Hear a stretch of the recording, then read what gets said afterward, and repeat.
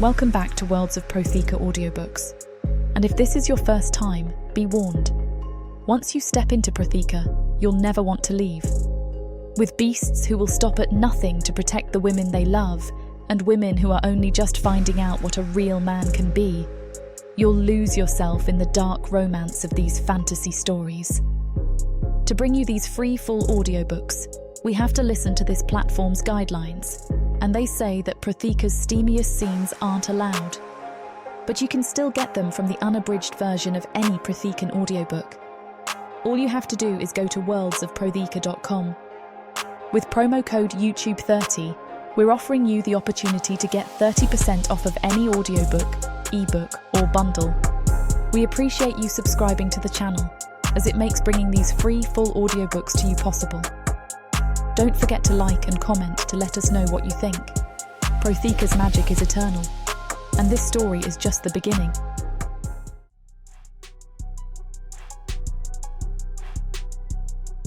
Chapter 1. Mara. The communication crystal pulses against my palm, its blue glow casting eerie shadows across the vault's stone walls. My fingers curl around it, feeling its warmth seep into my skin. 2 years of cleaning this estate, memorizing every nook and shadow, have led to this moment. Just like we planned, Diane. The whisper escapes my lips before I can stop it. A pouch of gold clinks softly as I tuck it deeper into my satchel along with the crystal and the vault key. The vault's treasures gleam around me, jewels, ancient scrolls, artifacts that would fund a small kingdom. But the crystal, this is what matters most. Footsteps echo closer, each tap of boots sending ice through my veins. I dart into the shadows, my bare feet making no sound against the stone floor. My back soon presses against the cold stone wall. A spider skitters across my hand, and I bite back a yelp. The musty air fills my lungs as I try to steady my breathing. The sound of my master's voice, cold and venomous, breaks the silence. Check the vault, Waloza orders. Something feels off. Dark elves and their damned senses. My nails dig into my palms as I edge deeper into the shadows. My pulse quickens. 2 years of being the perfect servant. Did you really think I'd forget what you did to her? I mutter to myself. The memory of Diane's screams floods back. Number focus. The guard's boots scrape closer, echoing off the vault's walls. My heart pounds in my throat. No choice now. I bolt from my hiding spot, sprinting past their shocked faces. "Stop her! Thief!" they shout behind me. My bare feet slap against the cold stone as I race down the corridor. The satchel thumps against my hip, gold coins jingling with each step. The weight drags at me, but this fortune is my only chance at freedom. I skid around a corner, my shoulder slamming into the wall. A wooden door looms ahead. I crash into it shoulder first, the impact jarring through my bones. The hinges groan as I wrench it open. Night air hits my face, carrying the city's putrid breath, sewage and rot and unwashed bodies. The moon hangs low over the rooftops, casting long shadows across cobblestone streets. An arrow whistles past my ear, thudding into the wall beside me. Stone chips spray my cheek. Keep running, just keep running. My lungs burn with each gasping breath. Foolish girl, you cannot escape me.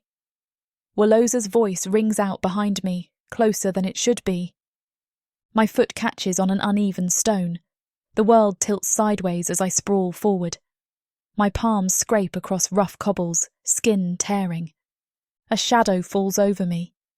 No, not when I'm so close. I roll, yanking a dagger from my sleeve. The blade flashes in the moonlight as I slash upward. Steel meets flesh. A thin red line appears on Waloza's perfect cheek. His violet eyes blaze with fury. "You dare!" he snarls. I don't wait to hear the rest. I duck under his reaching arm and plunge into the crowd of the night market. Bodies press against me as I weave through the throng, the stink of sweat and fear clinging to my skin. The crowd of the night market provided cover. But with every step, pain sears through my ankle, a stark reminder of my recent tumble. Blood from my scraped palms sticks to the satchel's worn leather, and I can feel the crystal's steady pulse against my chest. Across the way, a dark elf carriage stands, its driver embroiled in a heated exchange with a vendor. The carriage's door is ajar, an invitation I can't ignore. I slip inside, my breaths coming in ragged gasps as I fold myself into the cramped, hidden compartment beneath the seat. The space is tight, the air thick with the scent of polished wood and old velvet. My heart thuds in my ears as I clutch the satchel to my chest. The gold coins within clink softly, a sound that seems deafening in the hushed interior of the carriage. My fingers trace the pale, jagged scar on my wrist, a testament to Diane's final, desperate act to free us both. A lump forms in my throat, but I swallow it down, along with the tears that threaten to spill. "I'll make him pay," I whisper into the dimly lit space, the words a mantra that fuels my resolve. For Diane, for everything. Time loses meaning as the carriage sways and jostles over the uneven cobblestones. When it finally comes to a halt, I dare to peek through a narrow gap in the compartment's panels. The low town sprawls before me, its warren of narrow streets and dilapidated buildings, a stark contrast to the opulence of the dark elf estates. I wait, listening for any sign of the driver or passers-by. When all remains quiet, I ease the compartment open and slide out, my muscles protesting after being cramped for so long. The satchel feels heavier somehow, its contents a burden and a blessing all at once. The low town looms around me, its shadowed alleys and bustling markets a world away from the life I've known. I pull a discarded cloak tight around my shoulders, the coarse fabric scratching at my neck. It's a poor disguise, but it's better than nothing. I merge with the flow of the crowd, my limp disguised amongst the throng of weary bodies. The low town is a cacophony of sound, vendors hawking their wares, the distant clink of a blacksmith's hammer. It's disorienting, yet there's a vibrancy here that's absent in the sterile halls of Willows's estate. A group of dark elf soldiers marches by, their armour gleaming in the lantern light. I press myself against a grimy wall, holding my breath as they pass. Their presence here is a reminder that even in the low town I'm not safe, not yet. As the soldiers round a corner and disappear from sight, I release the breath I've been holding. My gaze falls on a tavern across the street, its sign swinging gently in the evening breeze. The Hound's Tooth, it reads, the image of a snarling beast painted beneath the words. A plan begins to form, the gears of my mind turning as I consider my next move. The tavern could be a goldmine of information, or a trap. Either way, I need to know more about the world I've stumbled into, and the patrons of the Hound's Tooth might just hold the answers I seek. I pull the hood of the cloak further over my face and step off the curb, my eyes fixed on the tavern's entrance. A pair of burly Minotaurs guard the door, their eyes scanning the crowd with a practiced ease. I approach with caution, my steps measured and deliberate. "Evening, gents," I say, forcing a casual tone. "Heard this is the place to be if you're looking for a good time." One of the Minotaurs grunts in response, his gaze lingering on the cloak's hood. "Depends on what you're looking for," he rumbles, his voice deep and resonant. I offer a small, secretive smile. "Information, mostly. And maybe a drink, if the price is right." The other Minotaur chuckles, his massive shoulders shaking. "You've got guts, I'll give you that. Go on in, but mind yourself. The Hound's Tooth isn't known for its gentle clientele." With a nod of thanks, I slip past them and into the tavern, the heavy door closing behind me with a resounding thud. Chapter 2. Garron. The din of the Hound's Tooth Tavern fades into a distant rumble as I fixate on the parchment. The human female's face, a mix of innocence and iron will, stares back at me, igniting a flicker of recognition that I'm quick to smother.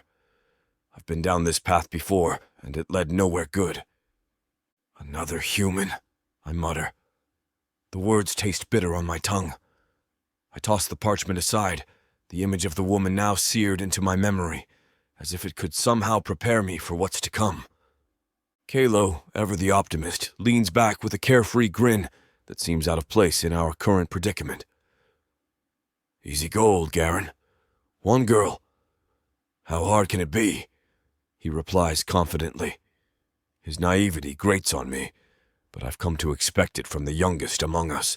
Lazir, on the other hand, catches my eye with a knowing glance. Harder than you think if you underestimate her, he warns, his voice a low growl. I clench my tankard, the metal cool against my palm. Last time we dealt with a human, we lost everything. Our clan, our honor, I say. My voice is low, steady, but inside, the beast of my past roars to life, threatening to break free. Calo's enthusiasm doesn't wane. And this job could buy it back, he insists, leaning forward with a glint in his eye that speaks of more than just gold. We need this, Garron. The room seems to hold its breath, waiting for my decision. The weight of our banishment hangs heavy on my shoulders, a constant reminder of the life we've lost. I'm silent for a long moment, weighing our options, considering the risks. Finally, with a resolve that's become my armor, I nod. We take it, but don't let your guard down. Humans are tricky, I say. My words carry the weight of experience, a lesson learned the hard way. Calo's grin widens while Lazir merely nods, his gaze never leaving mine. I can see the questions in his eyes, the silent acknowledgement of the danger we're walking into. But there's also a spark of something else. Determination, perhaps, or the glimmer of hope that this time things will be different. I drain my tankard, the ale doing little to quell the storm brewing within me. We're playing a dangerous game, one that could either restore our honor or lead us further down the path of ruin. But as I rise from the table, my decision firm, I know there's no turning back. We're Minotaurs, warriors born and bred. We faced darkness and despair, and yet here we stand, ready to face whatever this human has in store for us. I square my shoulders, my gaze sweeping over my companions. We have a job to do, I declare, my voice cutting through the din of the tavern. Let's not forget who we are and what we're capable of. With that, we leave the Hound's Tooth behind, stepping out into the cool night air. The city is alive with the sounds of revelry and danger, a perfect reflection of our own tumultuous journey. Calo, Lazir, and I move through the throngs of people, our eyes scanning for the woman whose face is etched in my memory. Lazir's voice, low and urgent, cuts through my focus. There, he murmurs, a nod of his head indicating a figure draped in a cloak, navigating the crowd with calculated ease. My gaze locks onto the woman, and I see what Lazir has seen. The subtle tension in her shoulders, the way her eyes dart with more than just the typical wariness of a city at night. She knows she's being hunted. The realization sends a jolt of adrenaline coursing through my veins. A group of dark elf soldiers suddenly passes by us. Their armor glints in the flickering torchlight as they weave through the crowd, seemingly following the same trail we are. Lazir's curse is a soft hiss beside me. Rivals! Calo growls, his fists clenching. My mind races, the strategies of 1,000 battles coalescing into a single plan. Lazir, Calo, deal with the dark elves. I'll grab the girl, I order, my voice but a whisper. They nod, their forms disappearing into the sea of bodies. I shadow the woman, my steps silent, a predator stalking its prey. She slips into an alley and I'm on her in an instant. My hand clamps over her mouth as I slam her against the wall, the impact sharp and sudden. The edge of my blade soon kisses the soft skin of her throat. Don't move, I snarl, my face inches from hers. Don't scream, or I'll gut you right here. Her wide eyes meet mine, and I see the flicker of defiance there, a fire that even fear cannot extinguish. She nods, her body quivering beneath my grip. For a split second, I feel a twinge of something unexpected. Pity, perhaps, or a shred of respect for her courage. But I shut it down, focusing on the mission. With a swift, precise movement, I strike the back of her head, rendering her unconscious. She goes limp in my arms, and I hoist her over my shoulder. She's light, her weight a reminder of the fragility that lurks beneath her strength. I head for our carriage waiting at the edge of the city. When I finally arrive, I dump her inside, her body landing with a soft thud on the wooden floor.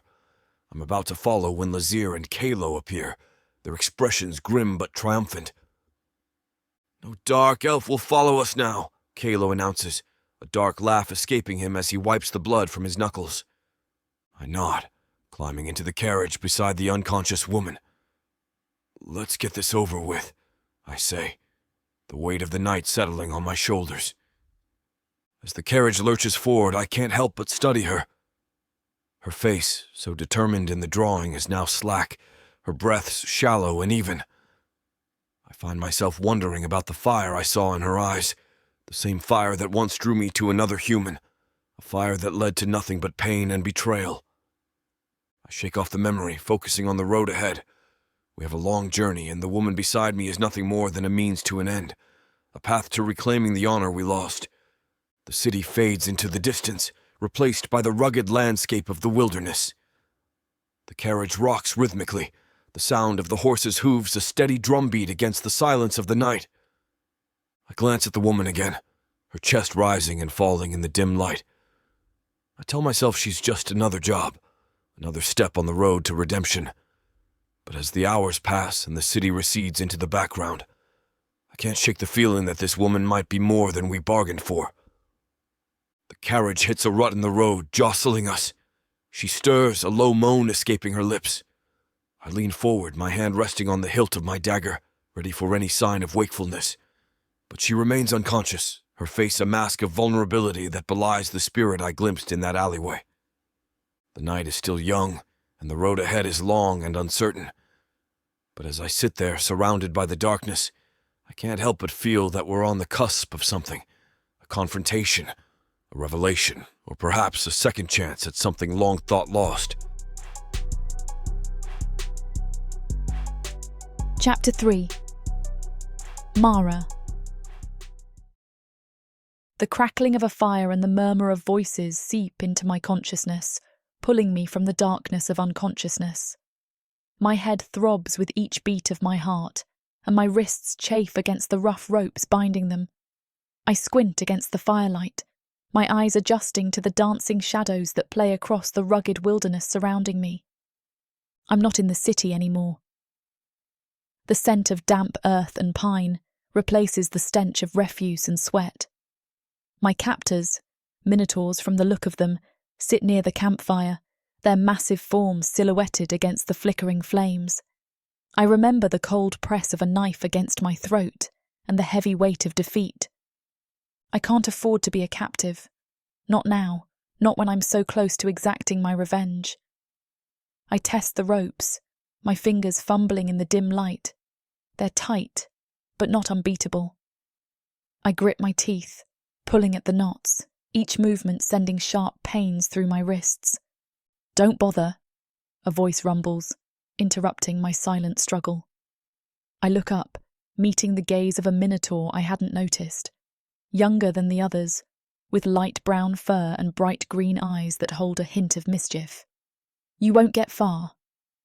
His words are a challenge, but his tone is almost kind. I glance at the other two Minotaurs, their attention seemingly fixed on the fire. The largest of them, with icy blue eyes and a scarred chest, stares into the flames with a distant gaze. The third, leaner and with a worn expression, sharpens a wicked-looking blade, his amber eyes flicking occasionally toward the stars. I take a deep breath, trying to steady the fear coiling in my chest. My mind races with possibilities, each one more daunting than the last. I don't know their intentions, but I know my own. Survival and vengeance. I stop my futile attempts at escape, instead focusing on the Minotaurs. Their conversation drifts over to me, a mix of strategy and grudging respect for their quarry. Me. They speak of gold and honour, of a chance to redeem themselves. My capture isn't personal, I realise. It's merely a job, a means to an end. My throat is raw as I bite out the words, glaring at the young Minotaur. I'm already broken. What more can you do to me? The young Minotaur frowns. He studies me, his gaze tracing the lines of fatigue and defiance etched into my face. With a sigh that seems to carry the weight of the world, he reaches for a knife at his belt. The metallic rasp of the blade leaving its sheath makes my heart skip a beat, but instead of plunging it into my heart, he saws through the ropes binding my wrists. You can move around the camp, he says, his voice surprisingly gentle. But don't try to run. I stare at him, the implications of his actions sinking in. The ropes fall away, and I rub my chafed skin, wincing at the sting. You're letting me go? I ask skeptically. He grunts, looking away as he pockets the knife. Number just. Don't make this harder than it has to be, he mutters. I'm on my feet in an instant, the blood rushing to my legs, tingling with the promise of movement. I follow him, my mind whirring with possibilities. This one is soft, I realise, a weak link in their formidable trio. The other two Minotaurs notice my newfound freedom instantly. The large Minotaur's voice cuts through the night like a thunderclap, his scowl illuminated by the fire's glow. What is she doing loose? Tie her up, he barks. The young Minotaur raises a hand, a silent plea for calm. Garron, she's harmless, and she's hurt, he insists, gesturing to the raw skin around my wrists and the swelling around my ankle. Garron's icy gaze flickers to me, his skepticism evident. She's a fugitive, Calo, a thief, he growls. I square my shoulders, meeting his stare with a defiant one of my own. I'd do it again if I had the chance, I declare, my voice steady despite the turmoil within. The third Minotaur chuckles darkly, his amber eyes reflecting the firelight. Feisty one, aren't you? He mutters. He sheathes his blade with a flourish, leaning back against a tree trunk. This should be interesting. Interesting isn't the word I'd choose. Dangerous, precarious, volatile, those fit better. But I can't deny the spark of hope that kindles within me. They see me as a job, a means to an end, but perhaps I can turn that to my advantage. I take a cautious step away from Calo, testing the limits of my newfound freedom. Garron's eyes narrow, but he doesn't order me bound again. Instead, he returns his attention to the fire, the muscles in his jaw clenching and unclenching. Calo gives me a small, encouraging nod before moving to join his companions. I'm left standing on the outskirts of their circle, the warmth of the fire doing little to dispel the chill that settles over me. The fire crackles, sending a cascade of sparks up into the night sky. I watch, my mind a whirlwind of thoughts, as the one they call Lazir hands a small vial to Calo. The glass container catches the firelight, casting an amber glow on Lazir's face. For a fleeting moment, his amber eyes soften. It's gone as quickly as it appeared, but I've seen it. A hint of tenderness from the most hardened of the three. Interesting. Calo, with his energetic demeanour, approaches me. He doesn't look nearly as intimidating as his companions, and I can't help but feel a twinge of relief. Come, he says, his voice carrying the warmth of the fire. Let's tend to those wounds. I follow him to the edge of the camp, away from the prying eyes of Garron and Lazir. The night wraps around us, the whisper of the wind, the only sound apart from the distant murmur of the Minotaur's conversation. Calo's hands are surprisingly gentle as he examines the raw skin around my wrists and the swelling on my ankle. He uncorks the vial, and the scent of herbs fills the air, pungent and earthy. This might sting, he warns, his voice low. I nod, steeling myself. The medicine feels cool against my injuries, the initial sharp pain quickly giving way to a soothing numbness. "Thank you," I murmur, offering him a soft smile. It's a tool, this smile, a way to disarm and charm. But as I look into Calo's earnest eyes, I find myself meaning it. There's something about his straightforward kindness that makes me feel safe. It's a foreign sensation, one I haven't felt in years. Calo's cheeks darken at my gratitude, and he looks away, focusing intently on his task. "It's nothing," he mumbles. "We're not monsters." My mind races as I watch him work. This is my chance. Calo is kind, perhaps too kind for his own good. If I can gain his trust, maybe even his sympathy, I might be able to use it to my advantage. Escape is within reach, and I can't afford to let this opportunity slip through my fingers. I study Calo's profile, the way his brow furrows in concentration. He's younger than the others, more impulsive, I suspect. Garron is the clear leader, a tower of strength and restraint, while Lazir is the cynical warrior. But Calo could be my ticket to freedom. Chapter 4. Lazir. The fire's glow dances across the human female's face, highlighting the determined set of her jaw and the spark of defiance in her hazel eyes.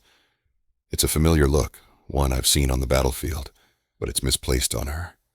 Mara, she calls herself. I grab the rope, the rough fibers biting into my palm. Her gaze locks onto it, and she recoils as if it's a serpent poised to strike. "No," she pleads, her voice barely a whisper against the crackling fire. "Please, don't tie me up again." I can't help but scoff. "I'm not as stupid as Calo," I say, my voice low and steady as I crouch before her. Her eyes are wide, fear and desperation warring within their depths. I loop the rope around her wrists, my movements deliberate and precise. "You're too obvious, human. I see what you're doing." She swallows hard, her face losing what little color it had. "What do you mean?"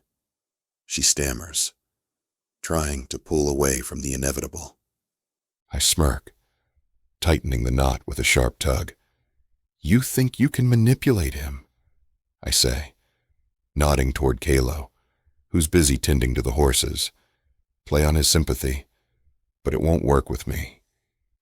Her defiance crumbles, replaced by a vulnerability that I refuse to be swayed by. I wasn't... Her voice trails off, and she lowers her gaze to her bound hands. Her breaths come quicker now, her chest rising and falling in a rhythm that betrays her fear. For a moment, my hands still. There's a part of me that's bothered by her fear, a part that feels an unwelcome twinge of guilt, but I push it aside. She's a job, nothing more. I've seen too many fall for the damsel's act, and I won't be one of them. I finish tying the rope, ensuring it's secure, but not too tight. "You're not the first to try and outsmart us," I say, standing up to my full height, looming over her. Mara's voice slices through the tension. "I can pay you more." "What?" The word slips out, gruff and disbelieving. Her next words spill forth like a dam breaking, rushed and tinged with desperation. "I can pay you more than whatever my dark elf master is offering you." My brow furrows, skepticism etched into the lines of my face. I lean in, my voice a low growl, my eyes narrow slits of suspicion. "Where?" Her breath hitches, a small, telling sound that echoes in the quiet space between us. My hands begin their search, patting her down with practiced efficiency. I feel the contours of her arms, the folds of her tunic, the swell of her hips. When my hand inadvertently grazes the curve of her chest, she gasps, her body tensing like a bowstring. Our eyes lock, and I freeze, the world narrowing to the space where our gaze collides. Her cheeks flush a deep crimson, her lips parting slightly as if to speak, but no words come out. The softness of her, the vulnerability in her wide eyes, it's disarming. My grip tightens on her arm, my breath coming heavy and ragged. The gold, it's not there. It's on my side in my satchel. Her voice is a whisper, a secret told in the dead of night. My fingers slide along her chest to her ribcage, lingering longer than necessary, betraying the alpha male exterior I've always prided myself on. An involuntary moan escapes her lips as my thumb brushes against her chest, the thin fabric of her tunic doing little to mask the sensation. The sound is a siren's call, a temptation that sends a jolt of desire coursing through me, followed swiftly by a surge of self-reproach. Her scent, earthy and sweet like fresh rain on sun-warmed soil, invades my senses, clouding my judgment. I pull back abruptly, severing the connection between us. My fists clench at my sides, the roughness of my palms a stark reminder of who I am, and more importantly, who she is. A job. Humans are dangerous, I mutter under my breath. The words meant more for myself than for her. The memory of Garron's downfall, the result of trusting a human woman, flashes through my mind like a warning beacon. Mara's eyes are still on me, her expression a mix of fear and something else I can't name. I stand, towering over her, my shadow casting her in darkness. I turn away, needing the distance to regain my composure. The fire crackles beside us, a silent witness to the tension that hangs heavy in the air. I can feel her eyes on me, so watching, waiting, but I don't look back. I can't. Not when my own resolve is starting to waver. I take a deep breath, the cool night air filling my lungs. I need to stay focused, to remember why we're here. It's about the gold, about restoring our honor and returning home. It can't be about her. With a growl, I storm back over to Mara. I reach forcibly into her satchel, and my fingers close around a small pouch, heavy with the promise of gold. Pulling it free, I loosen the strings and glance inside, the dull glint of coin catching my eye. It isn't much, but it's more than I'd expect from a former slave. This isn't a lot, I say, my voice low and skeptical as I dump the coins into my palm. They're warm, still holding the heat from her body. What do you mean by more? Mara bites her lip, a gesture that's becoming all too familiar and far too distracting. Her voice is trembling but steady, a testament to the steel beneath her fragile exterior. I'll explain, but only if you call your friends over first. I don't move, don't speak. I just stare at her, the wheels in my mind turning, weighing her words. The question is, why should I trust her? She's a job, a means to an end, and yet there's a part of me that's curious. I've always prided myself on being able to read people, to see through their facades to the truth underneath. But Mara is different. She's a puzzle wrapped in a mystery, and for some reason, I want to solve her.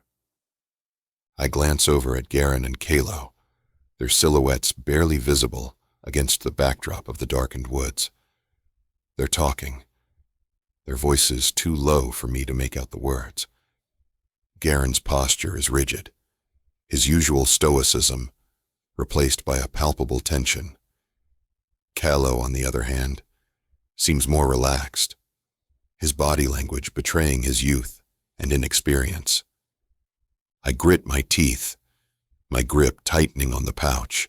It's a paltry sum, but it's a start, and if Mara really does have more, it could change everything. We could finally return home, our honor restored. We could finally be free of this cursed existence, wandering from one job to the next, always looking over our shoulders. I take a deep breath. I need to tread carefully here. One wrong move, and everything could come crashing down around us. But if there's even the slightest chance that she's telling the truth, I can't afford to ignore it. Fine, I say, my voice echoing in the stillness of the night. I'll get Garron and Calo, but if you're lying to us, Mara, I promise you'll regret it. With that, I turn on my heel and stride over to my companions, leaving Mara alone by the fire.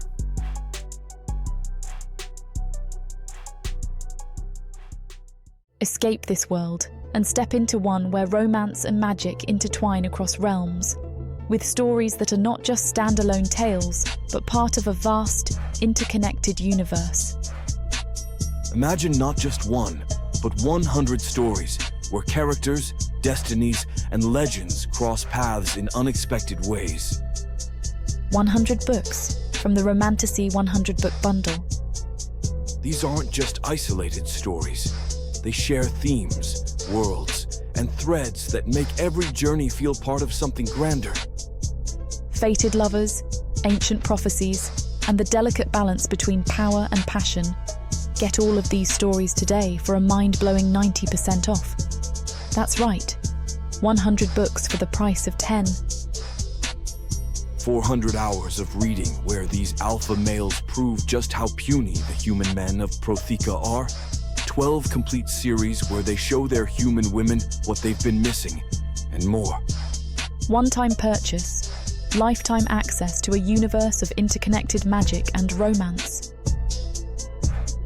Protheka's magic is eternal. With the Romantasy 100 book bundle, your pleasure will be too. Chapter 5.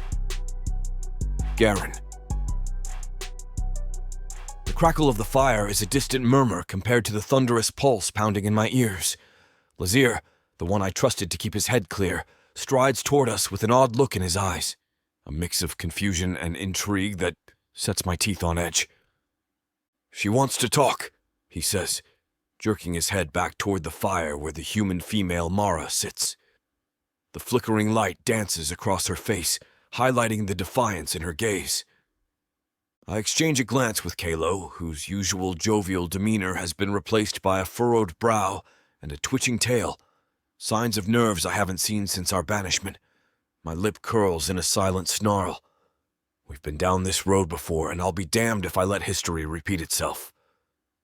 We approach, and the sight of Mara, her clothes askew, sends a surge of anger through me. "What have you been doing with her?"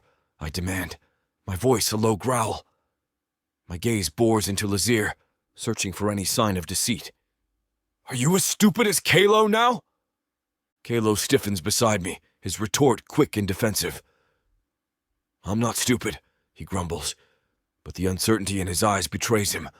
I ignore him, my attention fixed on Mara.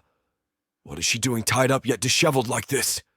I snap, my glare shifting between her and Lazir. "She's somehow manipulating you. Both of you." Lazir's jaw tightens, the muscles in his neck corded with barely contained irritation. With a deliberate movement, Lazir tosses a pouch of gold to me. My hand snaps up, catching it midair. The weight of the coins feels substantial, real. My brow furrows as I untie the pouch, the firelight casting a warm glow over the gold within.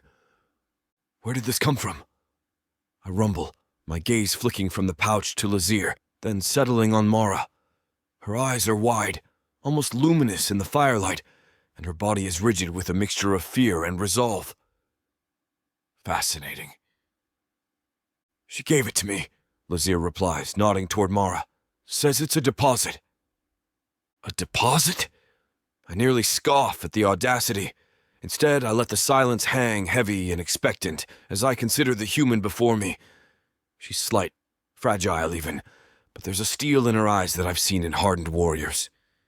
It's intriguing, but I've been fooled by a human's facade before. "I can pay you more than my master is offering," Mara interjects, her voice steady despite the tremor that threatens to betray her. "I want to hire you." A harsh, derisive laugh bursts from my lips, the sound echoing through the campsite. "Hire us? A slave? With what money?"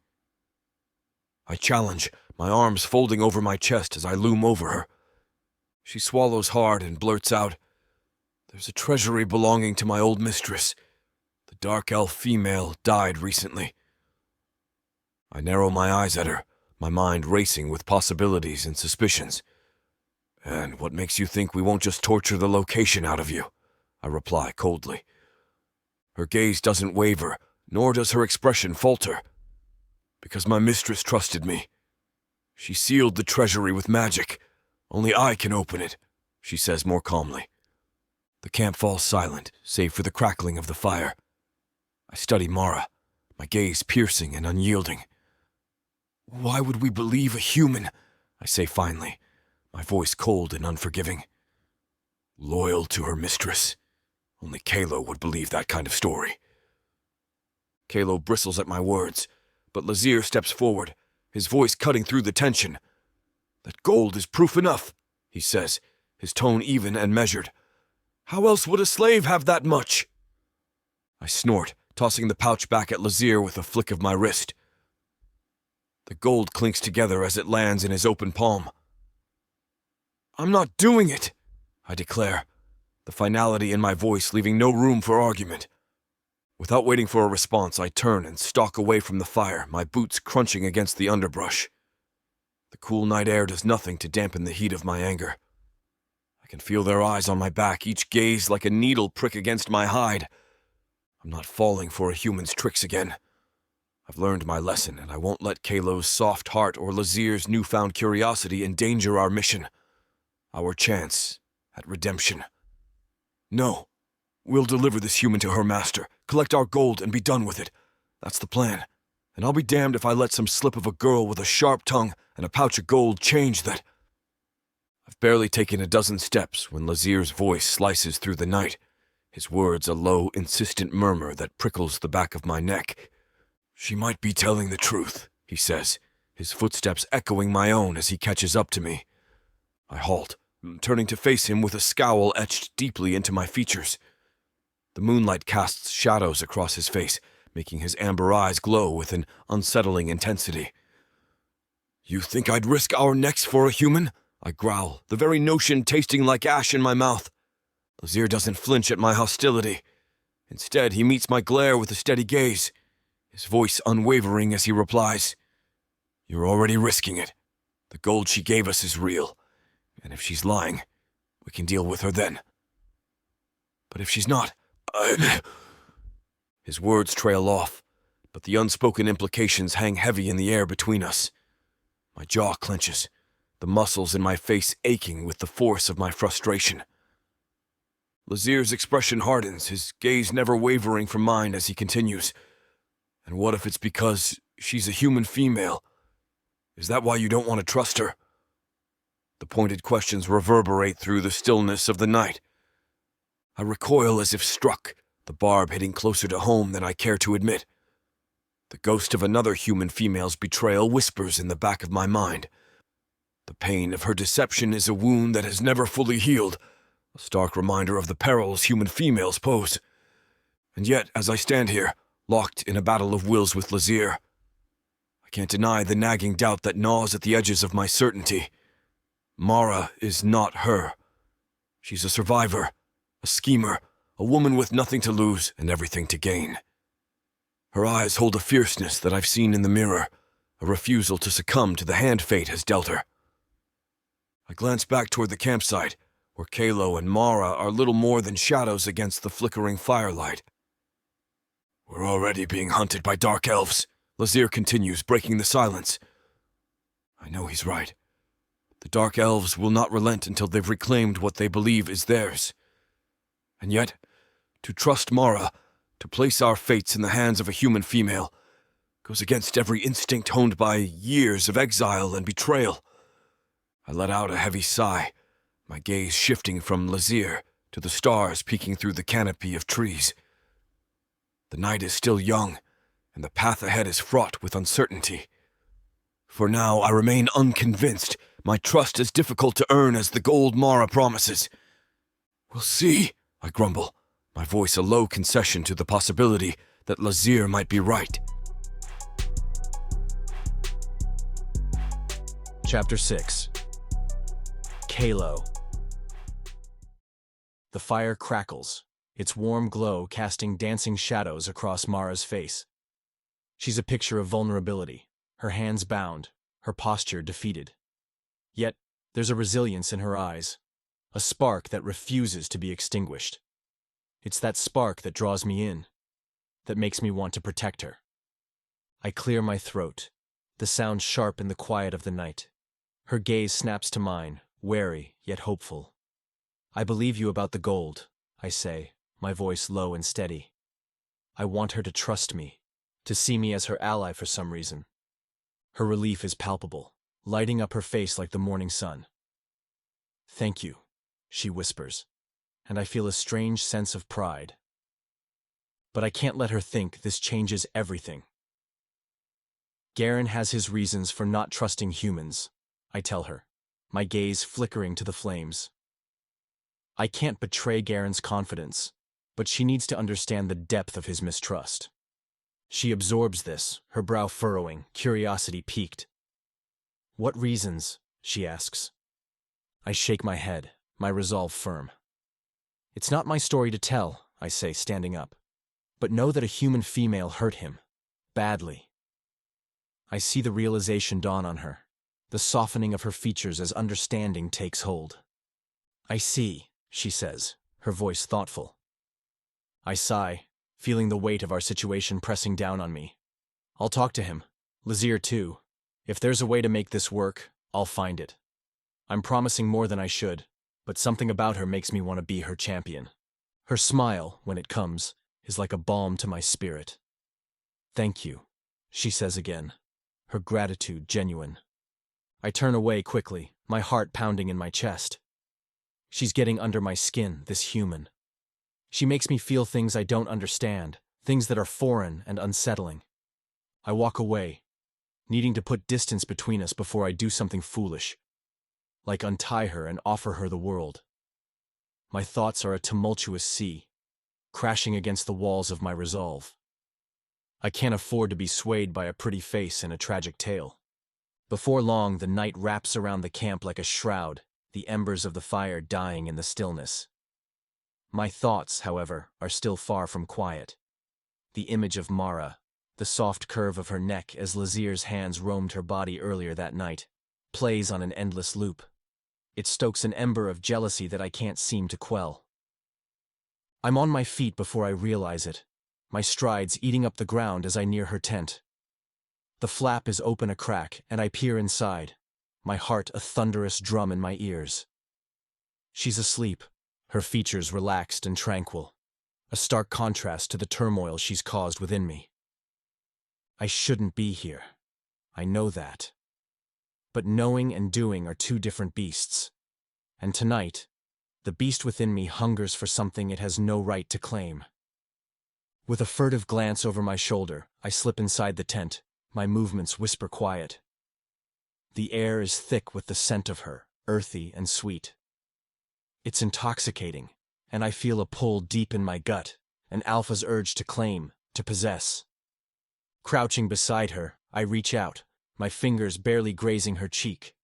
Her skin is a canvas of silk, warm and inviting. A shock runs through me at the contact, and I snatch my hand back, the heat of her like a brand against my skin. She shifts in her sleep, her clothes riding up to reveal the smooth expanse of her leg, the gentle swell of her stomach, and the tantalizing curve of her chest. My breath catches in my throat, a primal hunger clawing its way to the surface. Sorry for the interruption. I know you were gearing up for a steamy scene, but it's way too hot for this platform. If we want to keep sharing our stories for free, we have to abide by this platform's guidelines. To get the full unabridged audiobook, go to worldsofprotheka.com. Browse through unabridged audiobooks, countless ebooks and bundles offered at a discount. If the thought of me whispering all the dirty details into your ear isn't enticing enough, use discount code YouTube30 to get 30% off of all digital products. Story after story, audiobook after audiobook, the Worlds of Protheka are waiting for you. Protheka's magic is eternal. But unabridged, it's unforgettable. I'm caught in a web of my own making, torn between the loyalty I owe my brothers and the desire that burns through my veins like wildfire. I tell myself I'm just watching over her, that I'm here to ensure her safety. But the tightening in my groin betrays the lie. My hand moves of its own accord, tracing the contours of her body, lingering on the soft mound of her chest. She's oblivious, lost in dreams, while I'm ensnared in a waking nightmare of need and guilt. I can't have her. I know this. She's a job, a means to an end. And yet, as my fingers explore her form, the throbbing ache within me grows unbearable. As much as Samara and I want to finish what these two characters have started, it looks like this chapter is about to get too hot for this platform to handle. Unfortunately, we have to pause here because their guidelines won't allow us to reveal the spiciest details. To keep bringing you these free audiobooks, we have to follow their rules. But don't worry. You can experience the full, unabridged version over at worldsofprotheka.com, where the boundaries of passion and fantasy collide. Use code YouTube30 for 30% off any of our unabridged audiobooks set in the rich and immersive worlds of Protheka. Protheka's magic is eternal. With these scenes, it will be unforgettable. With a final lingering look at her sleeping form, I rise to my feet, my resolve hardening. I can't let this happen again. She's not just a job, she's a person. A person who deserves better than the selfish desires of a beast like me. This scene is about to get too steamy for this platform's comfort, and as much as we'd love to keep going, their guidelines say we need to stop here. To continue releasing these free audiobooks on this platform, we've got to play by the rules. The passion doesn't end here. Visit worldsofprotheka.com to hear the full, uncut version of this fantasy romance, and every daring moment that YouTube can't handle. Use code YouTube30 for 30% off unabridged audiobooks in the Worlds of Protheka. Don't let YouTube hold you back. Immerse yourself in a world of magic, danger, and unfiltered passion.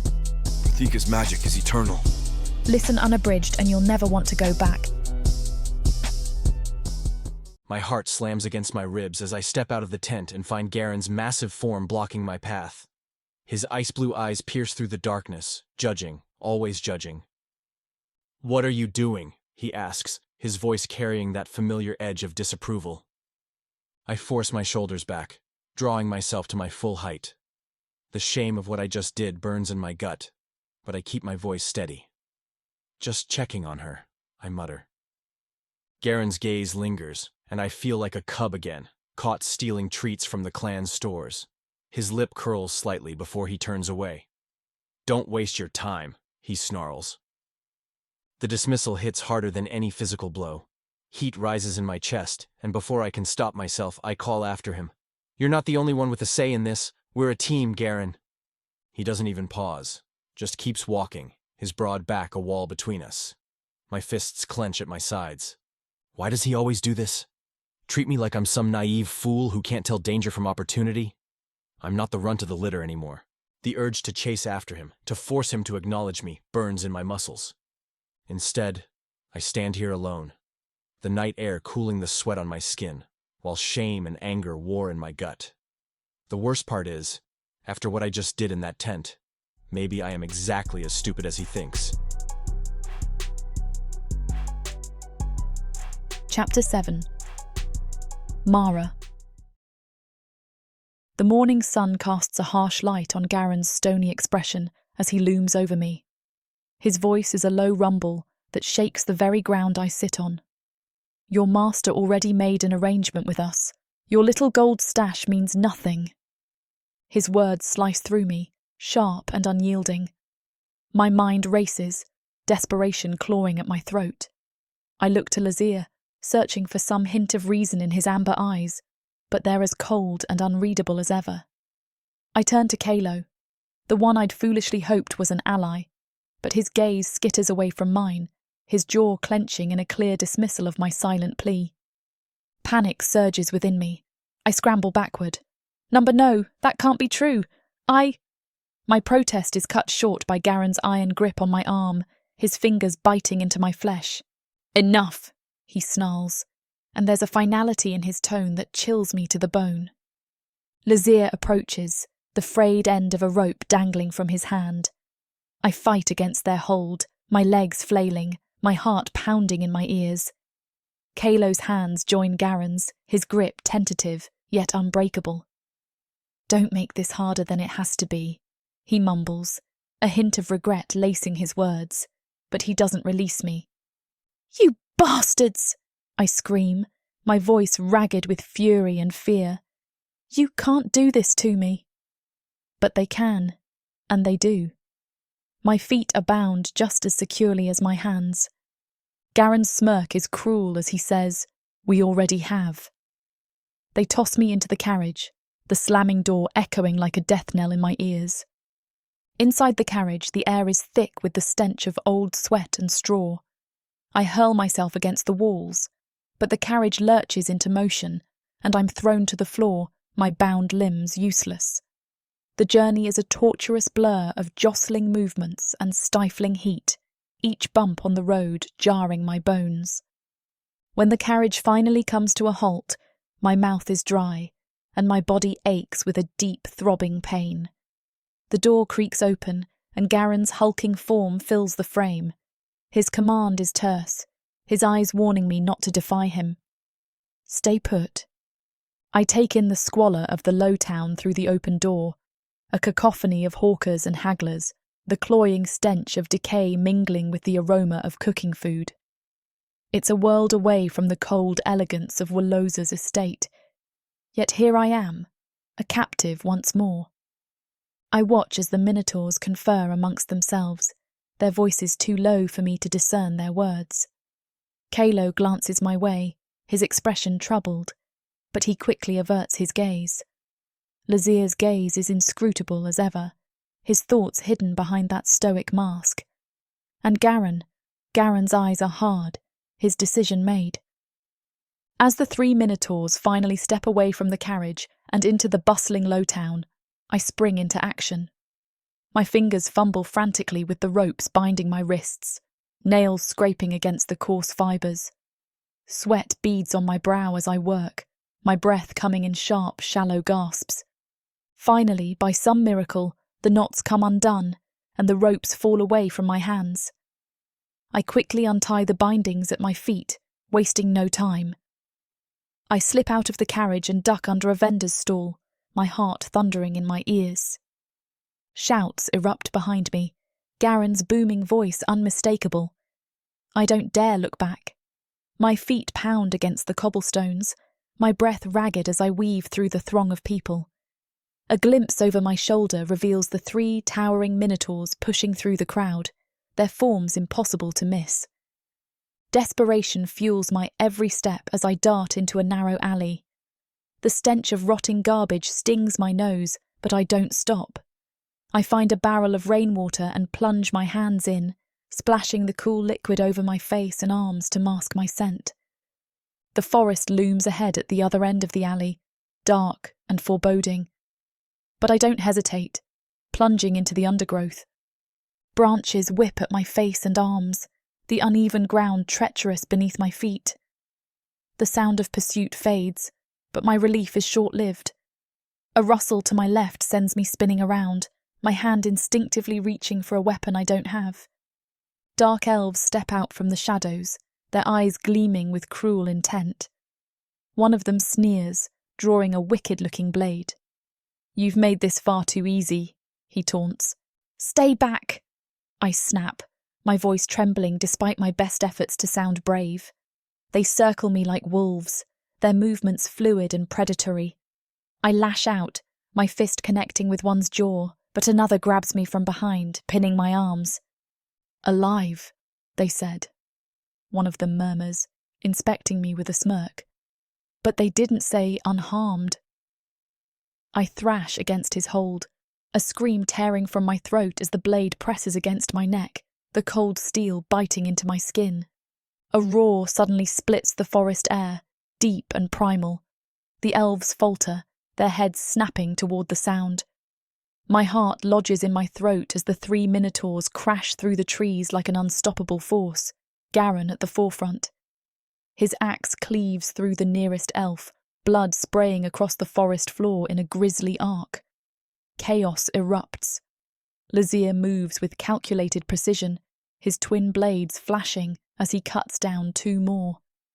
Calo's hammer swings in wide arcs, the impact shattering bones with sickening crunches. In the confusion, I stumble free, my knees buckling beneath me. I watch in stunned silence as the Minotaurs decimate the elves, their strength and ferocity unmatched. The last elf falls, Garron's axe lodged in his chest. He yanks it free with a grunt, his gaze snapping to me, his eyes like chips of ice. "You're ours," he growls, his voice low and menacing. "No one else gets the reward." My chest heaves, my body trembling not just from fear, but from the adrenaline coursing through my veins. "Please," I whisper, my voice cracking. "I swear I'll do whatever you want. Just don't turn me in. I'm telling the truth about the gold stash." I can barely believe the words spilling from my lips, but desperation drives me on. "I swear it," I say, my voice rising in desperation. "On my soul, I'll serve you, however you want." He hesitates, his grip tightening on his axe, the muscles in his arm rippling with tension. I can see the war waging behind his eyes, the distrust battling with the promise of untold wealth. "We accept," Lazir interjects, stepping between us. His voice is calm, a stark contrast to the fury that still simmers in Garron's gaze. Garron's glare shifts to Lazir, his fists clenching. "You don't speak for me." Lazir doesn't back down, his gaze steady and unwavering. "We made a decision," he says, the certainty in his voice silencing any retort Garron might have mustered. "Calo and I. You're not the only one in this." Garron's jaw tightens, a muscle ticking in his cheek, but he doesn't argue further. The tension in the air is palpable, a tangible thing that wraps around us, binding us together in this precarious alliance. My vision blurs, relief washing over me in overwhelming waves. I don't even feel myself hit the ground as darkness takes me, the shock of the past few moments finally pulling me under. Chapter 8. Lazir. Mara's body is limp in my arms, her face pale against the darkness of the forest. I can feel the thrum of her heartbeat against my chest. Garron's voice slices through the quiet, anger sharpening his words. "Why did you accept her offer, Lazir?" His eyes, full of storms, bore into mine. I adjust Mara's weight in my arms, her dark hair spilling over my arm. "We're in this together, Garron," I say, my voice steady. "We need this, more than the paltry sum that dark elf bastard is offering." Calo steps forward, his gaze defiant. "We're a team, all of us," he insists, looking at Garron, who's standing rigid, his fists clenched at his sides. "We have to listen to each other." Garron's jaw tightens. Without a word, he turns on his heel and disappears into the trees, the underbrush rustling in his wake. I carry Mara back to the carriage, her body a delicate burden against my shoulder. The worn wood of the carriage creaks under our combined weight as I place her gently inside. Her chest rises and falls in a rhythm of exhausted sleep, and I can't help but note the fragile strength in her features. As I step back, Garron reappears. He carries a restless energy with him, We need another mount, he grunts, his gaze flicking to the unconscious Mara. The dark elves will be on us as soon as they regroup. I nod, a silent acknowledgement of his strategic thinking. You're right. We should go, now. I turn to Calo, who's already moving to hitch a spare horse to the carriage. Garron watches me for a moment, his expression inscrutable. Why did you do it, Lazir? He asks again, his voice quieter now. I meet his gaze, holding it with a steadiness that matches my conviction. Because we need a win, Garron. Because this could be our chance to make things right, to regain what we've lost. His eyes search mine, a silent battle raging between us. Finally, he gives a curt nod, accepting my reasoning if not agreeing with it. Let's get moving then. We've wasted enough time here. As we set off, the forest becomes a blur of shadows around us, the clatter of hooves and the creak of the carriage, the only sounds breaking the stillness of the night. I keep a watchful eye on our surroundings, alert to any signs of pursuit. Mara's breathing remains even, her body relaxed in the depths of her unconsciousness. I can't shake the feeling of her in my arms. There's a vulnerability to her that calls to something primal within me, a need to protect. But I can't afford to let my guard down, not with so much at stake. The weight of our mission sits heavy on my shoulders, but there's a glimmer of hope now, a possibility of redemption. We finally stumble upon a cave hidden deep in the mountains. It's a suitable refuge for the time being. I gently carry Mara inside the cave and lay her down on a bed of moss. Garron and Calo take up their posts outside, their vigilance our first line of defense. As I venture deeper into the cave, the air grows cool and damp, the scent of earth and minerals filling my senses. My hand traces the rough stone walls, guiding me through the darkness. The sound of trickling water draws me forward, and I find myself at the edge of an underground river, its surface glistening in the dim light. I fill my jug with the cool, clear water. As I make my way back to Mara, the cave is eerily silent, save for the soft echo of the river behind me. I round the corner and stop dead in my tracks. Mara is awake, her wide eyes reflecting the flickering light of the fire I'd left for her. But it's not her gaze that holds me captive. It's the sight of her chest, bare and smooth, her chest rising and falling with each breath she takes. My throat tightens, a surge of primal desire coursing through me. I clench my fists, the jug of water suddenly heavy in my grasp. What are you doing? My voice is gruff, the words coming out more as a growl than a question. I force myself to look away, my jaw clenched. Cover yourself, I command, the alpha in me asserting control over the situation. I hear the rustle of clothing as she complies, but when I dare to glance back, she's left the tunic bunched around her shoulders, her chest still exposed, the shadows highlighting the gentle curve of her cleavage. A battle rages within me. Part of me wants to reprimand her, to demand that she dress properly. But another part, a part I can't fully suppress, wants to drink in the sight of her. I step closer, my shadow falling over her. I said, "Cover yourself." I repeat. Her eyes meet mine, a silent challenge hanging in the air between us. She's testing me, pushing the boundaries of my restraint. Her voice, soft yet laced with resolve, cuts through the thick tension of the cave.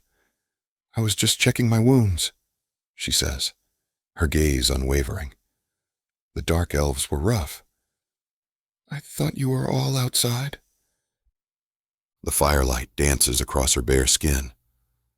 My eyes trace the lines of her body, the gentle swell of her chest, the soft curve of her waist. She's not wrong. She is small, her form delicate and almost fragile.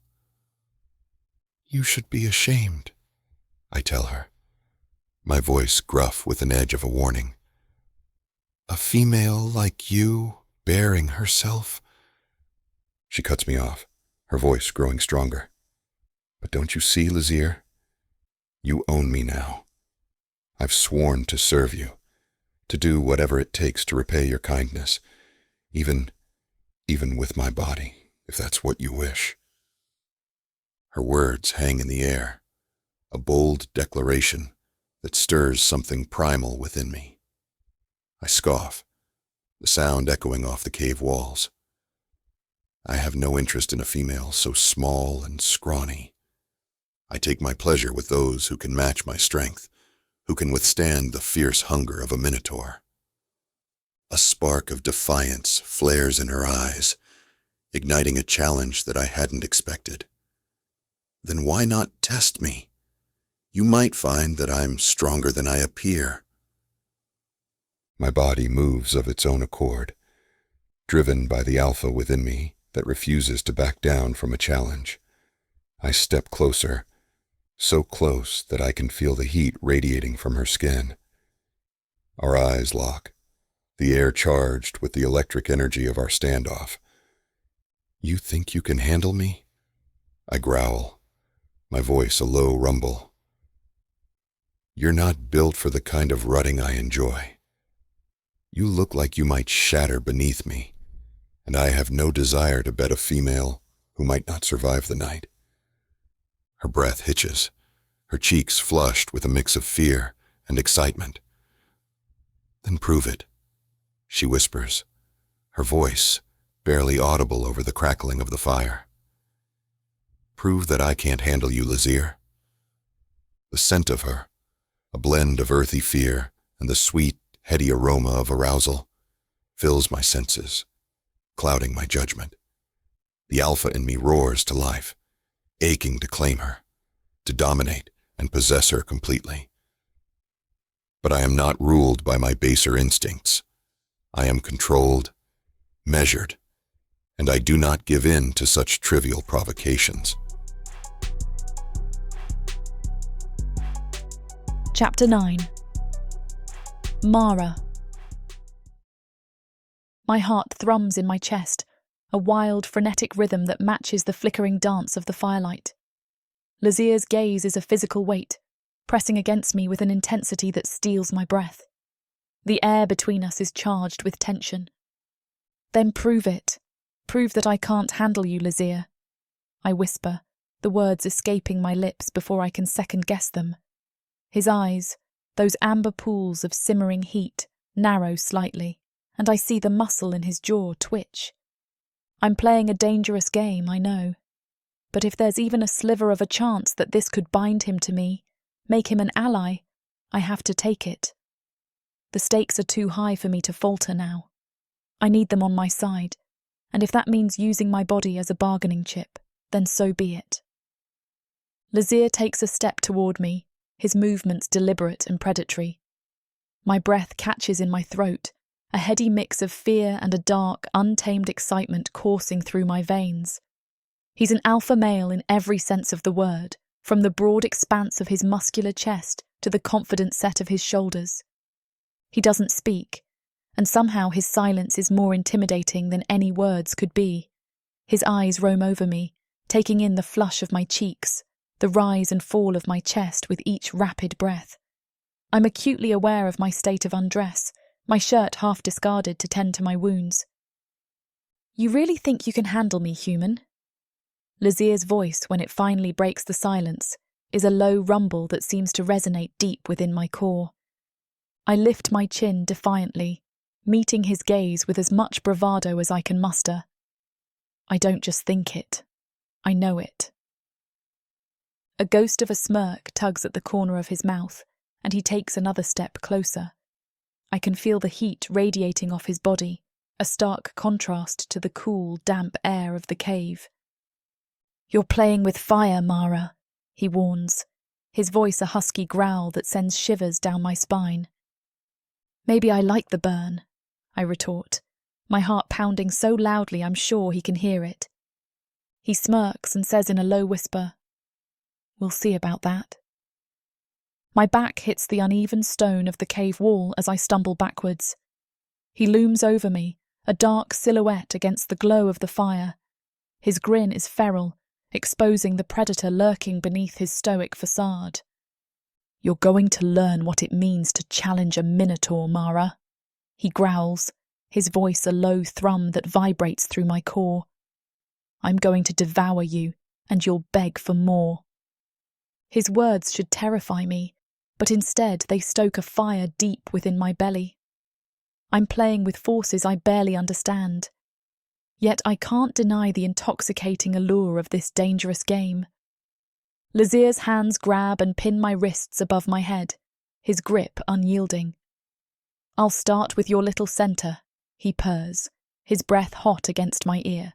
I'll eat you with such fierceness, you'll forget your own name. I squirm beneath him, my body betraying my shock at his crass words. His knee nudges my thighs apart, and I'm powerless to resist. The cool air of the cave kisses my exposed skin, and I'm acutely aware of the wetness already pooling between my legs.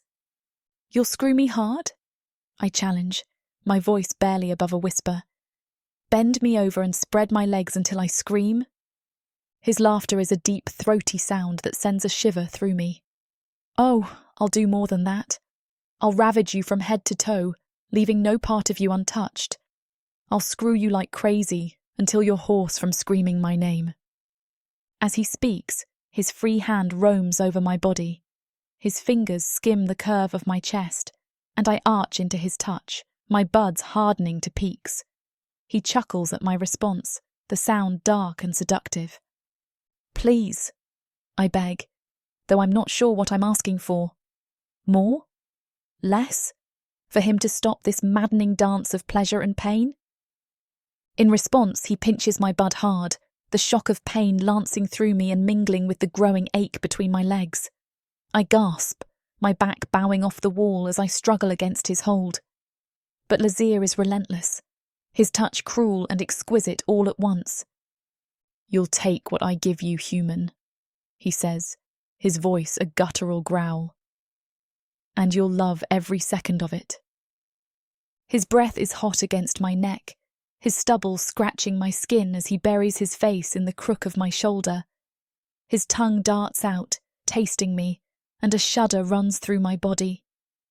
The sensation of his lips, his teeth, as he sucks on my jugular sends a jolt of electricity straight to my core. I can feel the hard length of him pressing against me, insistent and unyielding. Do you feel that, Mara? He murmurs, his voice a low, dangerous purr. That's what you do to me. But if we continue down this path, I won't be able to control myself. You're fragile, and I'm not. His words should be a warning, a clear signal to put an end to this madness.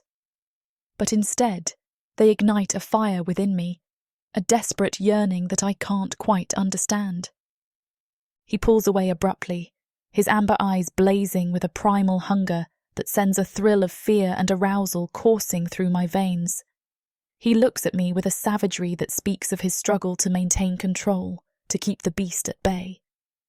We can't do this, he growls, his voice raw with restraint.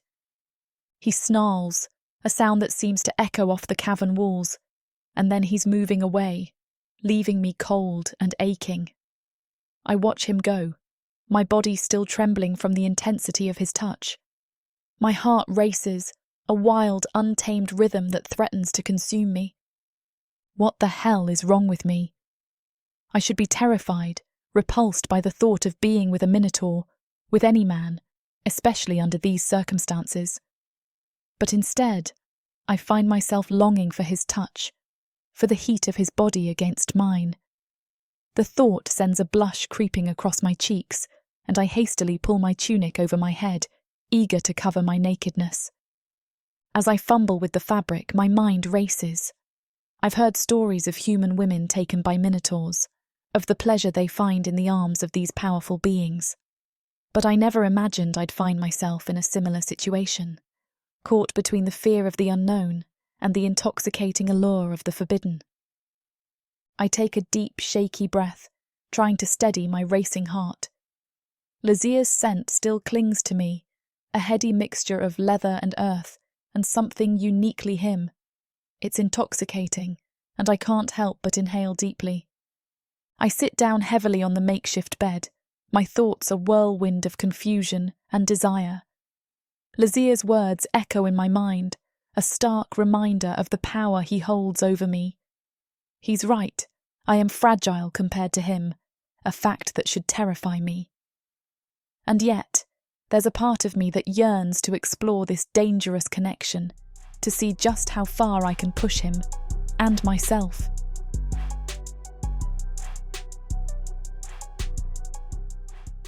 From the depths of the darkness of Protheka, or clawing up from the realms of fantasy, come the most fearsome beasts you have ever seen. these monsters are done watching from the shadows. Now, as they step into the light, something unexpected grips them. Something even they can't fight off. Love, Vampires, demons, dark elves, gods. minotaurs, creatures of light and dark. They will protect their mates. Do whatever needs to be done. Morally grey heroes who will burn the world, to protect the women who love them. 10 audiobooks, Fall into over 60 hours of fantasy romance. 20 ebooks, Over 1 million words of these brutes who will protect their women. even if they might destroy themselves in the process. Get the immersive Protheka fantasy romance bundle. For 80% off, right now, dive into Protheka at a once-in-a-lifetime discount. The first bundle to offer both ebooks and audiobooks on worldsofprotheka.com. Protheka's magic is eternal, and this romantasy bundle will make it endless.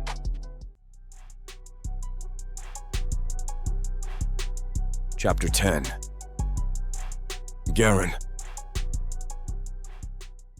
The underbrush crunches beneath my boots as I stalk through the dense forest.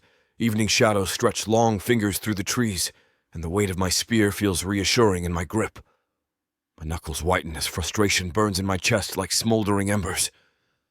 Never again, I mutter, my voice low and guttural in the gathering dusk. No human female will cloud my judgment. That face from my past flashes unbidden in my mind, those wide, innocent eyes that hid such treachery. I snarl, shaking my head to dislodge the memory. Fool, I growl at myself. You're becoming weak, seeing her ghost in every shadow. The forest pulses with life around me, leaves rustling overhead, distant bird calls. I force myself to focus on the hunt, channeling my anger into something useful, something I can control. A flash of movement catches my eye. There, a stag grazes in a small clearing, its proud antlers silhouetted against the dying light. My muscles coil as I drop into a crouch, years of training taking over. The spear leaves my hand in a blur, cutting through the air with deadly precision. The stag lets out a strangled cry as the weapon finds its mark, burying deep in its side. The beast collapses, its legs kicking weakly before going still. I approach my kill, but my thoughts refuse to stay focused on the task at hand. The girl, Mara. Her presence here gnaws at me like an itch I can't quite scratch. The way she moves, speaks, even the tilt of her head. It's too familiar. Too much like her. You're making the same mistake, I tell myself as I grip the spear shaft and pull it out of the stag's carcass, letting another human female in again. Blood coats my hands as I begin field dressing the stag. Lazir and Calo are blind to the danger, just like you were back then, I whisper to myself. I soon drag the heavy carcass behind me, its weight a welcome distraction from the turmoil in my mind. Mara. Her name alone is a whisper of danger. I grit my teeth, the scent of blood and pine needles filling my lungs. The cave entrance looms ahead. I bring the stag inside and leave it by the entrance where it's cooler. My senses prickle, alert and ready for any sign of danger or worse, betrayal. I pause just inside the shadows, and my gaze is inadvertently drawn to the firelight. And there she is, Mara, the flickering glow casting a warm hue over her skin. She's pulling her tunic over her head. For a moment, her body is bare to me, the graceful arch of her spine, the soft swell of her chest, and my traitorous heart skips a beat. A low growl rumbles in my throat, a visceral reaction to the unexpected sight. I've seen countless females in my life, but none have stirred this unwelcome heat within me since. I push the thought away, my jaw clenching hard. Then, the faintest of scents tickles my nostrils. Lazir. It's his unmistakable musk, mingled with something else, something that sets my blood boiling. Mara's scent, delicate and alluring, is intertwined with his. My mind reels at the implication. Have they lain together? The thought is a red-hot brand searing through my chest. Without a second thought, I shove away from the cave wall, my body moving of its own accord. The cool night air hits me like a slap as I storm outside, my breath coming in ragged gasps. "What are you doing, Garron?" I hiss to myself. "You swore you'd never be pulled into this again." I pace back and forth, the gravel crunching beneath my boots. My hands curl into fists at my sides, the need to hit something, to break something overwhelming. The image of Mara, half-naked and vulnerable, is seared into my mind's eye. The thought of Lazir's hands on her, claiming her, ignites a possessive fury within me that I can't ignore. She's a job, I tell myself fiercely, stopping to glare at the darkened forest. You can't afford to forget that. Not again. I draw in a deep breath, trying to calm the storm raging inside me. My rational mind knows the truth, that getting involved with a human female again could spell disaster for all of us. But the primal part of me, the part that still remembers the softness of a woman's body against mine, refuses to be silenced. The sharp, rhythmic scrape of steel on stone slices through the stillness of the night. Lazir sits on a nearby rock, his form bathed in the cold light of the moon, honing his blade with a focus that borders on meditative. The sight of him, so calm and collected, only fans the flames of my irritation. I stomp toward him, my boots crunching on the gravel, each step echoing the pounding of my heart. "Did you touch her?" The question escapes my lips as a growl, my anger barely contained.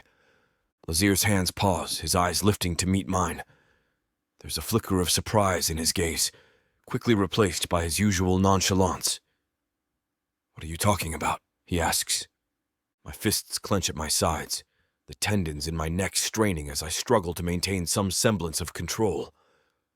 "Mara, did you screw her?" "She's off limits. This mission is not a damn joke," I growl. An infuriating grin spreads across Lazir's face. "Relax, Garron. I didn't touch her." His gaze holds a challenge, daring me to push further. "But even if I did, you don't make the rules here." My anger surges, hot and wild. "She's dangerous. Keeping her close puts us all at risk." The words tumble out, clipped and desperate, betraying the fear that gnaws at my insides. Lazir's smile withers, his eyes narrowing to slits. "You don't get to lecture me about risks," he retorts, his voice cold and cutting. "Or have you forgotten? Your little mistake cost us the clan." His words strike deep, a painful reminder of the past I can't escape.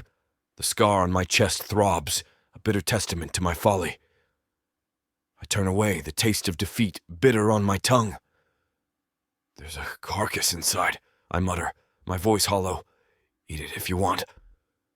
I'm about to storm off, to lose myself in the darkness of the forest when Lazir's voice, tinged with an unexpected softness, reaches my ears. "We're a team, Garron. Like it or not, eat with us. We need to stay strong." I hesitate, my shoulders rigid with tension. With a deep shuddering breath, I nod. I can't deny the truth in his words. We are a team, bound by shared exile and a desperate need for redemption. The cave's entrance yawns wide, beckoning me back to the warmth within. The scent of roasting meat wafts out to greet me. My stomach growls, a reminder that despite the turmoil raging inside me, I'm still bound by the needs of the flesh. As I step into the cave, the sight before me makes my heart clench. Mara sits by the fire, her laughter mingling with Calo's, their faces alight with a camaraderie that feels like a betrayal. I clench my fists, forcing my emotions down. She's a job, I remind myself. Nothing more. And as much as I hate to admit it, we need her. Her knowledge, her connections, her gold. For now, at least, she's our ticket back to the clan, back to the life we were forced to leave behind. Chapter 11. Calo. The sun hangs high in the sky, beating down on the endless expanse of the rolling plains as we head westward toward the Murdoch Dark Elf Estate. I can feel its heat seeping through my cloak, but I don't mind.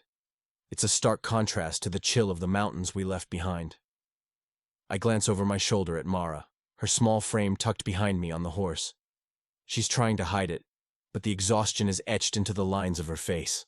"You okay?" I ask, my voice soft enough that it doesn't carry to the carriage where Garron sits, sullen and silent.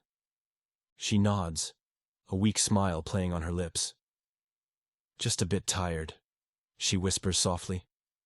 I shift in my saddle, reaching back to adjust the blanket beneath her. "Lean against me," I instruct. "You'll conserve your energy that way." She hesitates for a moment before her body relaxes into mine. I can feel the warmth of her through our clothes, and I force myself to focus on the road ahead. Garron's glare is like a branding iron, searing into my back, but I ignore it. He's angry, still reeling from our decision to trust Mara and her promised treasure. But what choice did we have? We need this job, and the gold she's offering is too good to pass up. As the sun begins to dip toward the horizon, we find a small clearing to make camp. The air's cooler here, away from the open plains, and I watch as Mara rubs her arms, trying to ward off the chill. "Here," I say, pulling a thicker blanket from my pack. I drape it over her shoulders, and she looks up at me with a grateful smile. "Thank you, Calo," she murmurs. I nod, turning away to gather firewood. I can feel Garron's eyes on me, but I pretend not to notice. Lazir is already at work, preparing the meat we stored from Garron's previous hunt. The scent of it roasting over the fire is enough to make my stomach growl. As the night deepens, we gather around the fire. Mara sits next to me, her eyes reflecting the dancing flames. I can't help but watch her out of the corner of my eye, the way she moves, the way she tilts her head. She's different from any human I've known, stronger somehow. And yet, there's a fragility to her that calls to something primal within me. I'm lost in my thoughts when Mara's soft voice stirs me from my reverie. "I wish I could bathe," she murmurs, half to herself, but my keen ears catch the quiet yearning in her tone. Without a second thought, I'm on my feet. "I'll find water," I say, my voice cutting through the night air. Garron shoots me a questioning glance, but I'm already stepping away from the camp, my mind set on a singular purpose. The forest is alive in the darkness. The whispers of the wild brush against my senses. I move with a predator's grace as my eyes pierce through the shadows. It takes some time, the moon climbing higher in the sky, but then I hear it. The gentle rush of water. My heart beats with satisfaction as I push through a thicket of underbrush and find myself standing at the edge of a small clearing. A waterfall, no more than a stone's throw in height, spills into a serene pool, its surface shimmering under the moon's silver gaze. A smile tugs at my lips as I take in the sight.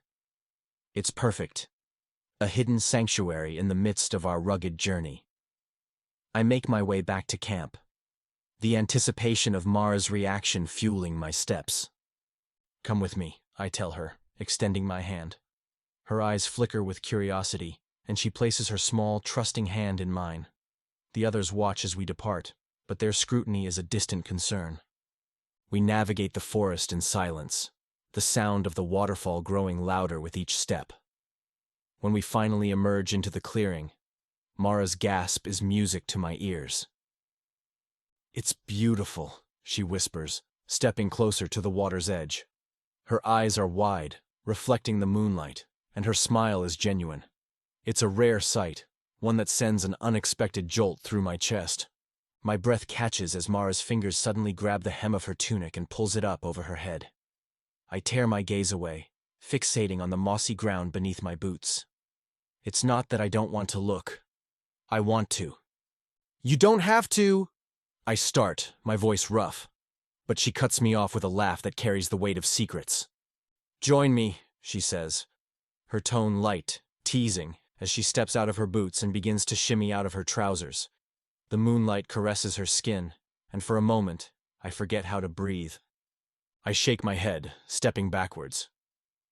"I'll guard you from here," I tell her, my voice firm, trying to ignore the way my heart pounds in my chest.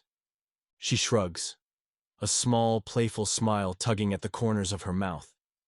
And then she's gone, swallowed by the dark water with a splash that seems to echo through the entire forest. I stand there, my senses on high alert, as minutes stretch into an eternity. The water falls deathly still. Fear, cold and sharp, lances through me. "Mara?" I call out, my voice too loud in the quiet night. No answer.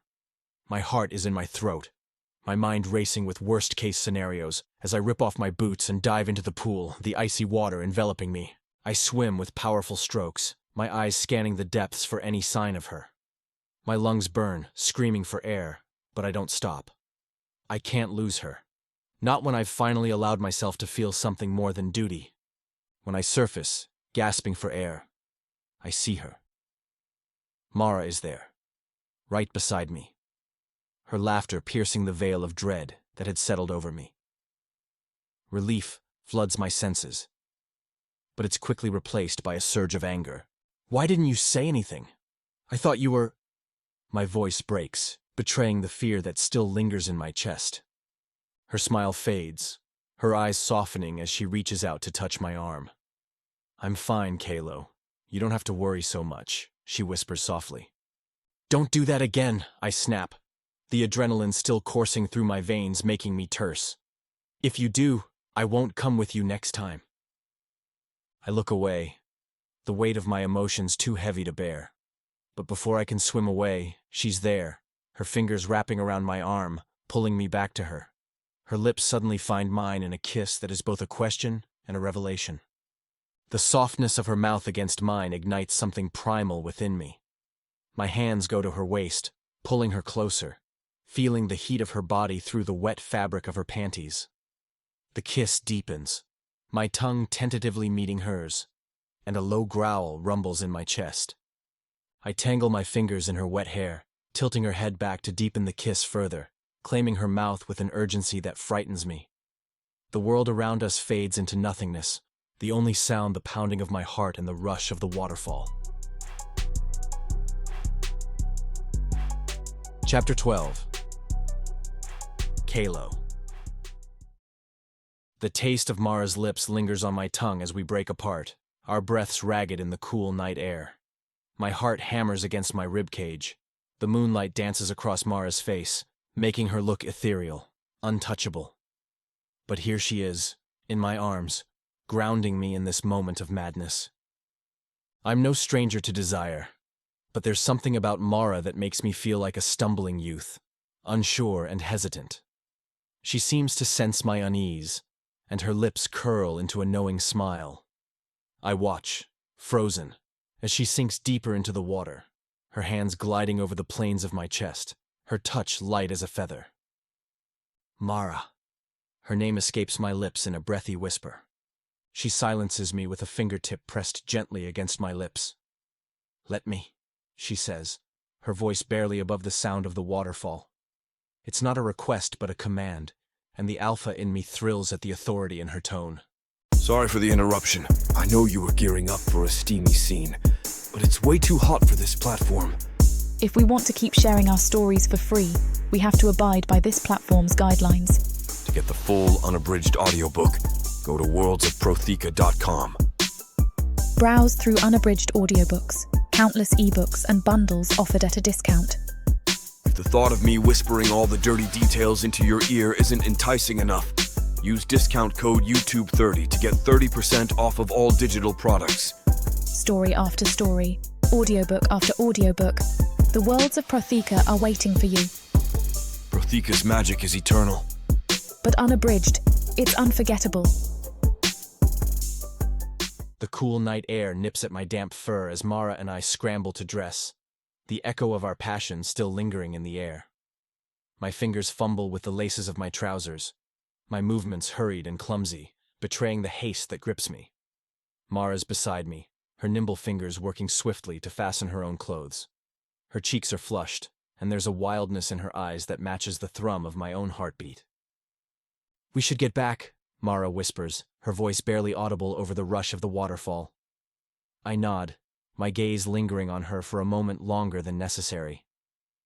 The urge to claim her again, to lose myself in the sanctuary of her body, is almost overwhelming, but I force myself to turn away. Duty calls. Chapter 13. Garron.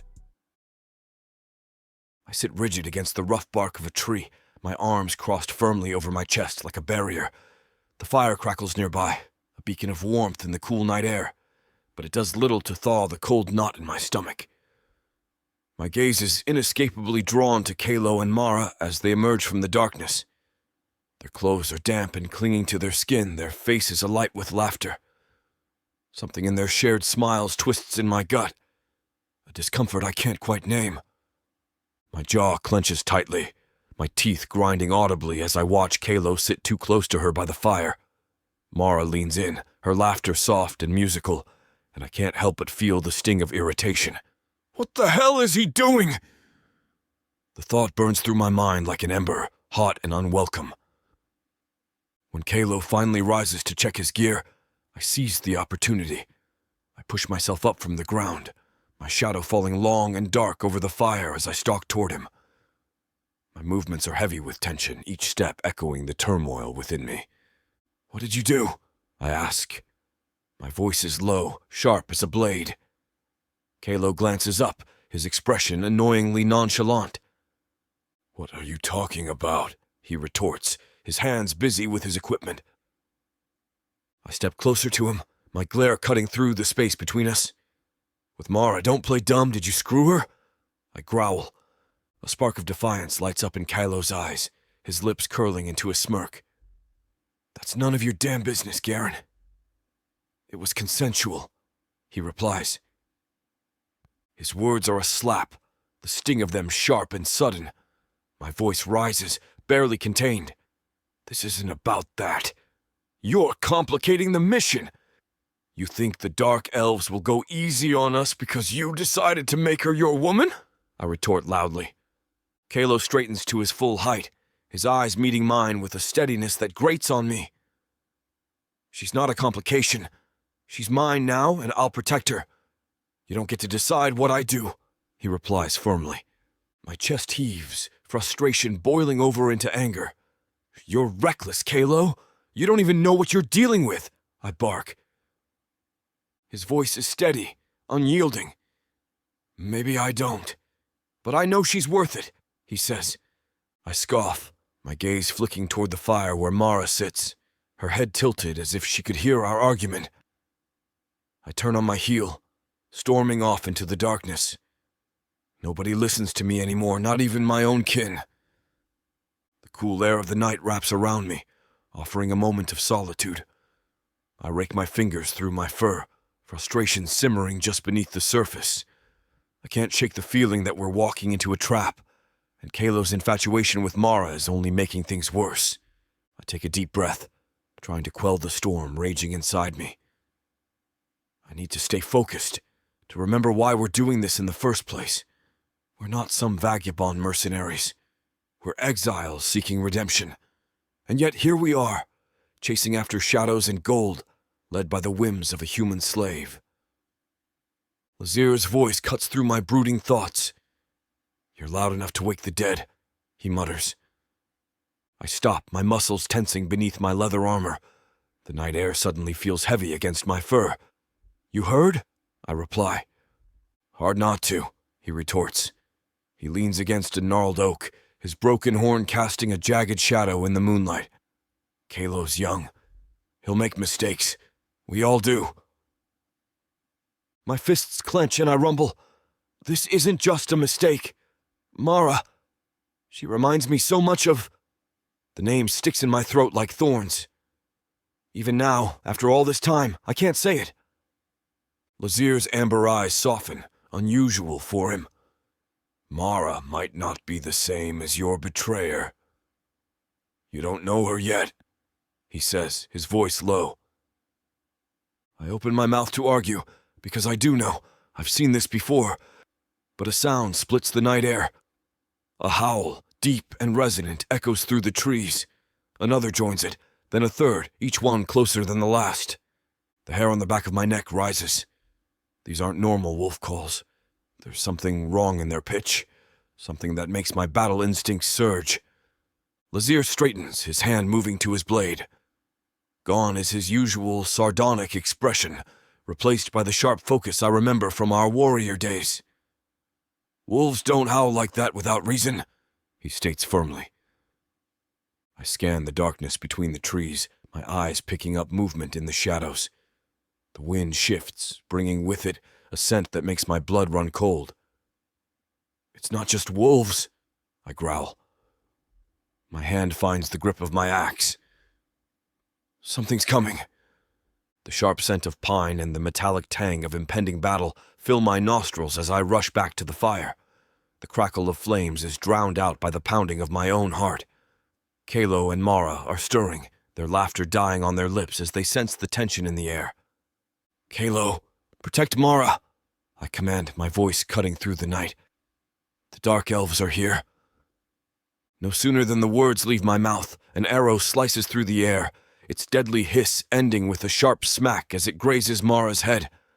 Time slows. I lunge, my body a shield as I shove her to the ground. The next arrow meant for her finds its mark in my shoulder. Pain explodes, white-hot and searing. Mara's hands flutter over me, her touch tentative and trembling. Garron, you're hurt! Her voice is a high-pitched squeak, laced with panic. I grit my teeth against the pain, pushing her away with a rough shove. Stay back! My growl is a warning, my vision swimming with rage and agony. Her eyes widen, the hurt in them evident, but there's no time for softness. I force myself to my feet, the world tilting dangerously for a moment. Blood seeps through my tunic, a crimson bloom that stains the fabric. I snatch up my axe, my grip unwavering despite the pain that radiates from my shoulder. The forest comes alive with movement, as dark elves materialize from the shadows, their eyes gleaming with malice. My lips peel back in a snarl, my voice a low rumble. Let's finish this. The dark elves charge, their movements a blur of deadly intent. But we are not unprepared. Calo stands protectively in front of Mara, his hammer gripped tightly in his hands. Lazir is at my side, his blades glinting in the firelight, his broken horn casting a menacing shadow across his face. On my signal, I murmur to him, my eyes locked on the advancing enemy. Lazir nods, his focus absolute. He's always been the quiet one, but his silence speaks volumes. We fought side by side for years, our bodies moving in a dance of deadly precision. The first wave of dark elves reaches us, their swords raised high. I meet them head-on, my axe swinging in a wide arc. The impact vibrates up my arm, a grim reminder of the arrow lodged in my shoulder. But I push the pain aside. I am a Minotaur, bred for battle and born to lead. Stay close! I yell back at Mara, my voice carrying over the dying embers of the fire. Chapter 14. Lazir. The forest clearing becomes a whirlwind of chaos and death. The campfire's glow casts long, dancing shadows across the faces of our dark elf enemies. My twin blades sing a deadly melody, as they slice through the air, cutting down dark elf after dark elf with ruthless precision. Their blood paints the ground. It's a crimson testament to my fury and the sheer brutal skill honed from years of survival and loss. A particularly bold elf lunges for Calo, his sword arcing toward my companion's exposed side. Without hesitation, I hurl one of my blades, watching with grim satisfaction as it embeds in the attacker's chest. The dark elf's eyes widen in shock, his sword clattering to the ground as he crumples. Calo whirls around, following my gaze to the fallen elf. His eyes meet mine, gratitude and resolve mingling in his expression. We share a nod, a silent acknowledgement of our bond, one forged in battle, hardship, and the unspoken understanding that we are brothers in arms.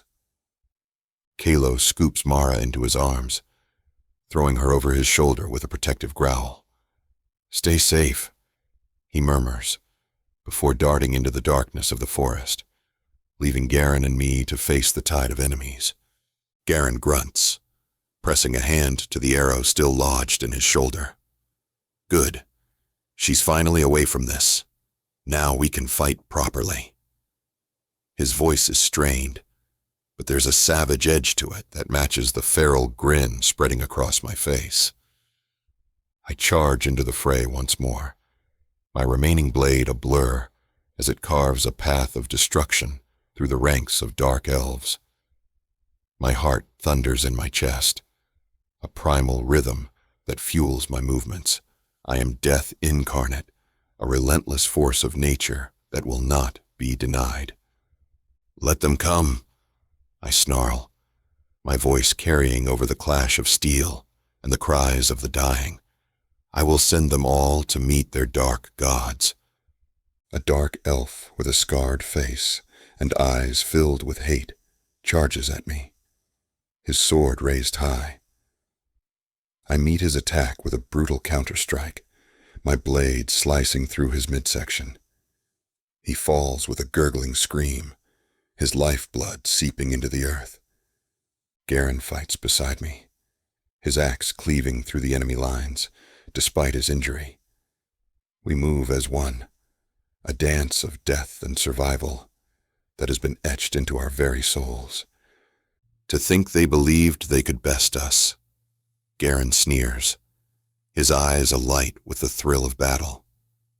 "Fools." I laugh, the sound dark and thrilling. They underestimated us.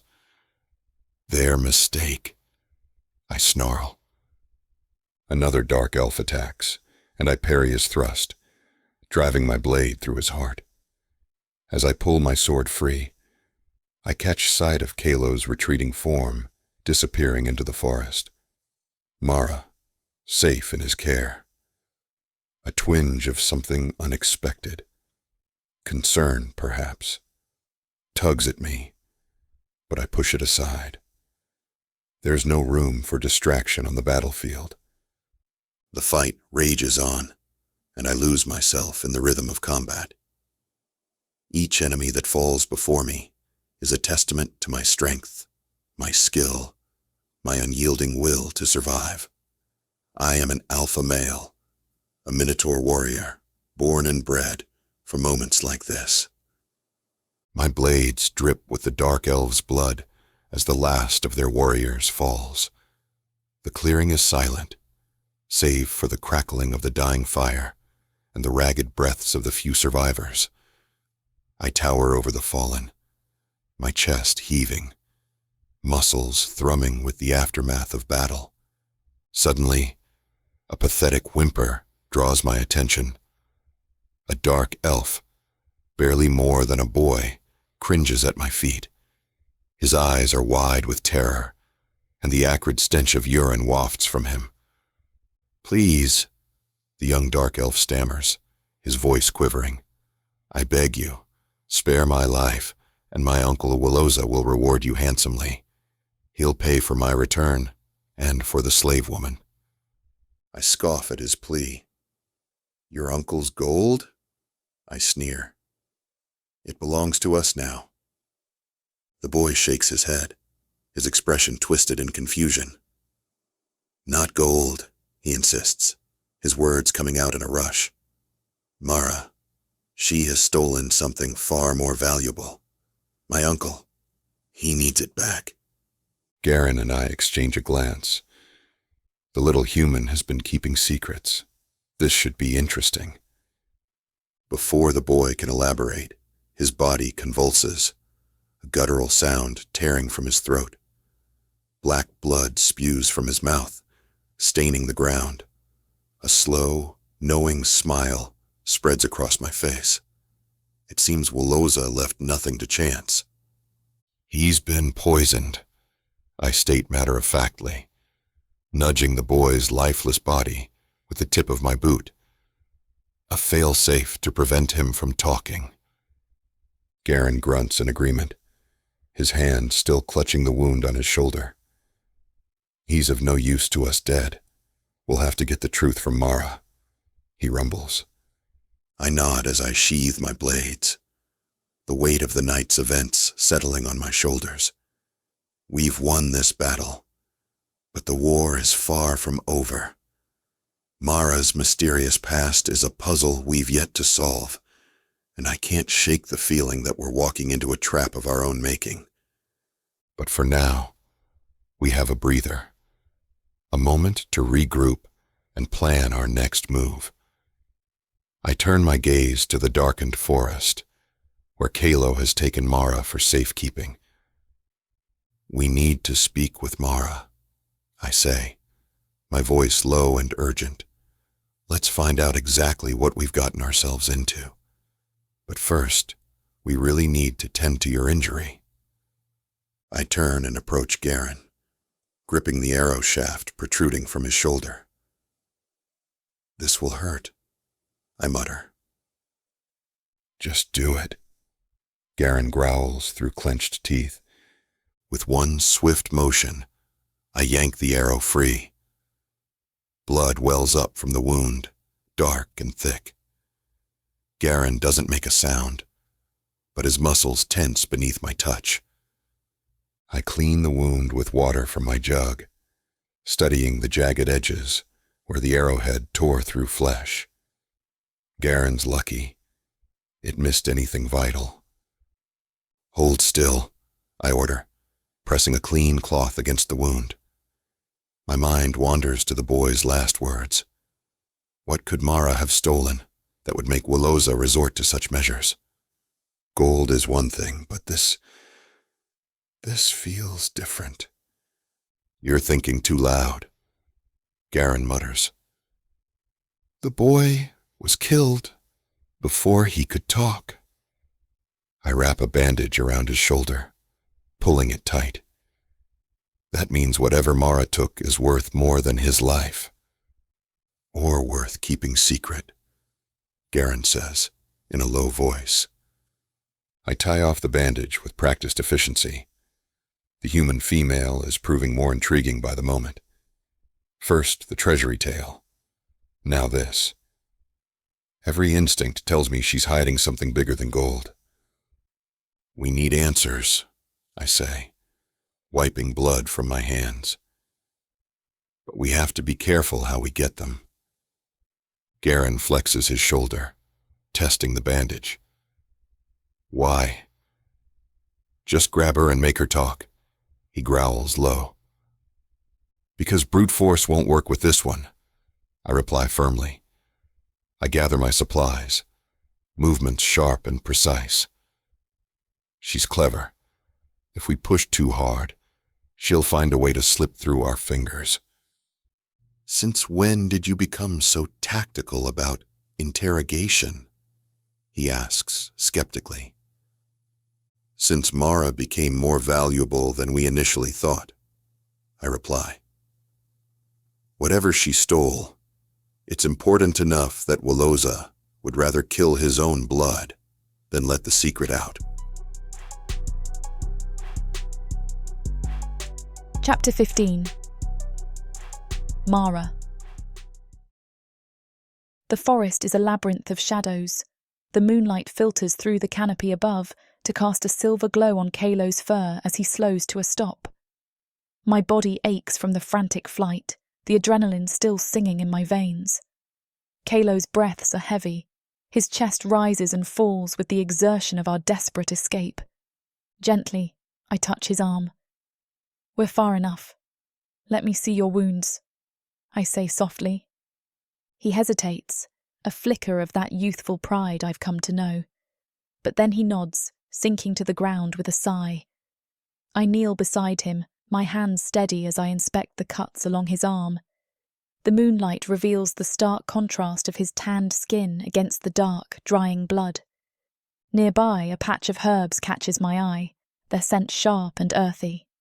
I recognize them from my time in the dark elf's service, healing plants I was made to tend. Plucking a few, I crush them between my fingers, releasing their healing oils. The aroma fills the air.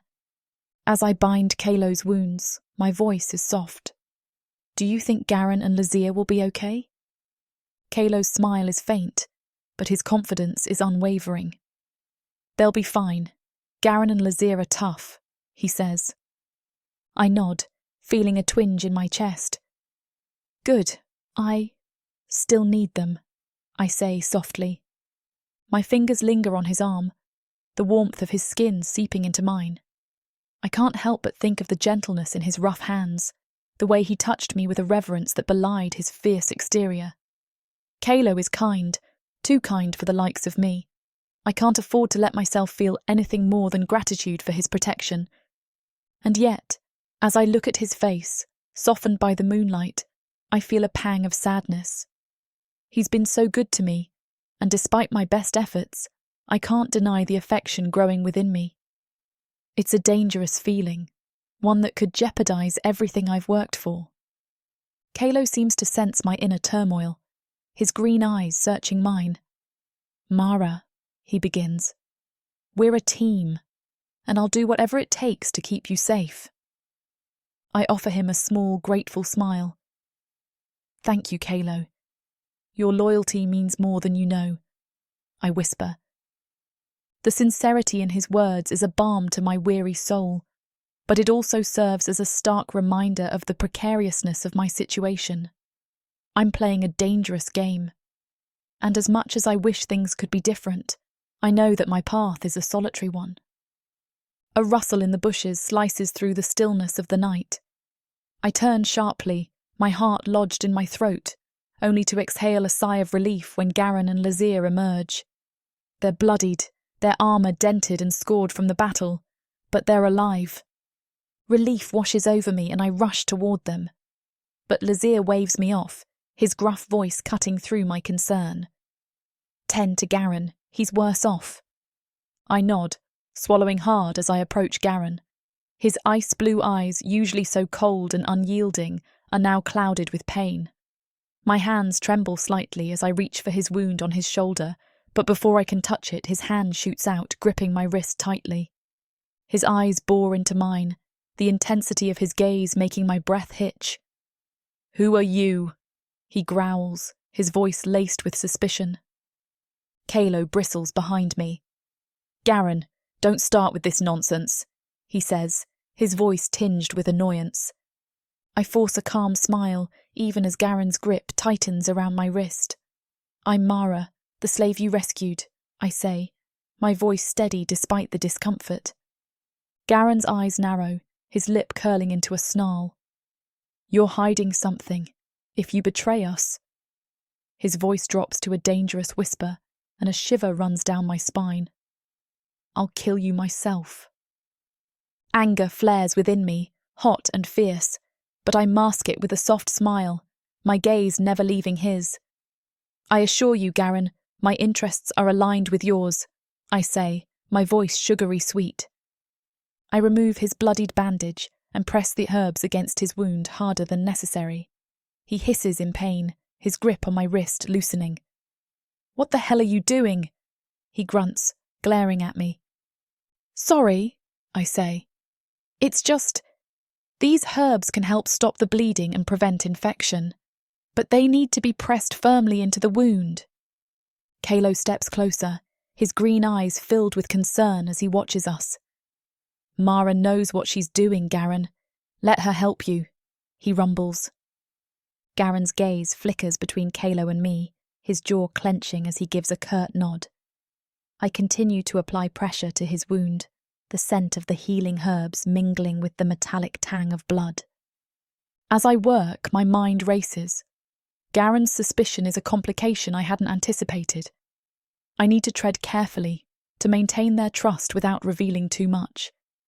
It's a delicate balance, one that requires all of my cunning and wit. I can feel Calo's gaze on me, his worry palpable even without words. I offer him a small, reassuring smile, hoping to convey a sense of calm I don't truly feel. This world, these Minotaurs, are my lifeline, my means to an end.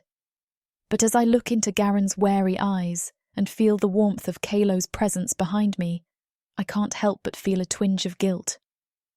They're risking everything for me, and yet my ultimate goal remains unchanged. Revenge is a bitter pill, one that leaves a trail of destruction in its wake. I finish dressing Garron's wound, my hands stained with the evidence of our shared struggle.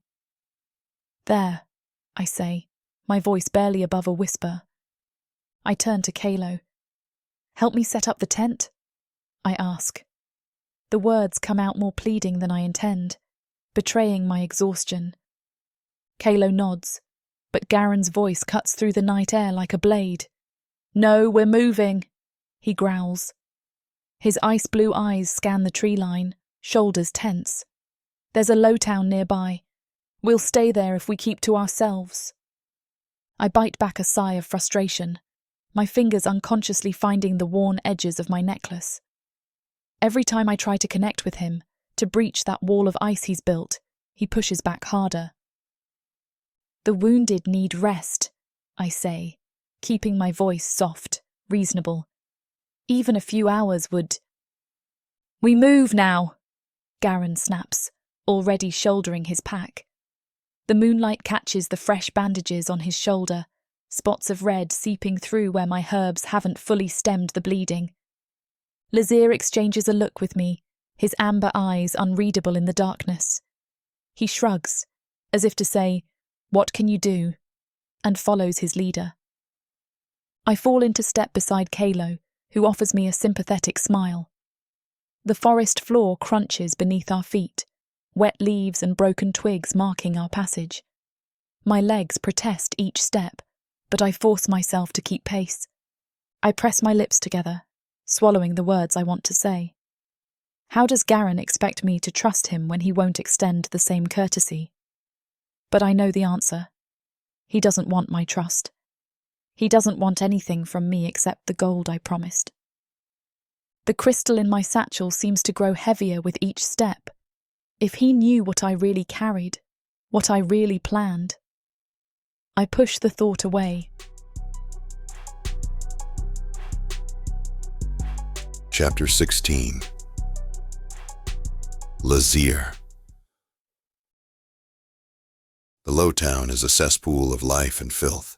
We arrive when the moon hangs heavy in the sky, the air thick with the scent of unwashed bodies and stale ale.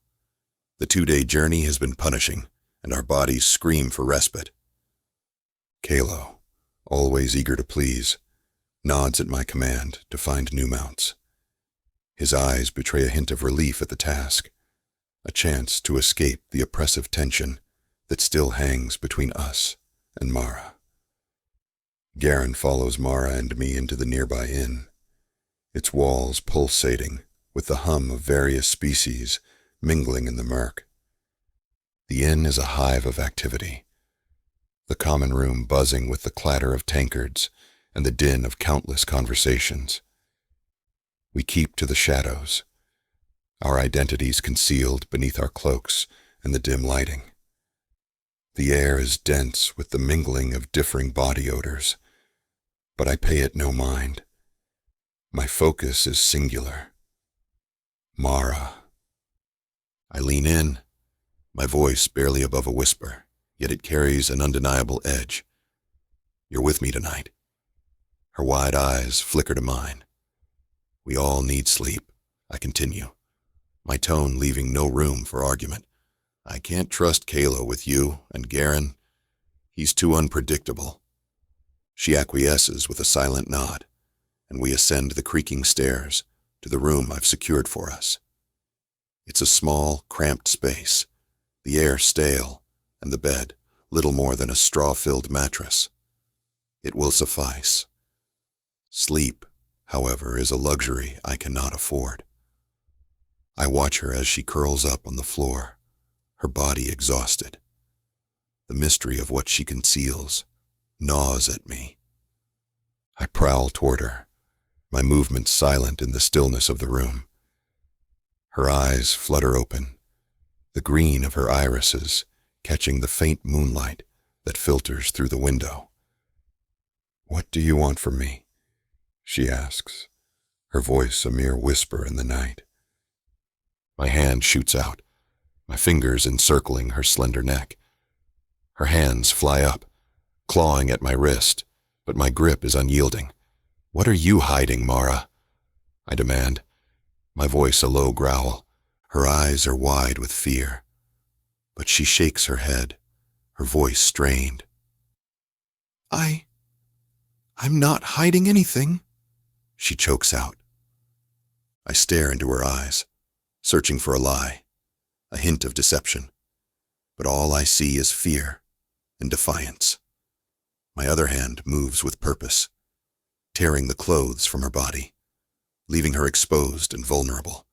She tries to cover herself, her hands fluttering, but I am merciless. I rifle through her belongings, my hands deftly searching for the truth she refuses to speak. But there is nothing. No hidden compartments, no concealed secrets. Frustration boils within me, a burning need to uncover the enigma that is Mara. Naked and shivering, she meets my gaze, her voice steady, despite her predicament.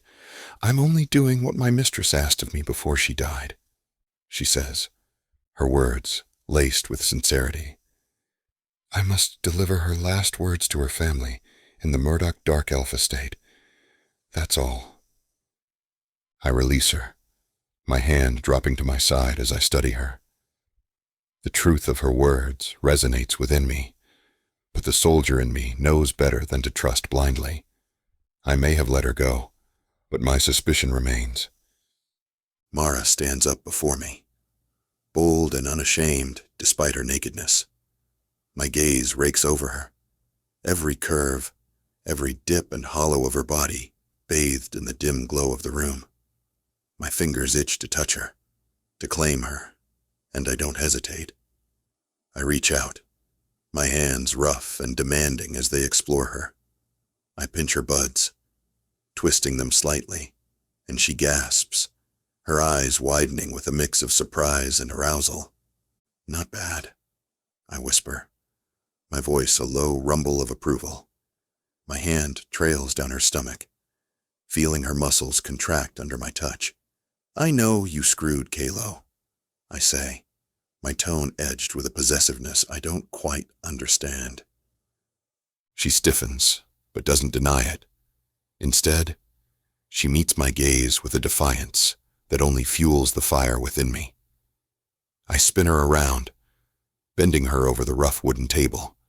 She squirms beneath my grip, but I hold her firm. My other hand caresses her back, before moving lower to fondle her backside. I give it a hard, resounding spank, and she yelps, her body jolting forward. As much as Samara and I want to finish what these two characters have started, it looks like this chapter is about to get too hot for this platform to handle. Unfortunately, we have to pause here because their guidelines won't allow us to reveal the spiciest details. To keep bringing you these free audiobooks, we have to follow their rules. But don't worry. You can experience the full, unabridged version over at worldsofprotheka.com, where the boundaries of passion and fantasy collide. Use code YouTube30 for 30% off any of our unabridged audiobooks set in the rich and immersive worlds of Protheka. Protheka's magic is eternal. With these scenes, it will be unforgettable. I grab a fistful of her hair, pulling her head back firmly. "Can you take me, though?" I ask, my lips brushing against her ear. She's silent for a moment, and then, with a suddenness that takes me by surprise, she turns around and kisses me. Her legs wrap around my hips, pulling me closer to her on the table as her tongue invades my mouth, fierce and demanding. The taste of her, the feel of her body pressed against mine, sends a surge of desire through me. I'm rock hard, and I can feel her heat against my stomach. "Try me," she challenges as she breaks the kiss, her eyes shining with a dare I'm tempted to accept. But I'm not some love-sick pup to be led by my member. I push her away, holding her at arm's length. "I don't trust you at all," I tell her, my voice cold. And it's the truth. She's a puzzle, a riddle wrapped in a mystery, and I really shouldn't let my guard down. I retreat to the straw bed, my body aching with need, yet my mind is a whirlwind of suspicion. I lie back, staring up at the ceiling, the cobwebs in the corners barely visible in the dim light. When was the last time I denied myself what I wanted? When did I ever stop myself from taking what I sexually desired? The answer is never. Yet here I am, battling with my own restraint. Frustration builds within me, a tempest of unfulfilled lust and mistrust. I sit up, my gaze fixed on Mara as she lays back down on the floor. She's a siren, calling to me with the promise of pleasure and the threat of danger. Suddenly, I can't resist her pull any longer. I stride over to her, my movements purposeful and predatory. She looks up at me, startled, as I pin her to the floor. "What are you doing?" she asks, her voice a mixture of fear and excitement. Chapter 17. Lazir. This scene is about to get too steamy for this platform's comfort. As much as we'd love to keep going, their guidelines say we need to stop here. To continue releasing these free audiobooks on this platform, we've got to play by the rules. The passion doesn't end here. Visit worldsofprotheka.com to hear the full, uncut version of this fantasy romance, and every daring moment that YouTube can't handle. Use code YouTube30 for 30% off unabridged audiobooks in the Worlds of Protheka. Don't let YouTube hold you back. Immerse yourself in a world of magic, danger, and unfiltered passion. Protheka's magic is eternal. Listen unabridged and you'll never want to go back.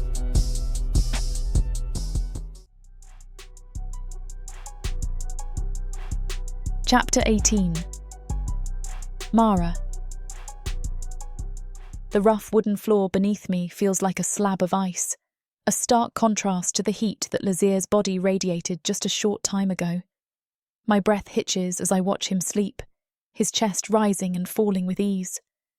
I can't tear my eyes away from the steady rhythm of his breathing. It's hypnotic, almost soothing, but it doesn't quiet the storm raging inside me. What am I doing? I whisper to the empty room, the words barely above a breath. My hand finds the hilt of my dagger in my bag.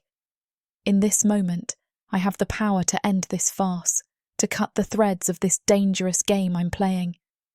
The lamplight flickers, casting an eerie glow over Lazir's face.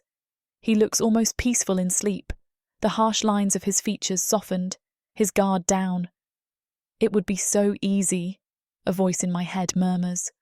One swift motion, and it would all be over. I could slip out into the night and vanish into the shadows. But as I lift the dagger, hesitating just inches away from his skin, I falter. The scent of him, a mixture of leather and the sharp tang of the forest, fills my senses, muddling my resolve.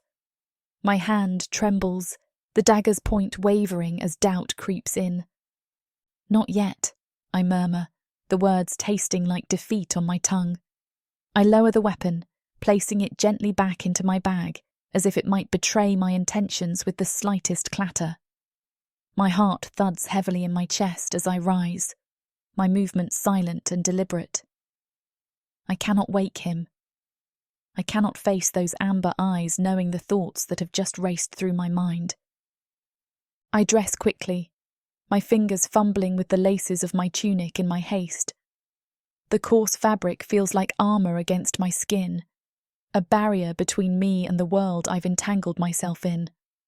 But I can't shake the feeling of Lazir's hands on my body, the memory of his touch both a brand and a balm. With one last glance at the Minotaur who has become my unlikely protector, and perhaps something more, I pad silently to the door. I step out into the dimly lit hallway, each step taking me further away from the warmth of Lazir's body, the safety of his presence. "You're losing yourself, Mara," I whisper into the darkness. The realization hits me like a physical blow, leaving me to wonder if I'll ever be able to find my way back to who I once was, or if that person has been irrevocably altered by the choices I've made, the lines I've crossed. The floorboards creak beneath my feet as I make my way down the narrow hallway. My heart nearly stops when I spot Garron's massive form leaning against the far wall, his arms crossed over his chest. The dim light catches the steel in his eyes as they lock onto me. "What do you want?" I snap, forcing steel into my own voice as I straighten my spine. I won't let him intimidate me, not after everything. His jaw tightens, muscles rippling beneath his fur. "I won't fall for your tricks like Lazir and Calo do. I see through you," he snarls.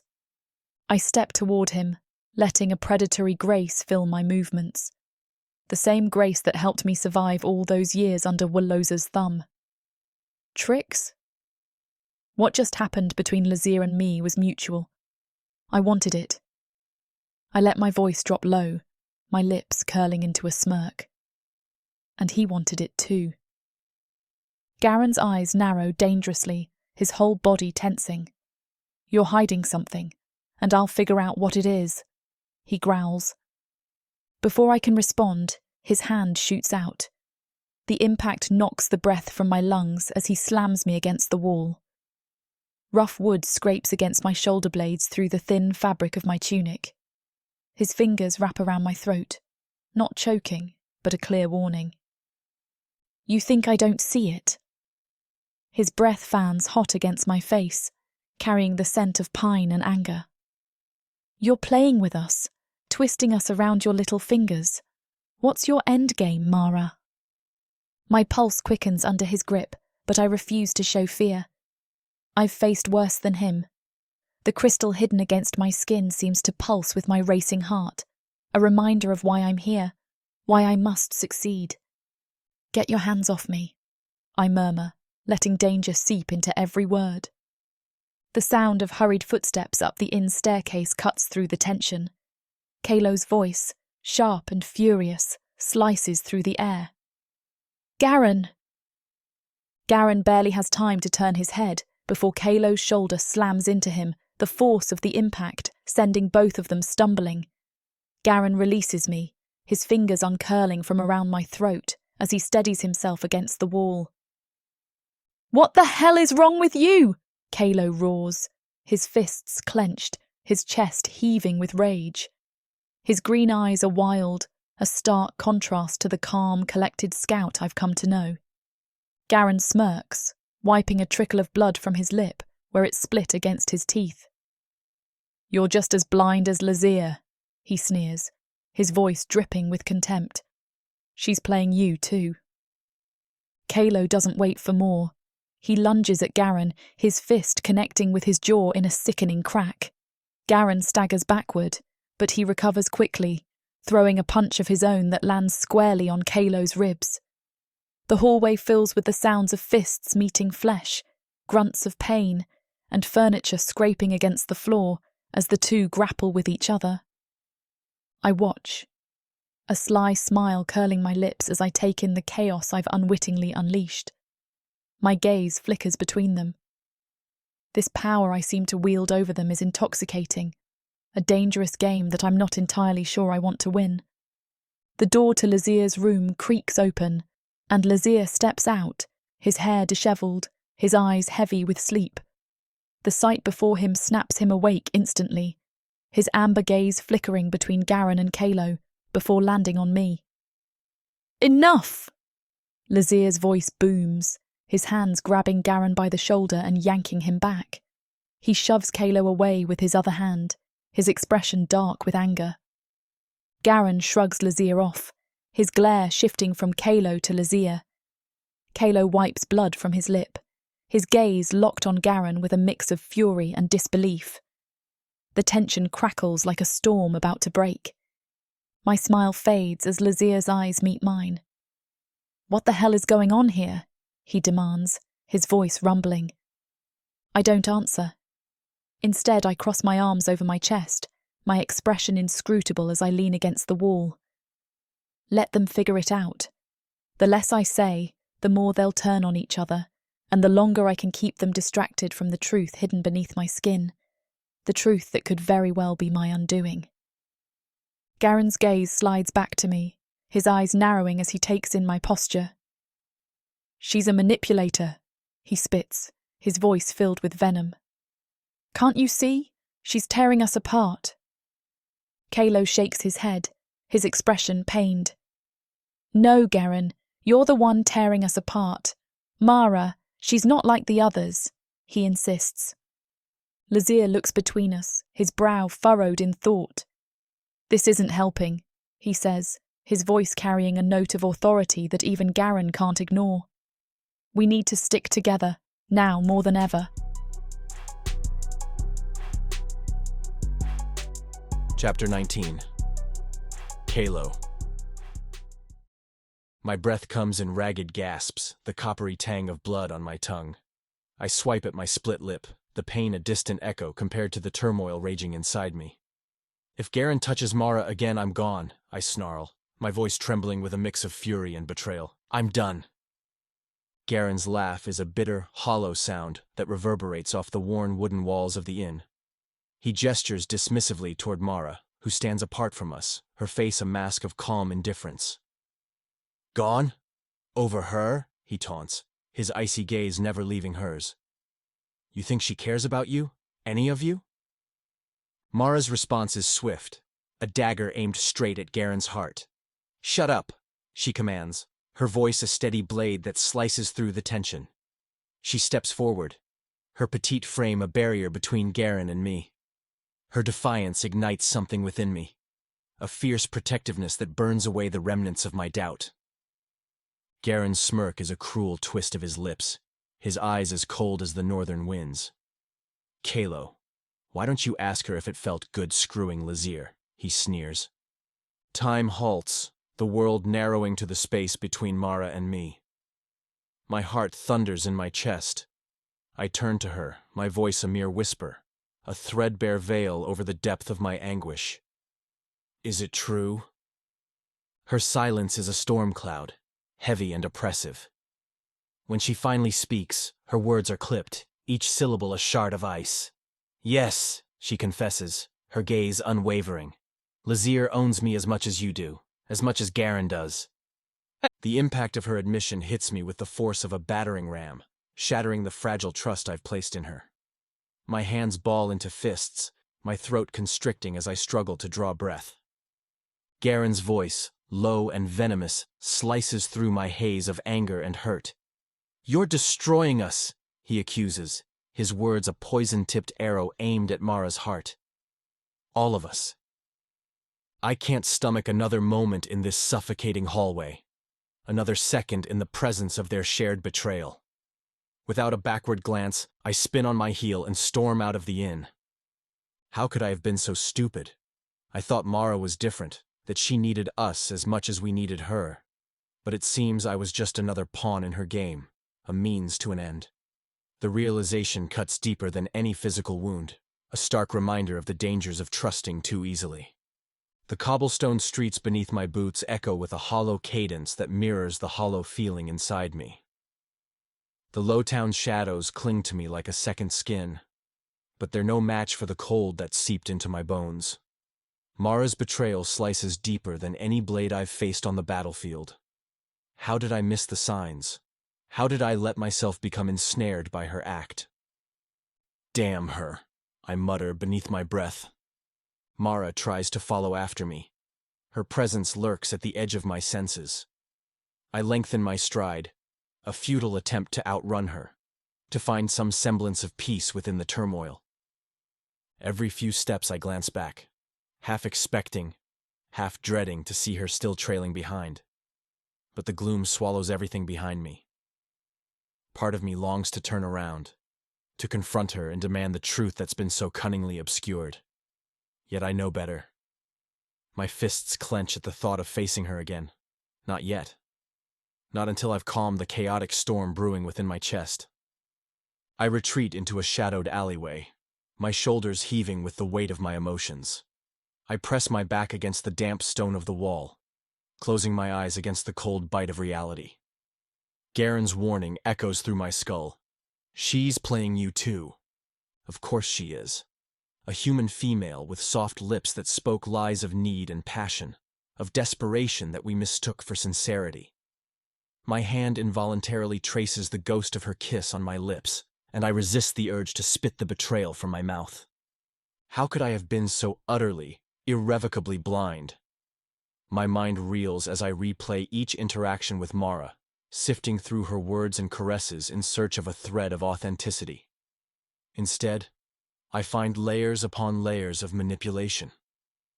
Each act of tenderness now seems tainted by a darker motive, one designed to drive a wedge between Garron, Lazir, and me. To unravel the very fabric of our trust and camaraderie, worn thin by our exile.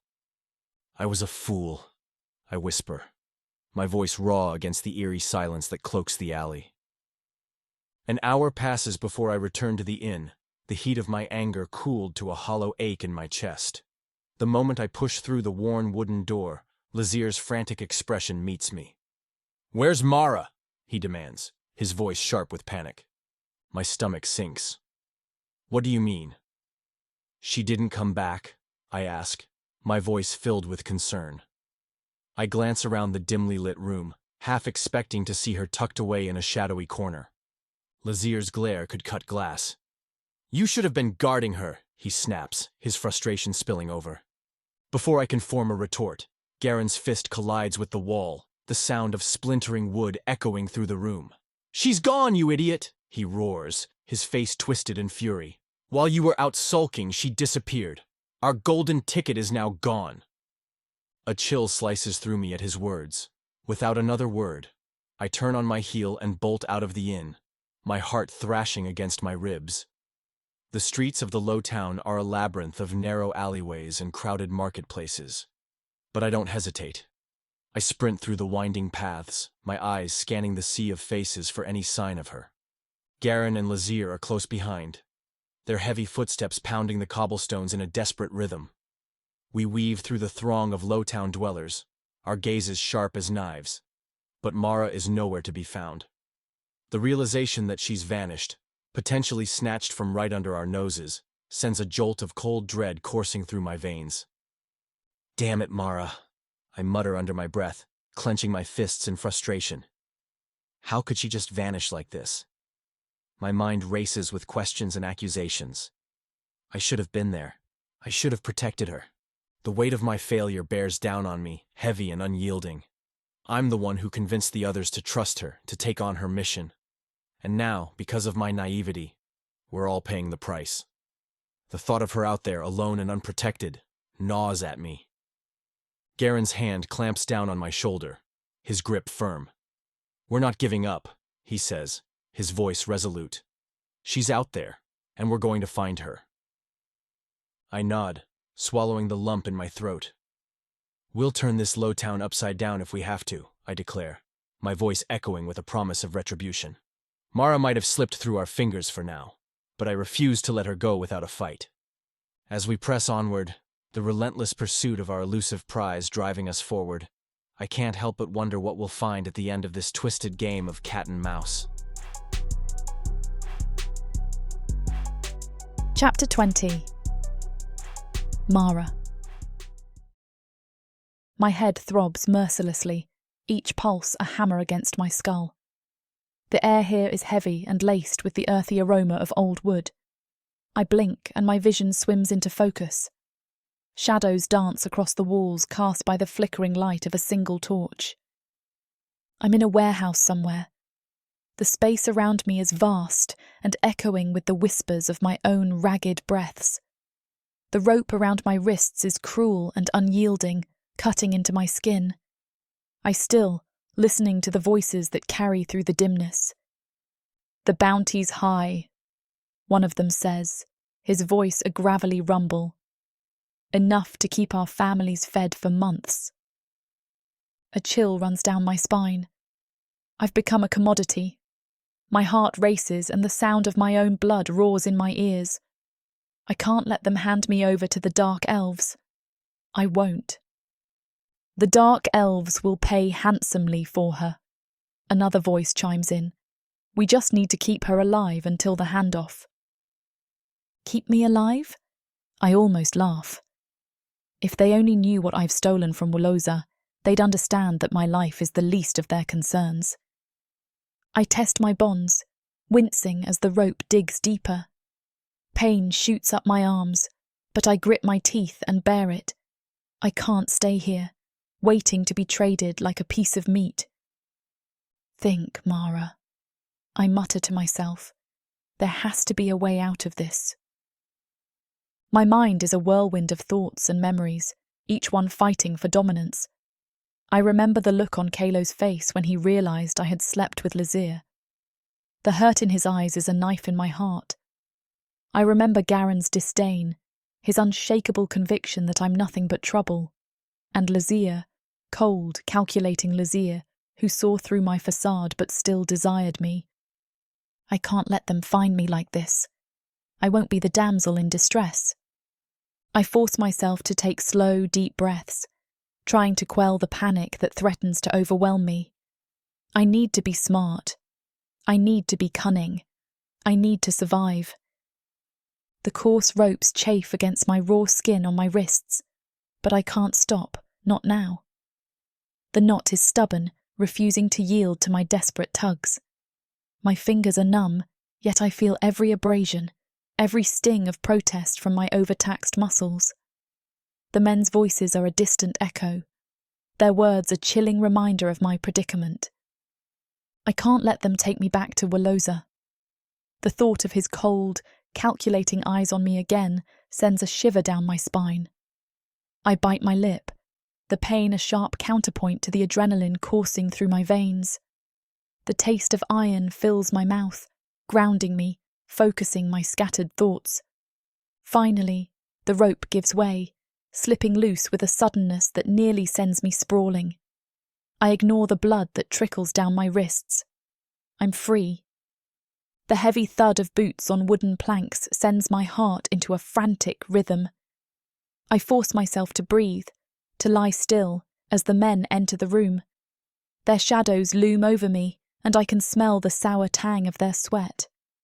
"Still out cold," one of them grumbles, his voice a low rumble that vibrates through the stillness. "Good. Less trouble for us," the other responds, his laughter a harsh, grating sound that makes my skin crawl. I'm anything but unconscious, my senses heightened by fear and the primal need to survive.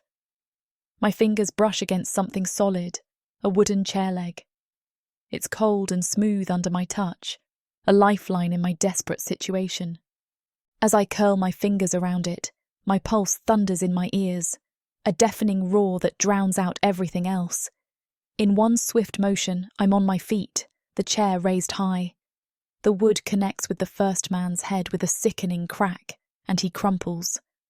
The second man turns, his eyes wide with shock and fear. I don't hesitate, don't give him a chance to react. I lunge forward, swinging the remnants of the chair like a club. It hits him square in the gut, and he doubles over with a pained grunt. I don't wait to see if they'll recover. I can't. Every second counts. My bare feet slap against the dirty floor, the sound loud in the cavernous space. I reach the door, my hand closing around the cold metal handle. I pause, listening for signs of pursuit, but all I hear is the frantic pounding of my own heart. I push the door open a crack, peering into the gloom beyond. The alley outside is shrouded in shadows, the moonlight a faint silver glow that barely penetrates the darkness. The cool night air hits me like a slap as I burst outside, but my freedom is short-lived. 3 more men block my path down the alley, their faces twisted with cruel smiles. "Not so fast," one of them sneers, lunging at me.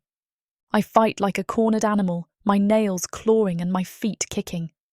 I land a solid blow to one man's groin, sending him to his knees. Another grabs me from behind, his arms locking around my torso. I thrash wildly, my elbow connecting with his nose in a sickening crunch. But the third man tackles me, slamming me to the ground. Dirt fills my mouth as I struggle beneath his weight. A shadow suddenly looms over us, and a low guttural growl reverberates through the alley. The men freeze, their heads snapping toward the sound.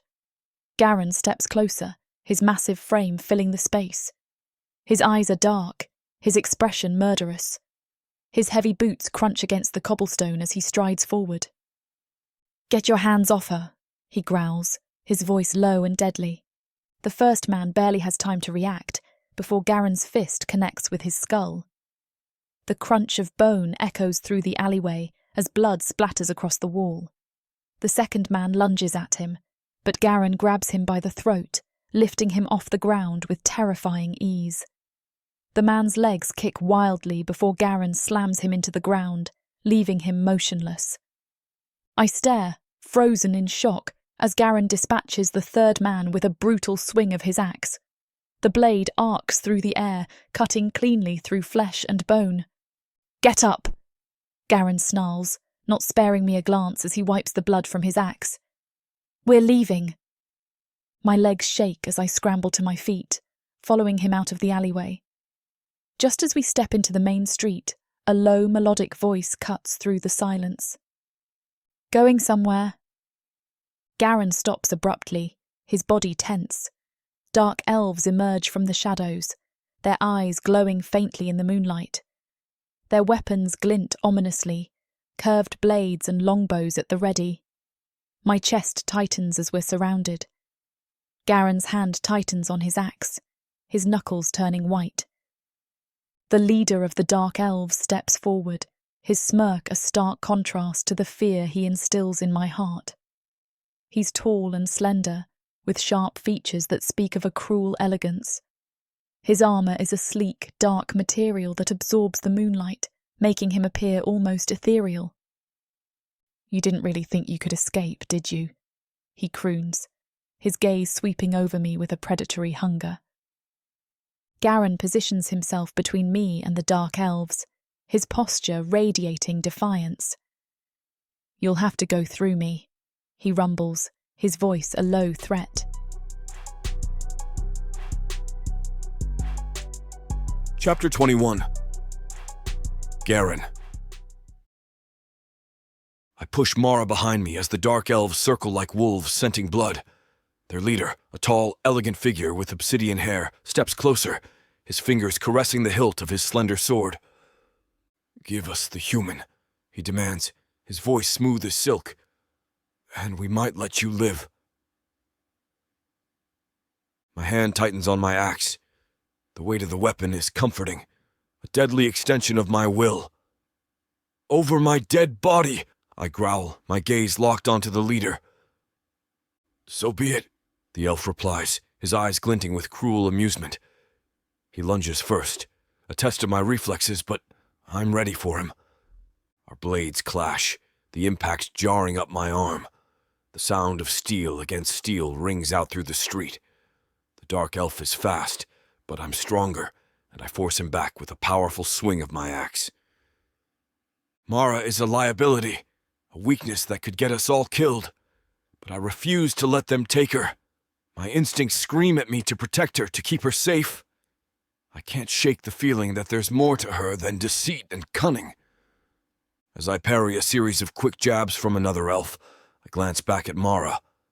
She's huddled against the wall of a nearby building, her eyes wide with fear, but also a spark of defiance. "Stay behind me," I tell her, my voice low but firm. "Try not to get in the way." She glares at me, but there's a grudging respect in her eyes. "I'm not helpless," she snaps, though her voice trembles slightly. "Didn't say you were," I reply, driving my axe into an elf who gets too close. His scream is cut short as he falls to the ground, blood pooling around him. "But you're not a fighter either." I can sense more dark elves approaching, their footsteps a whisper on the cobblestones. The odds are not in our favor, but I've faced worse. The leader lunges again, his blade aimed for my throat. I sidestep just in time, bringing my axe down in a diagonal slash that cuts across his chest. He stumbles back with a grunt of pain, but his comrades surge forward to take his place. I swing my axe in wide, arcing strikes, forcing them back. For every step they take toward Mara, I take two toward them. I'm a wall of muscle and fury, and I will not be moved. But where the hell are Lazir and Calo? We need their strength, their numbers. We're stronger together. I can only hope they're safe, that they hear the commotion and are on their way. "You can't keep this up forever," the Dark Elf leader sneers. "Surrender now, and we'll make your death quick." "Not interested," I retort, feinting left before driving my shoulder into another elf, sending him sprawling. The fight rages on, each moment stretching into an eternity. I can feel my muscles burning with exertion, my breath coming in harsh, ragged gasps. But I don't let up, not even for a second. Every time one of them falls, another takes his place. It's like trying to fight back the tide with a single sword. I need to end this quickly before more of them arrive, before Mara or I end up dead. With a roar that reverberates off the stone walls around us, I charge the Dark Elf leader, my axe raised high. His eyes widen in surprise. I bring my axe down with all my strength, a savage, unstoppable force. The Dark Elf leader raises his sword to block, but my blow shatters his guard, and the blade of my axe bites deep into his flesh. He crumples to the ground, his lifeblood seeping into the dirt. The remaining Dark Elves hesitate, their resolve wavering as they gaze upon their fallen leader. Suddenly, an arrow whistles through the air, narrowly missing my head. I curse, my eyes scanning the shadows for the cowardly archer. Another arrow flies, this one burying itself in my knee. Pain explodes up my leg, and I drop to one knee, my teeth grinding together to suppress a roar. I wrench the arrow free, blood pouring from the wound, soaking my trousers. A third arrow strikes my shoulder, the shaft burying itself deep. My arm goes numb, the paralyzing agent working quickly. "Damn it," I growl, my vision swimming with the effects of the toxin. I glance over my shoulder, expecting to see Mara cowering against the wall. But she's gone. Figures. She'd only slow me down. The sound of another arrow snapping through the air pulls my attention back. My pupils dilate as I see it coming, the tip aimed directly at my heart. Time seems to slow as my body refuses to react, the paralyzing agent locking my muscles in place. I brace for the impact, but it never comes. A blur of movement catches my eye. Mara throws herself in front of me, her arms outstretched like some kind of shield. The arrow sinks into her side with a sickening thud. "No!" My roar of fury echoes off the stone walls around us, raw and primal. I struggle against the paralysis, willing my body to move, to go to her. But I'm rooted to the spot, helpless as I watch her crumple to the ground. Rage boils my blood, and I channel every ounce of it into fighting off the effects of the toxin. My vision clears, and I feel the sensation returning to my limbs. I rip the arrow from my shoulder with a snarl, tossing it aside. The pain is a distant annoyance, overshadowed by the feral need to protect what's mine. I lunge toward Mara, scooping her up into my arms. Her breathing is shallow, her face deathly pale. The arrow protrudes from her side, blood seeping around the wound. "Stay with me," I command, my voice gruff with concern. She blinks up at me, her lips parting as if to speak, but no words come out. The Dark Elves are smart.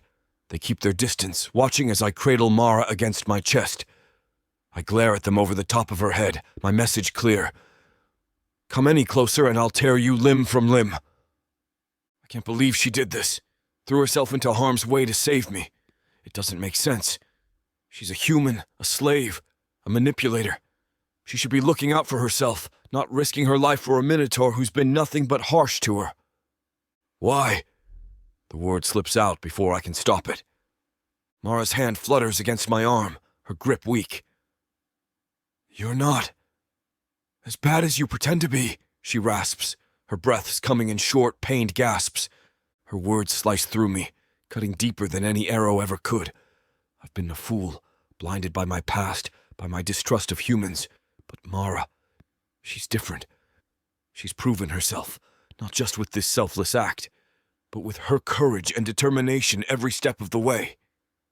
Hold on, I tell her, my voice firm. I'm getting us out of here. I rise to my feet, still cradling her in my arms. The Dark Elves tense, their fingers twitching on the strings of their bows. But they don't shoot. They must see the resolve in my eyes, the promise of death should they dare to attack. I step over the bodies of the fallen, my gaze fixed on the mouth of the alley. I can hear the sounds of a commotion in the distance, shouts and the clash of steel. Lazir and Calo, they're here. Earth is pretty much a desolate wasteland since the orcs came over from Protheka, and being a woman, the best you can hope is to be someone's property. Now after my curvy body catches Korthar's eye, he'll claim me, and I'll serve him, in any way he pleases. You're mine now. Listen to this story and more when you get the complete Orc Warriors of Protheka audiobook and ebook bundle. 40 books, 19 audiobooks, 19 ebooks. You even get 1 free novella and 1 free audiobook. All for a shocking 90% off. Protheka's magic is eternal, and the complete Orc Warriors of Protheka bundle will bring over 100 hours of that magic to you.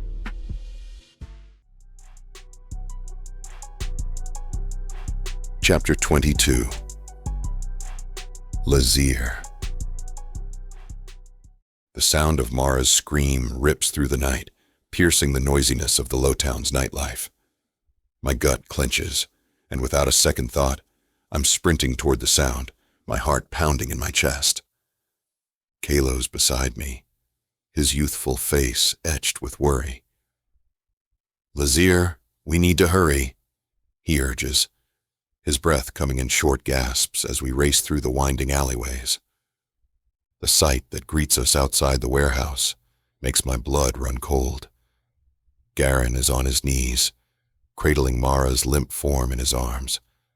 Blood, her blood, pools around them, a dark, glistening stain on the cobblestones.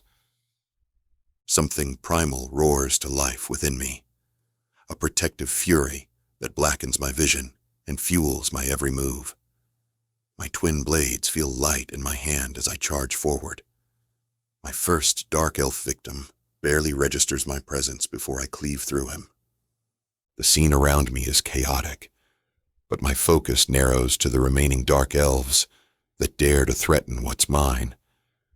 I move with lethal precision, my body operating on pure instinct as I cut down one attacker after another.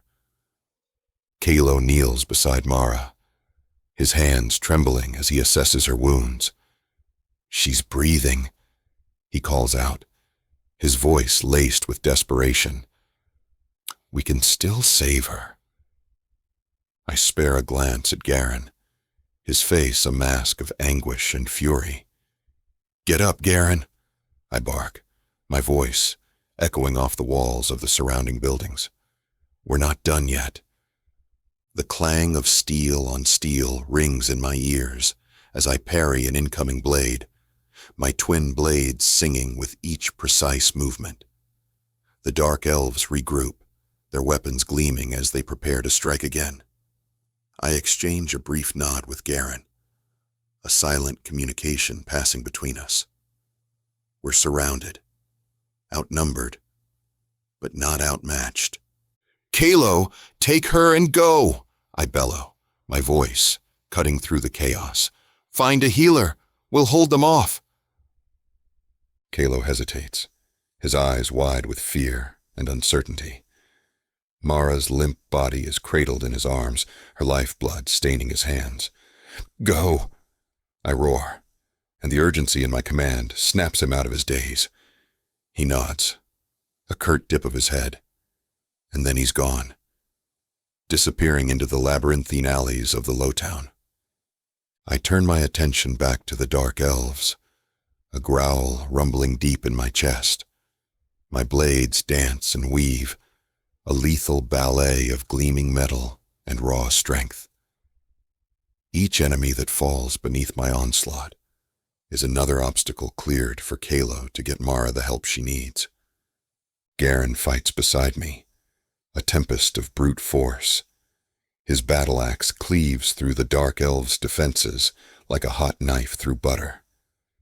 We're a formidable pair, our combined might enough to give even the most seasoned warriors pause. A dark elf lunges at me, his blade aimed for my heart. I sidestep his attack, my blade slicing through the air to find its mark in his side. He crumples to the ground, joining his fallen comrades in the ever-growing circle of bodies around us. The street around me is a maelstrom of chaos and bloodshed, yet my mind is a singular focused point of rage. Mara's blood paints the cobblestones, and it's as if each crimson droplet fuels the inferno within me.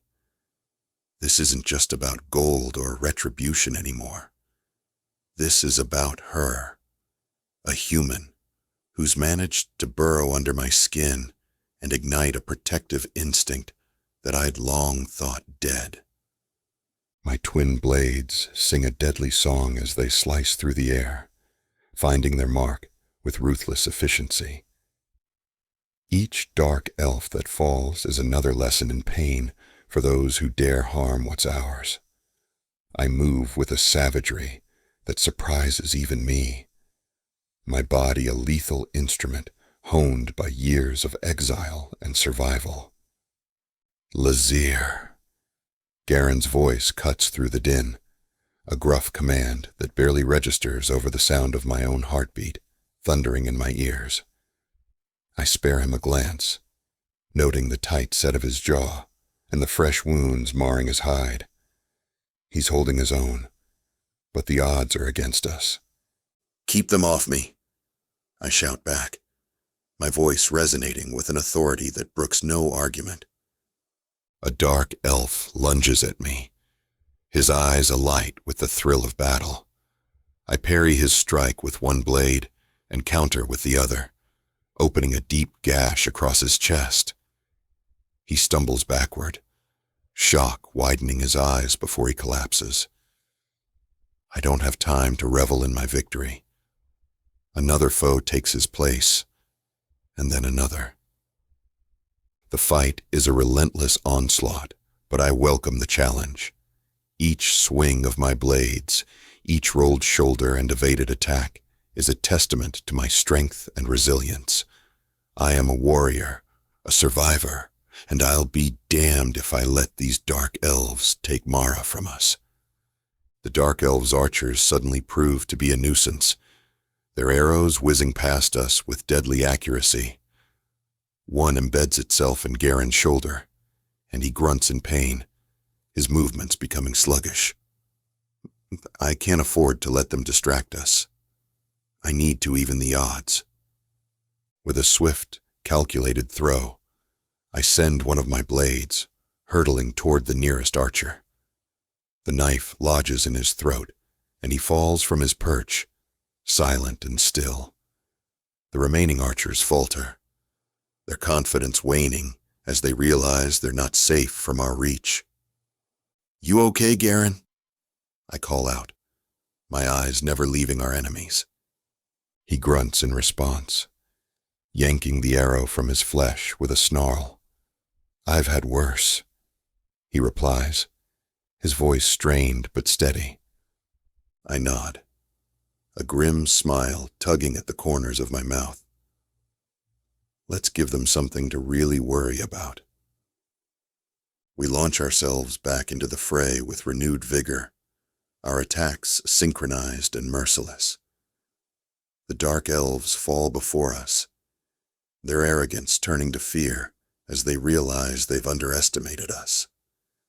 The sound of a blade scraping against cobblestone catches my attention, and I spin just in time to block an attack from behind. The dark elf snarls, his eyes glinting with hatred, but I meet his aggression with cold indifference. I twist my blade, disarming him, and then drive my other blade into his chest. I look over and lock eyes with Garron, a silent agreement passing between us.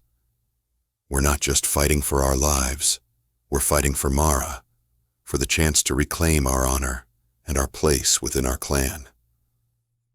Let's finish this, I call out, my tone gruff as I block an incoming strike with my remaining blade. I'm on it, he growls, his voice strained, but laced with determination. As the last of our attackers falls, I allow myself a moment to catch my breath. My body aches from the exertion, but the adrenaline coursing through my veins keeps the pain at bay. I turn to Garron, an unspoken gratitude reflecting in my eyes. He nods, understanding my silent token of appreciation. We're both exhausted, but we've survived, and that's all that matters. Without any further hesitation, we turn to make our way through the tangled streets of the Lowtown towards the healer. Our steps are heavy, but our spirits lifted by our victory. The sight of Mara's blood on the cobblestones as we walk away is a stark reminder of what's at stake. And I quicken my pace, eager to reunite with Calo and ensure Mara's safety. Chapter 23. Calo. My heart pounds like a drum in my chest, each beat a reminder of the fragile life I carry in my arms. Mara's face is pale, her lips tinged with blue, and the sight of her like this sends a jolt of fear coursing through my veins. I've faced down enemies, charged headfirst into battle, but none of it compares to the terror that grips me now. I shouldn't have left her. This is on me. The guilt is a heavy weight, pressing down on me as I sprint through the winding streets of the Lowtown. The hut appears like a beacon in the darkness, its flickering light a symbol of hope amidst the despair that claws at my insides. I don't bother with niceties, my boot connecting with the flimsy wooden door, sending it crashing inward. The healer, an old man with a shock of white hair and a face etched with years of hardship, recoils at the sight of us. His eyes dart from my face to Mara's limp form, and I see the hesitation there. "Help her!" I demand, my voice raw with emotion. The words come out harsher than I intend, but I can't soften them. Not now. She's dying. The healer steps forward, his movements cautious as he examines Mara. His touch is gentle, but his words are like a punch to the gut. "She's too far gone," he says, shaking his head. "The wound's deep. I can't save her." A red haze descends over my vision. I grab the healer by his tunic, lifting him off the ground with one hand. His eyes widen in fear, but I don't care. All I can see is Mara, her life slipping away because I wasn't there to protect her. "You will try," I snarl, my face inches from his. "Or I swear by all that's holy, I will end you." The healer's gaze meets mine, and something in my expression must convince him, because he nods, his face pale but determined. "Lay her down," he instructs, gesturing to a makeshift bed in the corner of the room. I do as he says, my hands trembling as I place Mara onto the thin mattress. The healer works quickly, his fingers deftly applying a thick, herb-scented paste to Mara's wound. The air is thick with tension as he stitches the jagged edges of her flesh back together. I watch, helpless, as he fights to save her life. "You're strong, Mara," I murmur, my voice barely above a whisper. "You can make it through this." Don't you dare give up on me. The healer glances at me, his eyes softening for a moment before he refocuses on his task. I can't shake the feeling of dread that coils in my stomach, a cold, creeping fear that I might lose her. But I push it aside because I need to be strong for her, now more than ever. As the healer continues his work, he looks up at me, exhaustion etched into his wrinkled face. She's lost a lot of blood, he says, his voice grave. The next few hours will be critical. I sink onto the floor beside Mara's bed, taking her cold, limp hand in mine. The minutes tick by, each one stretching out into an eternity. I can't lose her. Not when I've just begun to understand what she means to me. Suddenly, the door to the hut crashes open, the sound echoing like thunder in the tense silence. Garron and Lazir stagger in, their bodies a canvas of bloody war wounds. Garron's tunic is crimson, a testament to the battle they've endured. His face is etched with pain, but he waves away my concern with a gruff, "I'll live." His eyes, hard and defiant, meet mine. What about Mara? I can barely choke out the words, my voice hoarse with fear. The healer's doing everything he can. Garron's gaze shifts to the makeshift bed where Mara lies, her breath shallow and ragged. He takes a step toward her, wincing as the movement pulls at his injury. Lazir follows, his face a mask of grim determination. "She saved me," Garron says, his voice barely above a whisper. The room grows still, the weight of his words hanging heavy in the air. "She jumped in front of me, took an arrow meant for me." My heart clenches at his confession. Mara, the fierce and fearless woman who has somehow found a way into my soul, risked her life for Garron. For us. I feel a surge of protectiveness, a fierce need to keep her safe, but it's mixed with a newfound respect for her courage. Lazir's hands ball into fists at his sides as he watches Mara. His silence speaks volumes, the muscles in his jaw twitching with restrained emotion. I know what he's thinking. We've all underestimated her, written her off as just another human, but she's proven to be so much more. "She saved you?" I repeat, my voice cracking. My eyes burn with unshed tears. She's fighting for her life because of us, because she chose to protect Garron. Garron leans against the wall, his strength waning. For once, his sharp tongue is silent. He stares at Mara, his eyes reflecting a vulnerability I've never seen in him before. The healer finally steps back, his face lined with exhaustion. "She's a fighter," he says, and there's a note of reluctant admiration in his voice. "Relentless. If she wakes up tonight, she'll survive." His words ignite a spark of hope within me. She has to make it through this. I glance at Garron and Lazir, seeing the same determination mirrored in their eyes. We'll do whatever it takes to help her pull through. I pull out my coin pouch and shove it into the healer's trembling hands. The gold means nothing. Mara's life is worth every piece. The old man's eyes widen as he counts, his weathered fingers running over each coin like he can't believe they're real. "Where can we hide?" Lazir asks him, his voice tight with urgency. "Somewhere safe." The healer tucks the gold away, nodding eagerly. "There's a hut north of town in the forest.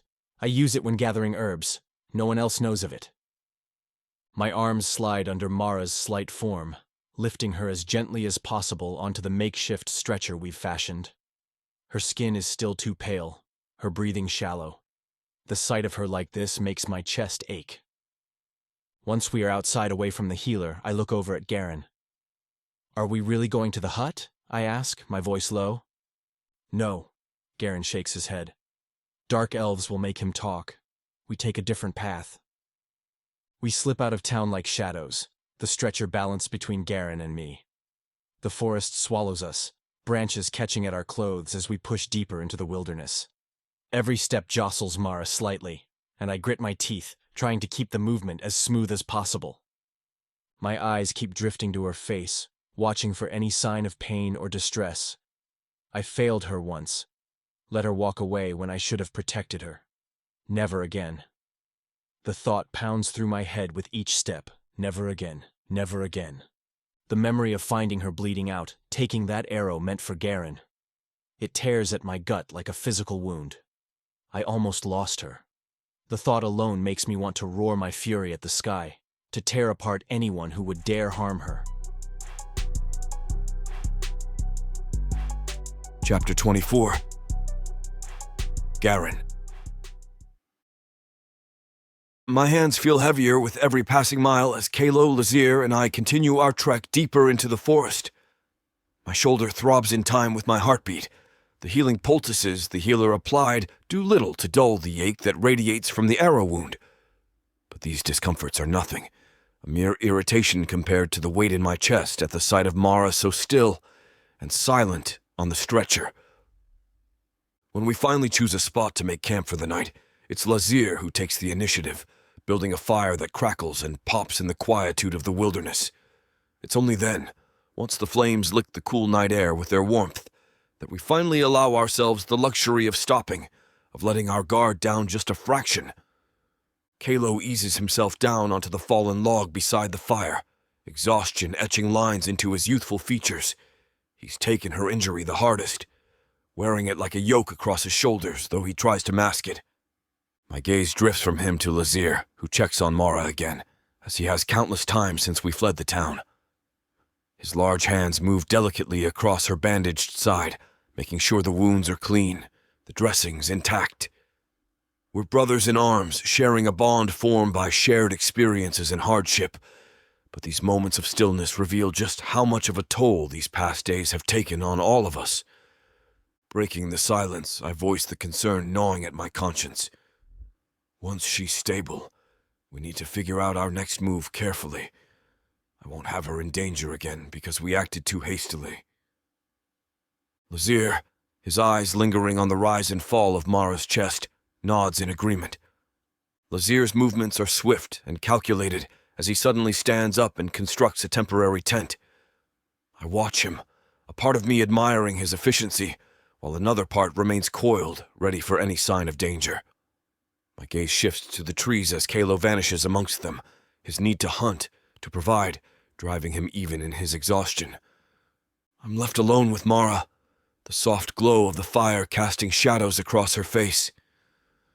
My hands, used to wielding weapons and tools, feel ungainly as I dampen a cloth and reach out to gently wipe her forehead.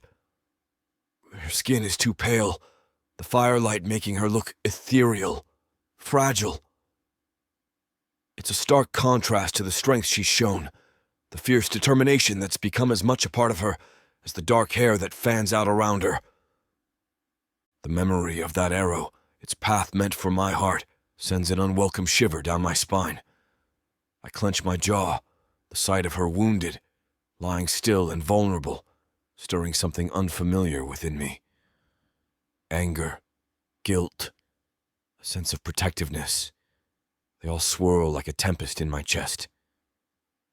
You shouldn't have done that, I mutter, the words barely more than a whisper. Her eyelids flutter, a sign that she's fighting her way back to consciousness. I lean in closer, my heart pounding in my ears as I wait for her to surface from the depths of her pain-induced slumber. Her lips part, and the soft murmur that escapes them is music to my ears, even if the words are lost to the haze of her injury. I find myself holding my breath, waiting, hoping for more. Her eyes open, the glassy sheen of pain making them appear almost translucent. She looks up at me, and for a moment the world seems to stand still. Her lips curve into a ghost of a smile, the effort it takes for her to speak evident in the strain of her features. "You're okay?" she whispers, her voice a mere thread of sound. I bristle, my alpha instincts flaring. "Don't speak right now," I command, my tone harsher than I intend. "You're hurt. Don't think about me." But Mara, as always, defies my expectations. Her smile doesn't waver, and there's a warmth in her gaze that I don't deserve. "I'm just glad I could help you," she whispers. I turn slightly and grab the medicine the healer gave us out of my pouch. The vial is cool against my skin, its contents a promise of relief for her. I bring it to her lips, my hand betraying my worry with its slight tremor. "Drink this," I order, my voice softening. Then, close your eyes and sleep. You need to rest. She complies, her trust in me as unsettling as it is humbling. I watch as the medicine works its magic, her body relaxing, her breathing evening out. Her eyes close once more, and I'm left in the silence of the night with nothing but the crackling of the fire and the steady rhythm of her breath to keep me company. I sit there, my gaze never straying far from her. My mind races with thoughts I can't quite grasp, emotions I'm not accustomed to feeling. I'm a warrior, a leader, not one to be easily undone by a slip of a human. Yet here I am, my world tilted on its axis by this courageous, infuriating woman who's managed to burrow her way under my skin without even trying. Calo soon emerges from the underbrush, his arms laden with a small bundle of roots and berries. His face lights up when I tell him Mara briefly regained consciousness. The relief in his eyes is palpable. Lazir joins us, his gaze flicking to Mara before settling on the fire. "She saved your life, Garron. That means something," he says, the flames reflecting in his amber eyes. I nod, my jaw clenching at the memory. "I won't deny it. I owe her," I say, my voice softer than usual.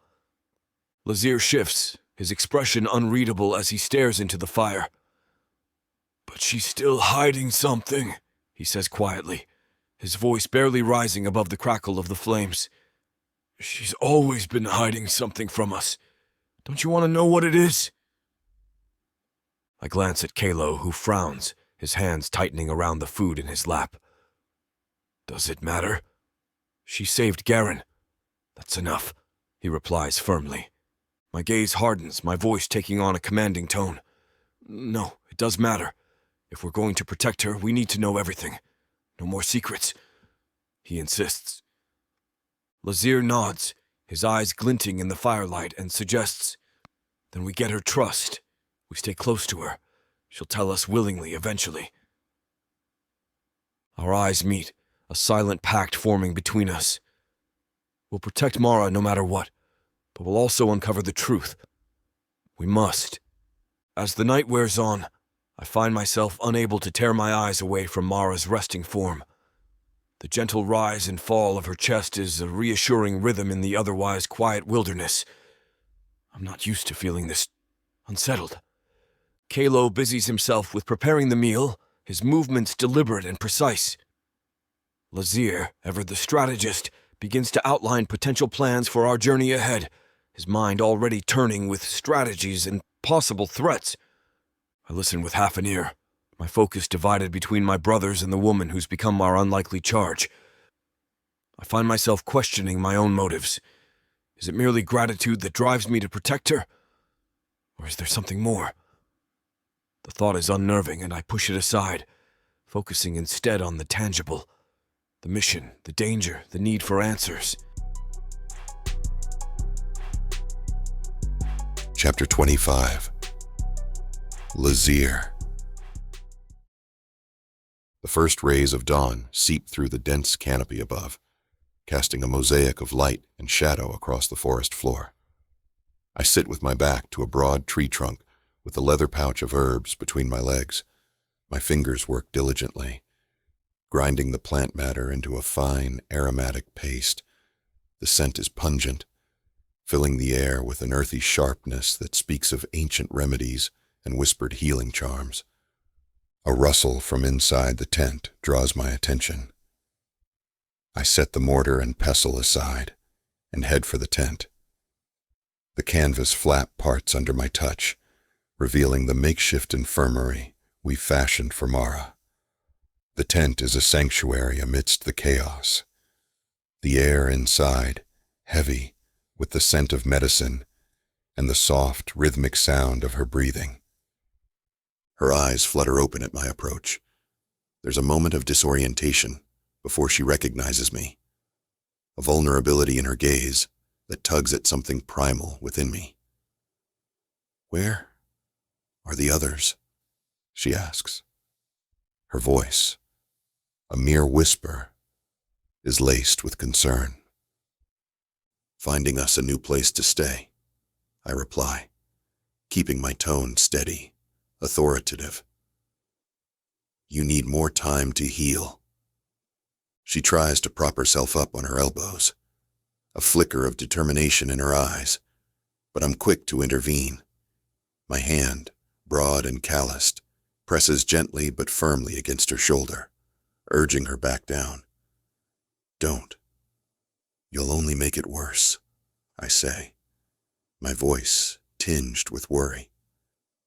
Her defiance wavers, the fight draining from her as she sinks back down. Exhaustion clings to her, like a second skin. She's so fragile, so breakable, and the realization that I might actually care sends a jolt of surprise through my system. I reach for the small wooden bowl containing the herb mixture I've prepared. The spoon, crude but functional, hovers at her lips. She eyes it warily, no doubt catching the acrid scent of the concoction. Her lips part reluctantly, and I tip the spoon, the paste sliding onto her tongue. She swallows, her face contorting in distaste, but she doesn't refuse me. Feeding her like this, it's intimate in a way I hadn't anticipated. My role has always been that of the protector, the warrior, not the caregiver. Yet here I am, spoon-feeding a human female as if she were a fledgling bird, and I, her reluctant guardian. I tell myself it's simply a matter of practicality. She's a means to an end, a potential key to the wealth and redemption we so desperately seek. But as I watch the gentle rise and fall of her chest, the softness of her features, I can't ignore the uncomfortable truth that has been tugging at the back of my mind. I've grown accustomed to her presence, to the sound of her voice, to the way her eyes light up with defiance at the slightest provocation. It's a weakness, one I cannot afford, yet I find it strangely difficult to tear my gaze away from her. I don't have time to rest, she murmurs suddenly, her eyes closing briefly. I have things I need to do, promises I need to keep. My expression softens slightly, though I don't show it. I've seen enough battle wounds to recognize the stubborn gleam in her eye, the set of her jaw that speaks of a will stronger than her fragile body might suggest. You'll keep them, I assure her, my voice low but firm. But not if you die first. I dip a clean cloth into a basin of cool water and wring it out before gently wiping her forehead. Her skin is warm under my touch, her cheeks flushed with a fever that refuses to break. She squirms a little at the contact, but doesn't protest. Why are you doing this? She asks, her eyes searching my face. I pause, my hand stilling on her forehead as I meet her gaze. My reasons are complicated, tangled up in a web of duty and desire that I'm not quite ready to unravel. But she deserves an answer, something honest amidst the lies and half-truths that have defined our relationship thus far. Because I want you alive, I say simply, the words leaving my lips before my mind has fully processed them. It's the truth as far as it goes. I've seen too much death, too much senseless loss. I won't stand by and watch it claim another, especially not her. She seems to accept this, her body relaxing as I continue my ministrations. I clean her body with careful precision, my large hands surprisingly gentle as I navigate the bandages and healing salves that mar her soft skin. She watches me, her hazel eyes never leaving my face. As I work, I find myself asking about her life before all this, before the running, the fighting. Tell me about your old life, I say, my voice barely above a whisper. How did your mistress treat you? Her expression shifts, a shadow passing over her face as she recalls her past. She was kind, Mara replies, after a moment. In her own way, she trusted me. She doesn't elaborate any further, and I don't press her. Not yet. There's a wariness in her eyes that tells me she'll share more when she's ready, and not a moment before. She turns the conversation back on me, her curiosity piqued. And what about you, Lazir? What's it like, being a Minotaur? She asks the question with genuine interest, her gaze steady on mine. I hesitate, the familiar weight of my past pressing down on me. It's not something I discuss often, if ever, but there's something about her, something that compels me to open up, to share pieces of myself that I've kept locked away for so long.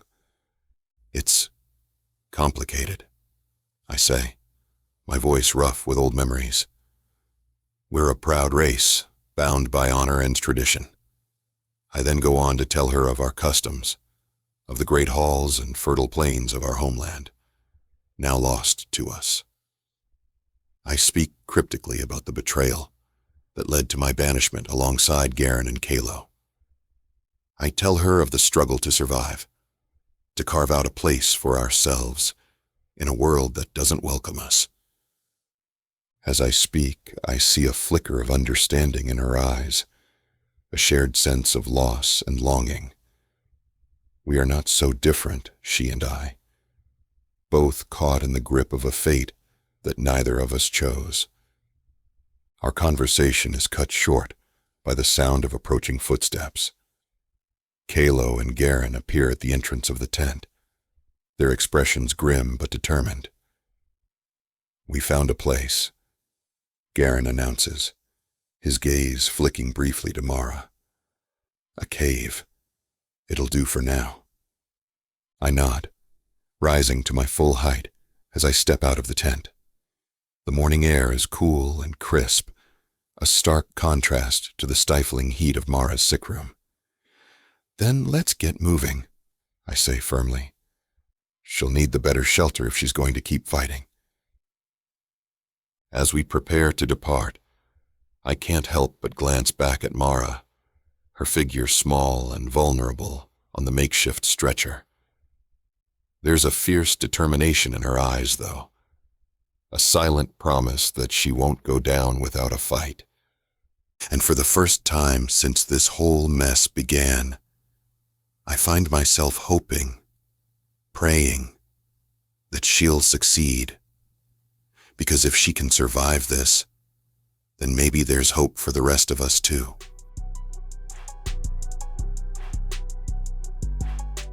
Chapter 26. Mara. The cave is a haven of flickering orange light and shadow. I sit, my back supported by a makeshift pillow of folded blankets. The soft fabric is a stark contrast to the hardness of the stone beneath me. Lazir is a silent sentinel by my side. His large hands move with surprising delicacy as he dresses my wound. The bandages wind with a soft whisper, the clean fabric cool against my heated skin. His eyes, usually so sharp and unyielding, are focused on his task. "That should hold," he rumbles, the gruffness of his voice belying the gentleness of his actions. Across the cave, Calo's movements are accompanied by a gentle hum, a melody I've come to associate with his presence. He turns, and the smile he offers me is a quiet thing, filled with an earnestness that tugs at something within my chest. "You need to eat more, Mara. You won't heal if you don't," he chides softly, his gaze lingering on me as he approaches, a plate of freshly cut fruit in his hands. He sets it on my lap, his fingers brushing against mine in a fleeting touch before he withdraws, returning to his place near the fire. Garron is a looming figure in the periphery of my vision. His silence is a palpable entity in the cave. But the sound of his axe against the sharpening stone is a constant, grating reminder of the danger that lurks just beyond our reach. I feel his eyes on me, and when I meet his gaze, I'm struck by the change in him. The hardness that I've come to expect has softened, replaced by a look that I can't quite decipher, It's as if the walls he's built around himself are slowly crumbling. I watch them, these Minotaurs who have become my unlikely guardians. Their transformation over the past week has been gradual, so subtle that I wonder if I'm imagining it. Lazir's gruffness has lost its edge, his commands now laced with an undercurrent of concern. Calo's laughter, once so carefree, is now tempered with a newfound seriousness. And Garron, the stern leader whose every word used to carry the weight of authority, now speaks in softer tones, his gaze often lingering on me with an intensity that I feel deep in my bones. As I sit here, a helpless captive to my own injury, I can't help but question this sudden shift in dynamics. Have I become more than just a means to an end for them? The thought is both unsettling and oddly warming. Calo's voice breaks through my thoughts, his tone light but insistent. Eat, Mara. He motions to the plate in my lap, and I realise that I've been staring blankly at the food, lost in my own musings. I offer him a small nod, reaching for a piece of fruit. The sweetness of it bursts on my tongue, a stark contrast to the bitterness of the herbs that Lazir had me drink earlier.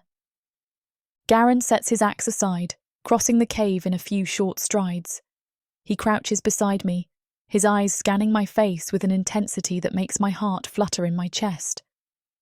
"You're looking better," he says, his voice low and unexpectedly gentle. "But you need to rest.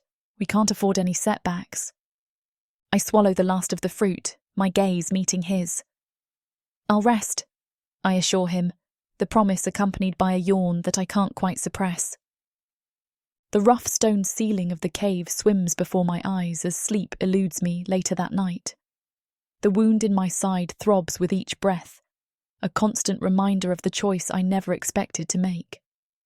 Across the cave, Calo's soft snores mix with the crackling of the dying fire, while Lazir and Garron's massive forms rest in deeper shadows. Would they die for me now? I whisper into the darkness, my voice barely a breath. The question twists something inside me, sharp and painful. My fingers trace the outline of the crystal hidden in my skin. 2 years of planning, of crafting the perfect revenge, and now. I close my eyes, but the image of Garron's shocked face when I took that arrow haunts me. "Focus," I hiss to myself, pressing my palms against my eyes. "Remember, Diane. Remember why you're here." But the words ring hollow in the quiet cave. My chest tightens as I recall how Garron pushed me away from that first arrow, risking himself despite his distrust. How Lazir fought like a demon when I was bleeding. How Calo's eyes shine with something dangerously close to love. "You can't soften now," I tell myself firmly, but my voice wavers. "You have a mission. The crystal, the rebellion, everything depends on it." A tear slides down my cheek, unexpected and unwelcome. I brush it away angrily, but more follow. The weight of their trust, their protection, their care. It's becoming a chain around my heart, binding me to them in ways I never planned. The next morning, the cave hums with quiet activity. Lazir's rhythmic strokes against his blade are a steady backdrop to the softer sounds of Calo's movements as he organises our supplies. The metallic rasp of steel on stone is familiar now, a sound I've come to associate with safety, with the promise of protection. I push myself upright. My wounds ache, but the pain is muted now, a bearable discomfort rather than the agonising torment it once was. Gathering my courage, I open my mouth to speak. My voice, when it comes, is steadier than I expect. "We need to keep moving," I say. Lazir and Calo turn toward me almost in unison. Calo frowns, the crease between his brows deepening with concern, as he replies, "You're not fully healed yet." I cut him off, my tone firm, leaving no room for argument. "I'm fine. We've wasted enough time. We need to get to the Murdoch Dark Elf estate," I insist. The cave falls silent, the only sound the faint crackling of the fire. Garron's massive form fills the entrance as he steps inside the cave, his eyes instantly finding mine. The morning light spills in behind him, casting his face in shadow, but I can still make out the hard set of his jaw. He must have heard me. "If you think you're leading this group, think again," he growls, but there's a reluctant undercurrent to his words that wasn't there before. His gaze flickers to Lazir and Calo, and something in his expression softens.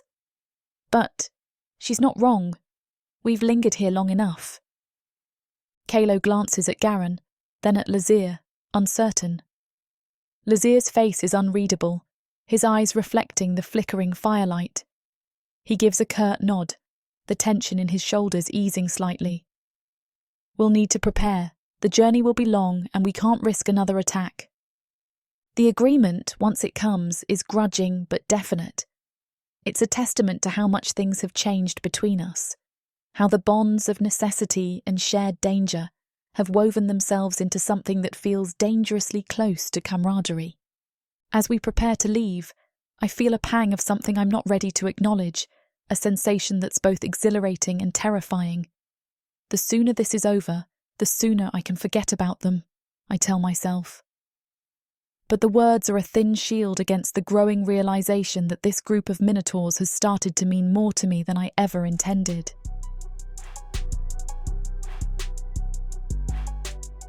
Chapter 27. Garron.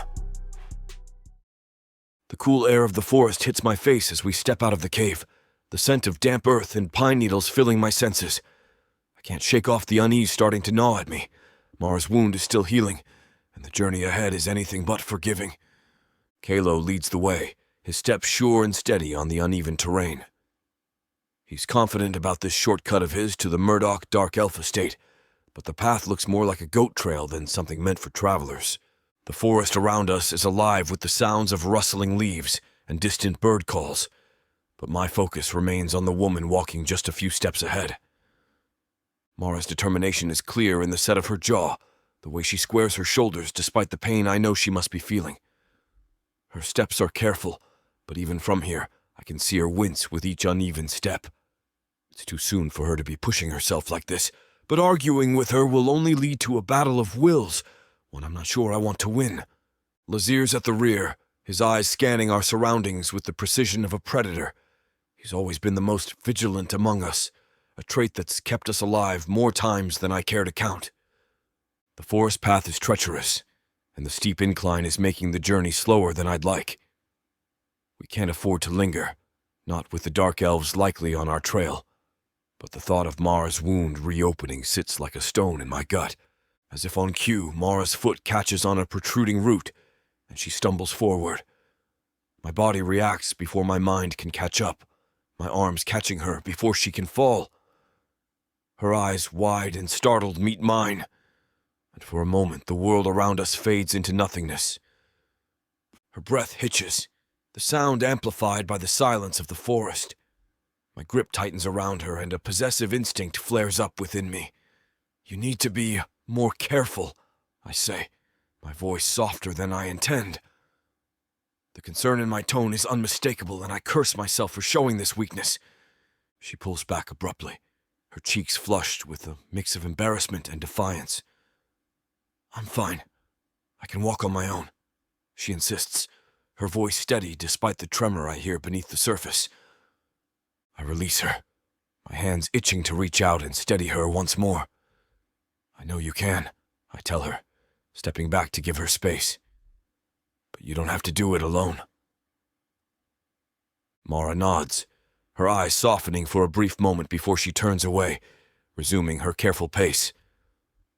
I fall into step beside her, my gaze never straying far from her form. The path ahead is fraught with danger, and every protective instinct I have is screaming at me to keep her safe. Every step she takes is a testament to her stubborn resolve, but it's clear she's pushing herself too hard. I grit my teeth, watching the strain on her face as she attempts to navigate the treacherous path. Her determination is admirable, but it's also a liability we can't afford. I've had enough. With a swift stride, I close the distance between us, and scoop her up into my arms. She stiffens, her breath catching in surprise. "What are you? Put me down!" she protests, her fists weakly pushing against my chest. "No," I reply firmly, my voice echoing through the stillness of the forest. "You're slowing us down, and I'm not wasting time watching you trip over yourself." Her glare could cut steel, but I don't falter. "You can even sleep against me if you need to," I add with a smirk, my Minotaur hearing picking up the racing of her heartbeat. The trail soon grows narrower, the incline steepening as we ascend the hillside. The air here is cooler, carrying the distant sound of rushing water that grows louder with each step. Mara's body tenses in my arms as the roar of the river reaches us, her face paling at the sight of the fast, unforgiving current. "It's fine," I assure her, my voice a steady rumble as I adjust my grip on her. "I've got you. I won't let you go." She swallows hard, her eyes searching mine for a moment before she nods, a silent acceptance of my protection. Lazir and Calo chop down a sturdy log, the sound of their axes ringing out in the otherwise quiet forest. They work efficiently, trimming the branches to create a makeshift bridge. Mara watches them, her grip on my shoulder tightening as Lazir tests the log's stability. With a nod, Lazir steps onto the log, his movements measured and precise as he traverses the river. The log shifts under his weight, but he remains steady, crossing to the other side without incident. Now it's our turn. I step onto the log tentatively. Mara clings to me, her nails digging into my shoulder as the log creaks beneath us. The river's powerful current roars under my feet. I focus on the opposite bank, the rhythm of my steps matching the steady beat of my heart. The log sways slightly, but I maintain my balance, my body instinctively adjusting to the uneven surface. Mara's breath is hot against my neck, her body rigid with fear. "Look at me, Mara," I command, my voice cutting through the sound of the rushing water. Her eyes snap to mine, wide and trusting. "I've got you. You're safe with me." Calo's eyes dart to the tree line. "Something's wrong," he shouts, his voice laced with urgency. The sharp whistle of an arrow suddenly cuts through the air, grazing past my shoulder. I tense, my grip on Mara tightening instinctively. Calo deflects another arrow with his blade, the metal ringing with the impact. "Dark elves! They've found us!" he bellows, his eyes wide with alarm. A guttural curse tears from my lips. Mara's safety is my priority now. I quicken my pace despite the unstable log swaying beneath my feet and the weight of her in my arms. More arrows rain down with their wicked points seeking flesh. I angle my body, shielding Mara with my own as the log bucks and sways. Lazir's eyes widen as a javelin pierces the log with a sickening thunk, the wood splintering with a deafening crack. Mara screams, her nails digging deeper into my shoulders as the log collapses beneath us. Time seems to slow as we plunge into the icy depth below, the rush of the current swallowing us whole. The frigid water steals my breath, the shock of it like 1,000 knives piercing my skin. I hold Mara close, her body thrashing against mine as we're dragged under by the relentless flow. My lungs burn, screaming for air, but I can't tell which way is up. A surge of adrenaline courses through me, that primal instinct to survive kicking in. I kick hard, fighting against the current's pull. My head breaks the surface for a brief moment, and I gulp down a desperate breath before the rapids drag me under again. Mara's weight shifts in my arms, her struggles growing weaker. Suddenly, the strong current rips her away from my grasp. Panic grips me like a vice around my chest. I can't lose her, not after everything. Not like this.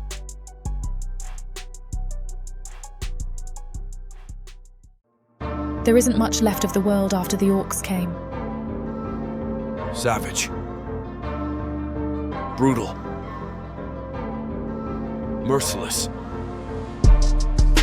If you're a woman, you're property. Even to other humans. What happens when an orc stakes his claim on a human woman? Who would dare to stop him? Me.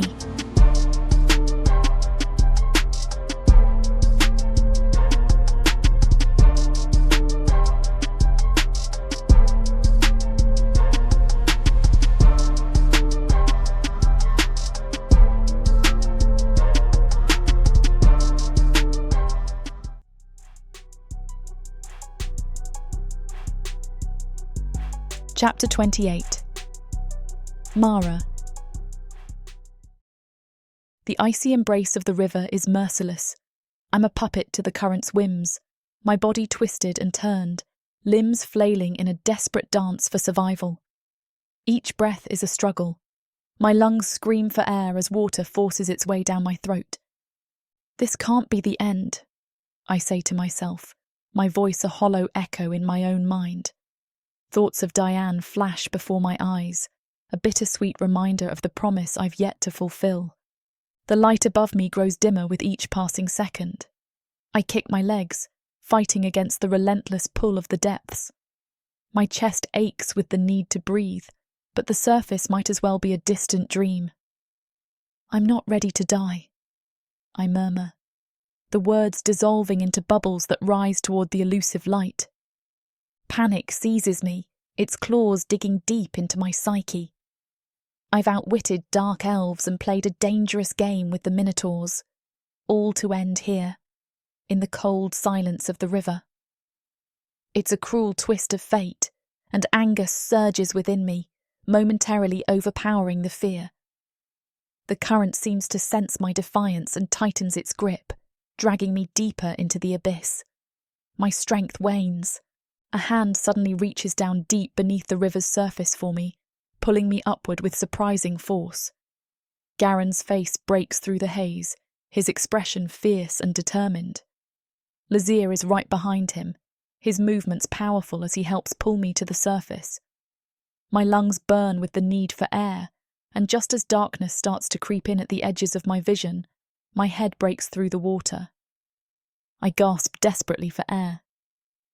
As they pull me onto the riverbank, I start coughing violently, trying to expel the water from my lungs. My entire body shakes. My wet clothes cling to me like a second skin. Garron kneels beside me, his large hands gripping my shoulders, with a strength that is both comforting and intimidating. "Are you okay?" he demands, his voice rough, echoing the tumultuous chaos of the river. I nod weakly, my teeth chattering as I try to form words through the shivering. "I'm fine," I whisper, though my body feels like it's been wrung out and left to dry. My muscles ache, and my heart thumps erratically in my chest. Across the river, Calo swings his blade with lethal precision, severing the log laid across the river completely. The dark elves that were using it to cross fall into the water with surprised yelps, their cries quickly drowned out by the rushing current. I watch, a hollow satisfaction settling in my chest as they're swept away, their bodies thrashed against the rocks and pulled under by the unforgiving river. "You gave us quite the scare," Lazir says, his tone carrying an undertone of relief that he doesn't bother to hide. He wraps a dry blanket around my shoulders, the rough fabric scratching against my skin but offering a small measure of warmth. Calo soon joins us, his clothes similarly soaked, though he seems less affected by the cold. "That was too close," he mutters, running a hand through his wet hair. "I thought we'd lost you." I offer him a small smile, the warmth in his eyes thawing the chill that has settled in my bones. "I'm tougher than I look," I assure him, though the words come out more as a croak than anything else. Lazir suddenly picks me up, blanket and all, his arms steady and warm. "We need to move now," he says simply, his tone leaving no room for argument. I rest my head against his shoulder as we head into the forest, the steady rhythm of his footsteps lulling me. Why does this feel so safe being in his arms? My chest soon tightens with emotions I dare not name. We continue on for what feels like an eternity. The forest around us is alive with the sounds of nightfall, the rustling leaves, and distant hoots of nocturnal creatures. The scent of damp earth fills my senses, grounding me even as my thoughts spiral. Why does their care towards me feel like it's breaking me, piece by piece? We finally find an abandoned hut deep in the forest, just as the sky begins to rumble with thunder. Its wooden exterior is weathered, and vines creep up one side, but it offers shelter, a temporary haven from the impending storm. Calo strides into the hut, his eyes scanning the interior. "We're close to the Murdoch Dark Elf estate. 2 days, maybe less," he announces, his voice echoing slightly in the one-room dwelling. I nod, my gaze distant as I clutch the blanket tighter around myself. 2 days, I think, my stomach twisting with a knot of dread and a feeling I refuse to acknowledge. And then... what? For the first time, the thought of leaving them feels unbearable. The realization hits me like a physical blow, leaving me breathless. Garron breaks the silence, his voice gruff as he builds a fire in the hearth. "We need to be extra cautious. The Dark Elves won't be far behind." Lazir sets me down on a makeshift bed of straw and blankets. "Rest," he commands, though his eyes betray a hint of concern. "We'll take turns keeping watch." I want to argue, to insist that I'm fine, but the exhaustion weighs heavily on me, seeping into my bones. "Thank you," I murmur, my voice barely above a whisper. As the night deepens, I find myself staring into the flickering flames, lost in thought. The Minotaurs, Garron, Lazir and Calo, have become more than mere pawns in my game of revenge. They've become my protectors, my companions. Calo sits beside me, his presence comforting. "You should try to sleep," he suggests gently, brushing a stray lock of hair from my face. I shake my head slightly. "I can't. My mind won't shut off," I whisper. He smiles softly, his hand lingering on my cheek. "I could tell you a story. It might help take your mind off things," he suggests. I nod, grateful for the distraction.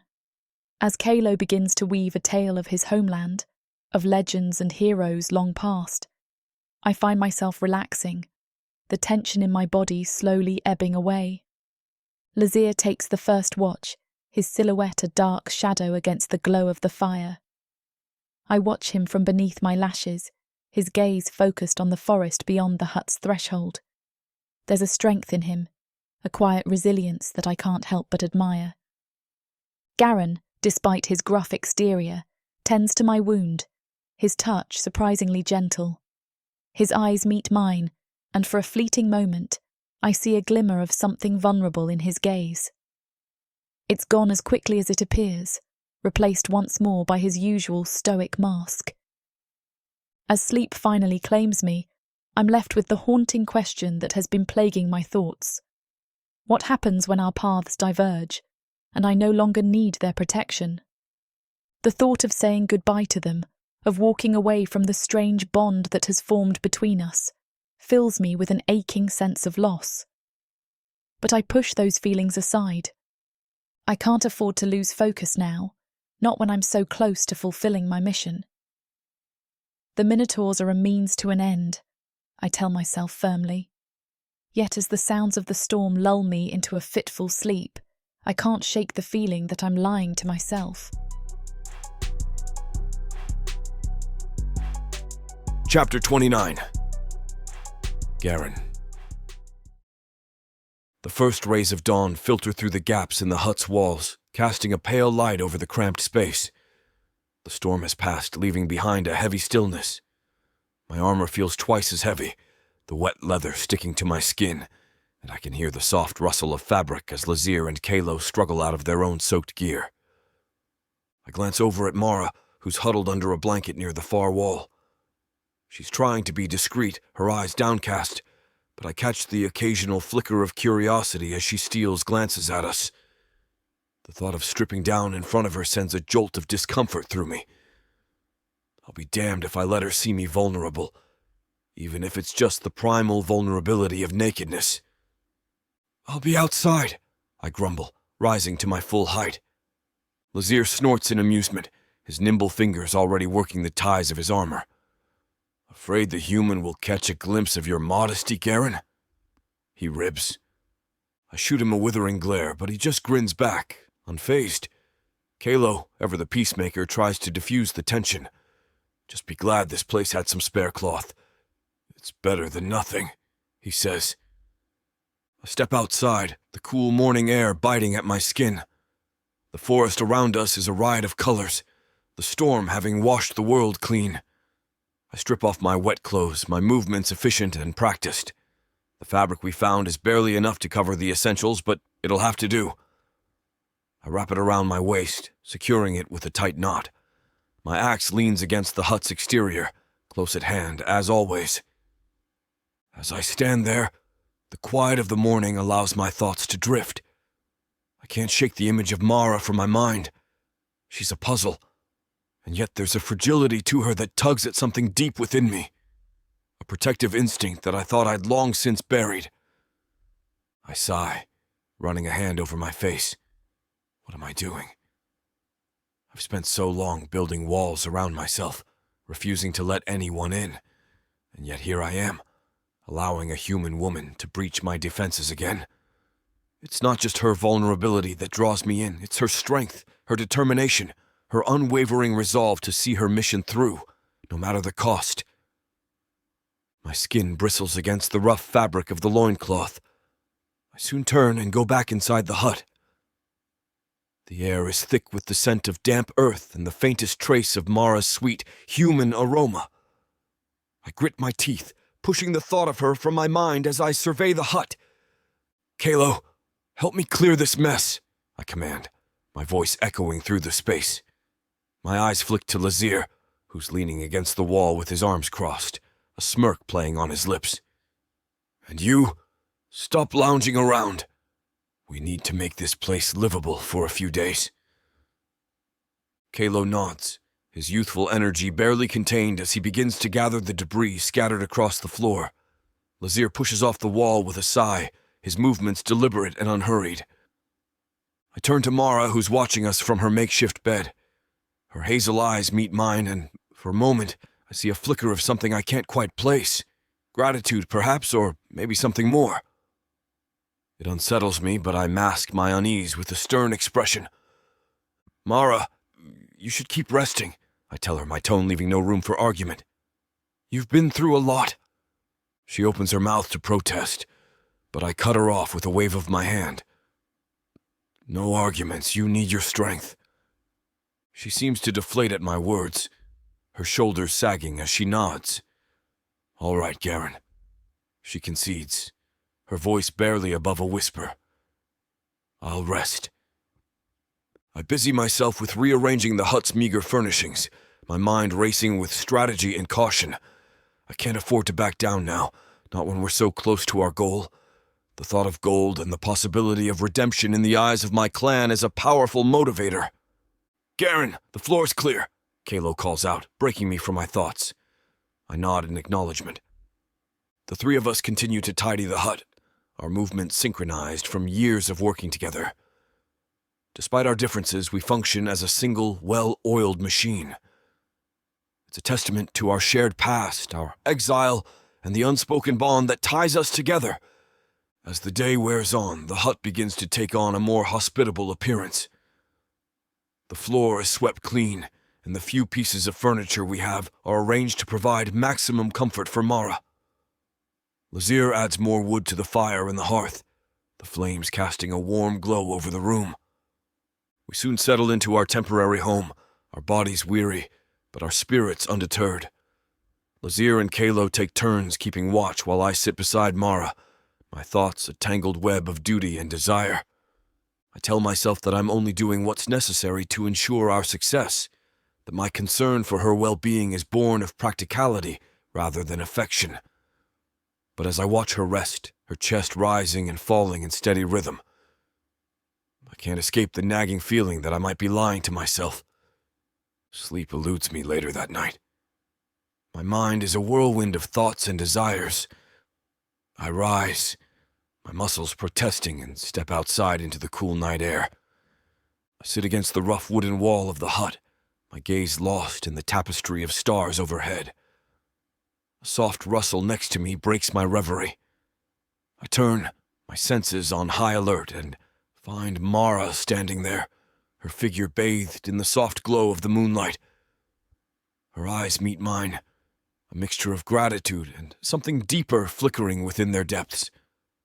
"Mara," I say, my voice a low rumble. What are you doing out here?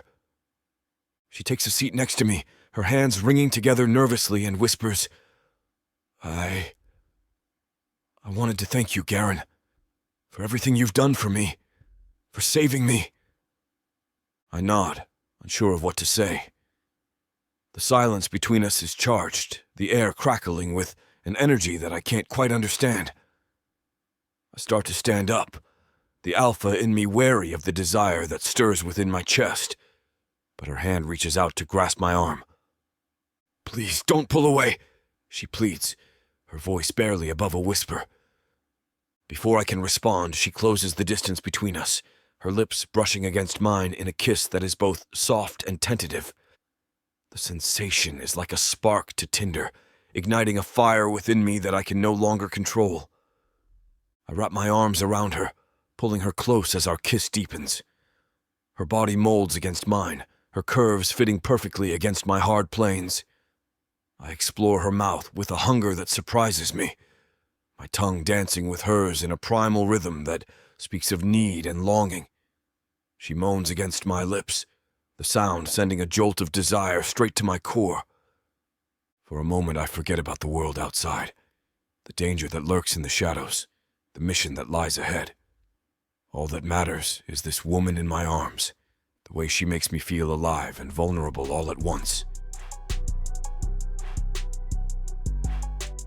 Chapter 30. Garron. I lift Mara off the ground as if she weighs nothing, cradling her against my chest. Her eyes are wide, reflecting the moonlight, and her breath comes in short, excited gasps. I carry her behind the hut to a small clearing hidden away, where the ground is soft and blanketed with fallen leaves. Gently, I lay her down on the ground. I can feel her shiver beneath my touch. I take my time undressing her, revealing the soft, delicate curves that lie beneath. My desire for her is overwhelming, but I temper it with a tenderness that surprises me. Sorry for the interruption. I know you were gearing up for a steamy scene, but it's way too hot for this platform. If we want to keep sharing our stories for free, we have to abide by this platform's guidelines. To get the full, unabridged audiobook, go to worldsofprotheka.com. Browse through unabridged audiobooks, countless ebooks and bundles offered at a discount. If the thought of me whispering all the dirty details into your ear isn't enticing enough, use discount code YouTube30 to get 30% off of all digital products. Story after story, audiobook after audiobook, the Worlds of Protheka are waiting for you. Protheka's magic is eternal. But unabridged, it's unforgettable.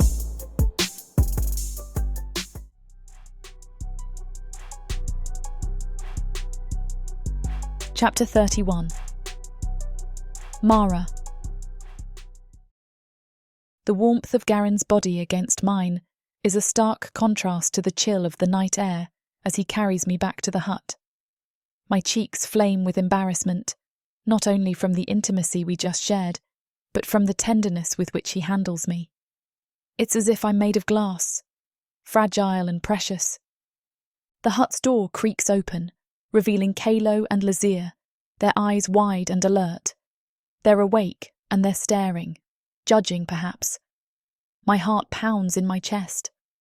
Calo's voice cuts through the silence, his words a mix of curiosity and disbelief. Did you just sleep together? His gaze flickers between us, searching for an answer. Garron's voice is steady, betraying no hint of regret. Yes. The single word hangs heavy in the air, and I feel the weight of their stares. Lazir steps forward, his eyes locking onto mine. So you have to choose now, he says, the challenge clear in his voice. Choose? The thought sends a jolt of panic through me. This wasn't part of the plan. I was supposed to drive a wedge between them, not cement my place in their fractured trio. But as I look at each of them, their faces illuminated by the dim firelight, I realise the truth. I don't want to choose. I want them all. My voice comes out stronger than I feel. I don't want to choose, I say. Lazir's eyes narrow. What are you saying, Mara? He asks. I'm saying, I want all three of you, The confession falls from my lips before I can stop it, raw and honest. I care for each of you in different ways. Can you accept that? Silence. The world seems to hold its breath, waiting for their response. My heart races, my palms sweat despite the cool night. What have I done? Am I mad to suggest such a thing? As much as Samara and I want to finish what these two characters have started, it looks like this chapter is about to get too hot for this platform to handle. Unfortunately, we have to pause here because their guidelines won't allow us to reveal the spiciest details. To keep bringing you these free audiobooks, we have to follow their rules. But don't worry.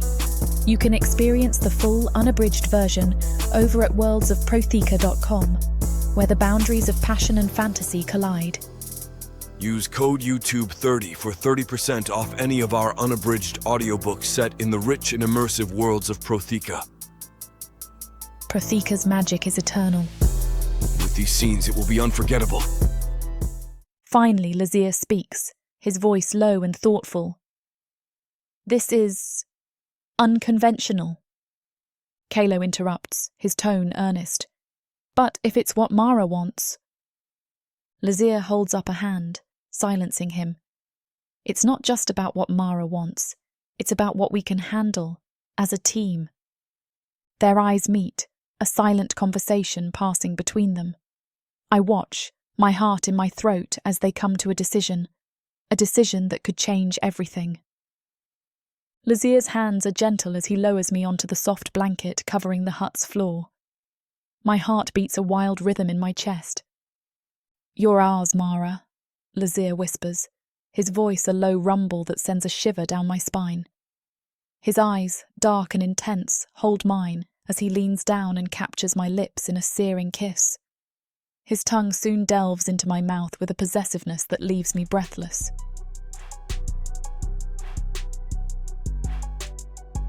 Chapter 32. Garron. The morning sun pierces through the forest's canopy above. We pack up our sparse belongings and leave the wooden hut behind. We move with renewed vigor. Mara, with her quiet strength, tries to keep pace, but her body betrays her with a slight stumble. In an instant, I'm there, my arm scooping her up. "I'm fine, Garron. I can walk," she protests, her voice a soft whisper against my ear. "I know you can," I reply, my voice steady and firm. "But I want to do this for you. To make it easier on you." She relents, her body relaxing against mine. A smile plays on her lips. A smile so genuine and unexpected that it sends a jolt through my chest. The sight of it stirs something within me, a feeling I can't quite place. As we journey on, the weight of her in my arms is a constant reminder of the night we shared, raw, passionate, and with a tenderness I didn't know I possessed. It was a night that blurred the lines between us, forging a bond that feels as solid as the axe at my side. The forest around us hums with life, the rustle of leaves and the chorus of birdsong a backdrop to our trek. My senses remain alert, the potential danger ever present, but my mind is preoccupied with thoughts of the woman in my arms. Her presence is a warmth that seeps into my bones, a comfort I never knew I craved. By midday we pause to rest, the shade of an ancient oak offering respite from the sun's relentless gaze. Mara's eyes meet mine, gratitude and something deeper reflected in her gaze. I look away, the intensity of her stare too much to bear. "Thank you, Garron," she murmurs. I nod, my voice betraying none of the turmoil within. "We're a team now. We look out for each other," I mutter nonchalantly. As the afternoon wanes, we find a suitable place to camp for the night. Calo and Lazir set to gathering wood and hunting game, their movements efficient and synchronized. I lower Mara to the ground, her body still temptingly close to mine. "Rest," I command, my tone leaving no room for argument. "We'll have food soon." She nods, her eyes never leaving my face. I turn away, the urge to stay by her side a compelling force. But I busy myself with setting up the camp, my thoughts in a whirlwind. What is this hold she has over me? Over all of us? I've been with women before, but none have ever made me question my resolve, my sense of duty. Mara is different. She's a human, a former slave, and yet she's become the center of our world, the glue that holds us together. As the first stars twinkle into existence above us, I can't help but wonder what the future holds. The mission, the gold, the honor we seek, it all pales in comparison to the fierce protectiveness I feel for her. Lazir and Calo soon join us, their arrival marked by the scent of fresh meat. I quickly help them prepare and roast the meat over the fire. Before long, we're eating in silence, each of us lost in our own thoughts. The campfire pops and crackles, orange sparks dancing into the night sky. I watch Mara across the flames, the way she picks at her food without really eating it. Her guard is down tonight. I can see it in the slope of her shoulders and the distant look in her eyes. My chest suddenly tightens. The words I've been holding back for some time now burn in my throat. I can't wait any longer. Mara, I begin. I set my bowl down with deliberate care, leaning forward. My voice comes out low but firm, brooking no argument. What are you hiding from us? Can you tell us? I pause, the last words almost painful to say. Do you trust us? The change in her is instant. The spoon from her suddenly trembling fingers, clattering against her bowl. All the blood drains from her face as she stares at me like I've just ripped open her chest and exposed her heart. Her breath comes in short gasps. The sight of her fear twists something inside me. I want to reach for her, to pull her close and tell her everything will be fine. But I can't. Not until we know the truth. Lazir shifts beside me, his voice gentler than I've ever heard it. We know you're hiding something. We just want to help you, he says. Please, Mara, Calo adds, his eyes wide and pleading in the firelight. Just say it. She sits frozen, her face a mask of panic and indecision. My hands clench into fists as I force myself to wait, to give her time to find her words. Whatever secret she's carrying, it's eating her alive. And I can't let that continue any longer. The fire snaps again, casting shadows across her face that make her look even more vulnerable. Her eyes flash as the words spill out of her mouth. I have evidence of my master's rebellion inside me, she says in a hushed tone. My muscles tense, every instinct screaming at me to protect her. Lazir leans forward, his voice sharp with concern. What do you mean, inside you? He asks. I watch as Mara's trembling fingers pull at her sleeve, revealing a thin scar that runs along her arm. My breath suddenly catches in my throat. The communication crystal. It's sewn into my arm. It holds everything. Documents, recordings, proof of Willow's betrayal, she replies. My stomach churns as I stare at the scar, understanding crashing over me like a wave. All this time she's been carrying this burden literally under her skin. The danger she's in, the risk she's taken by doing this. That's insane! Calo jumps to his feet, his voice cracking with disbelief. Do you have any idea how dangerous this is? You could be killed for this! Mara's eyes meet mine, steady despite the hollow pain in them. I know. I'm ready to die for it. This is my revenge. For Willow's and what he did to me. To my best friend, she says firmly. Lazir stands abruptly, his fists clenched. We're turning back. I'm not letting you throw your life away for this, he barks. I'll do it with or without you. Mara's voice cuts through the tension. This is my choice, my commitment. When Lazir grabs her arm, I move without thinking, placing myself between them. My chest tightens as I look down at her, understanding flooding through me. This isn't just about revenge. It's about justice, about setting right what was wrong. She's not going anywhere unless it's her decision, I say, my voice firm. I understand why she's doing this. I turn to her, my heart pounding as I take in her fierce determination. I'll see this through. I'll protect you, and after this, when it's over, can you be mine? Ours? Tears glisten in her eyes as she nods. Yes, I'll give you everything. After this, I'll be yours, she replies softly. I pull her against my chest, holding her close, breathing in her scent. For the first time since my exile, I feel whole again, complete. This woman, with her courage and her fire, has given me something I thought I'd lost forever. Purpose. Chapter 33. Lazir. The Murdoch dark elf estate looms before us, the towering spires clawing their way into the deepening twilight. The air is heavy, with the scent of damp earth and a lingering unease that settles in the pit of my stomach. Each step we take is measured, deliberate, the weight of our mission pressing down on us, like the impending storm clouds above. I glance over at Mara, her face a mask of determination, yet her hands betray her with their restless dance. The sight of her, so small and fragile against the backdrop of dark elf power, stirs something protective within me. Garron and I exchange a look, a silent agreement passing between us. We'll see this through. For her.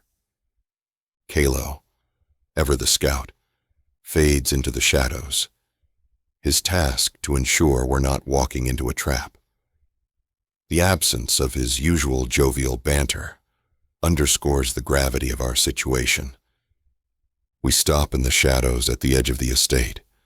I turn to Mara, her resolve as unyielding as the stone walls of the estate itself.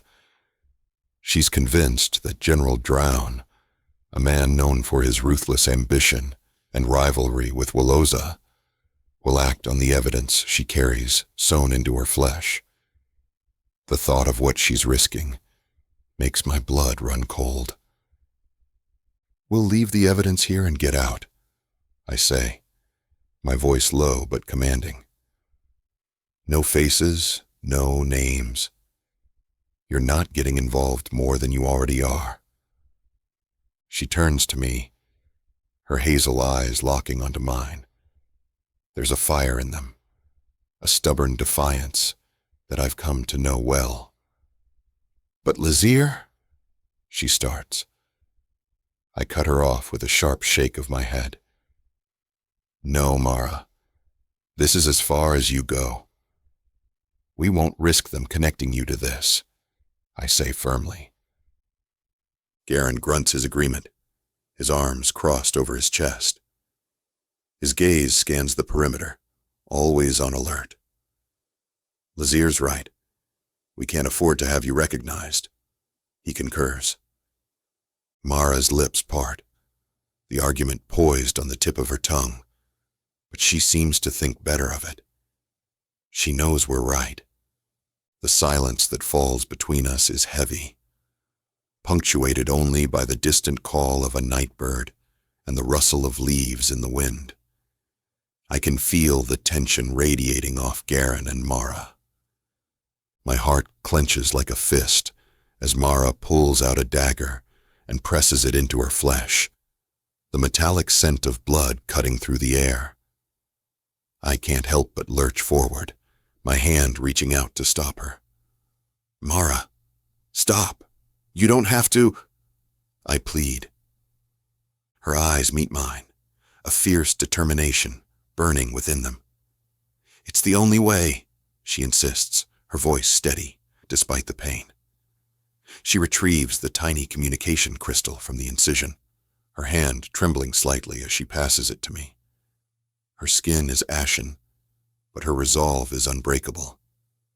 I take the crystal, its cool surface a stark contrast to the warmth of her blood on my fingertips. She presses a small, folded piece of parchment into my palm. A letter. Take it.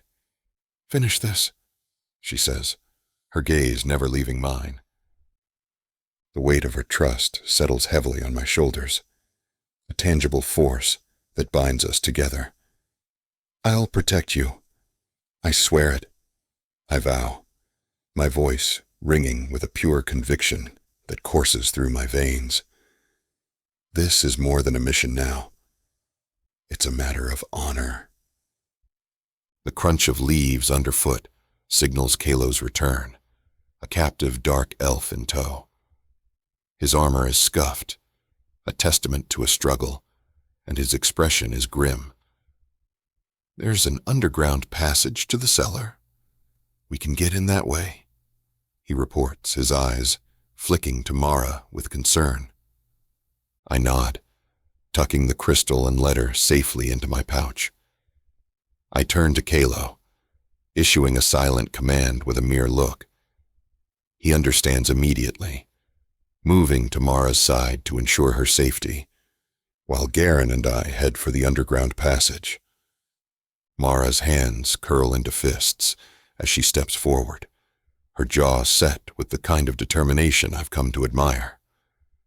I've changed my mind. I'm coming with you, she declares, her voice unwavering, despite the tremor I can see coursing through her. I shake my head, my own hands clenching at my sides. No, Mara, you're staying here. You've done enough, I command. The words taste bitter as I say them, because I know what it costs her to step back, to relinquish control of her own vengeance. Her eyes flash with defiance, a fire that I've seen before. In the eyes of warriors on the brink of battle, in the gaze of those who have nothing left to lose. But this is different. This is Mara, and the thought of her stepping 1 foot inside that estate makes my chest tighten. You can't stop me, Lazir, she retorts, her voice rising ever so slightly.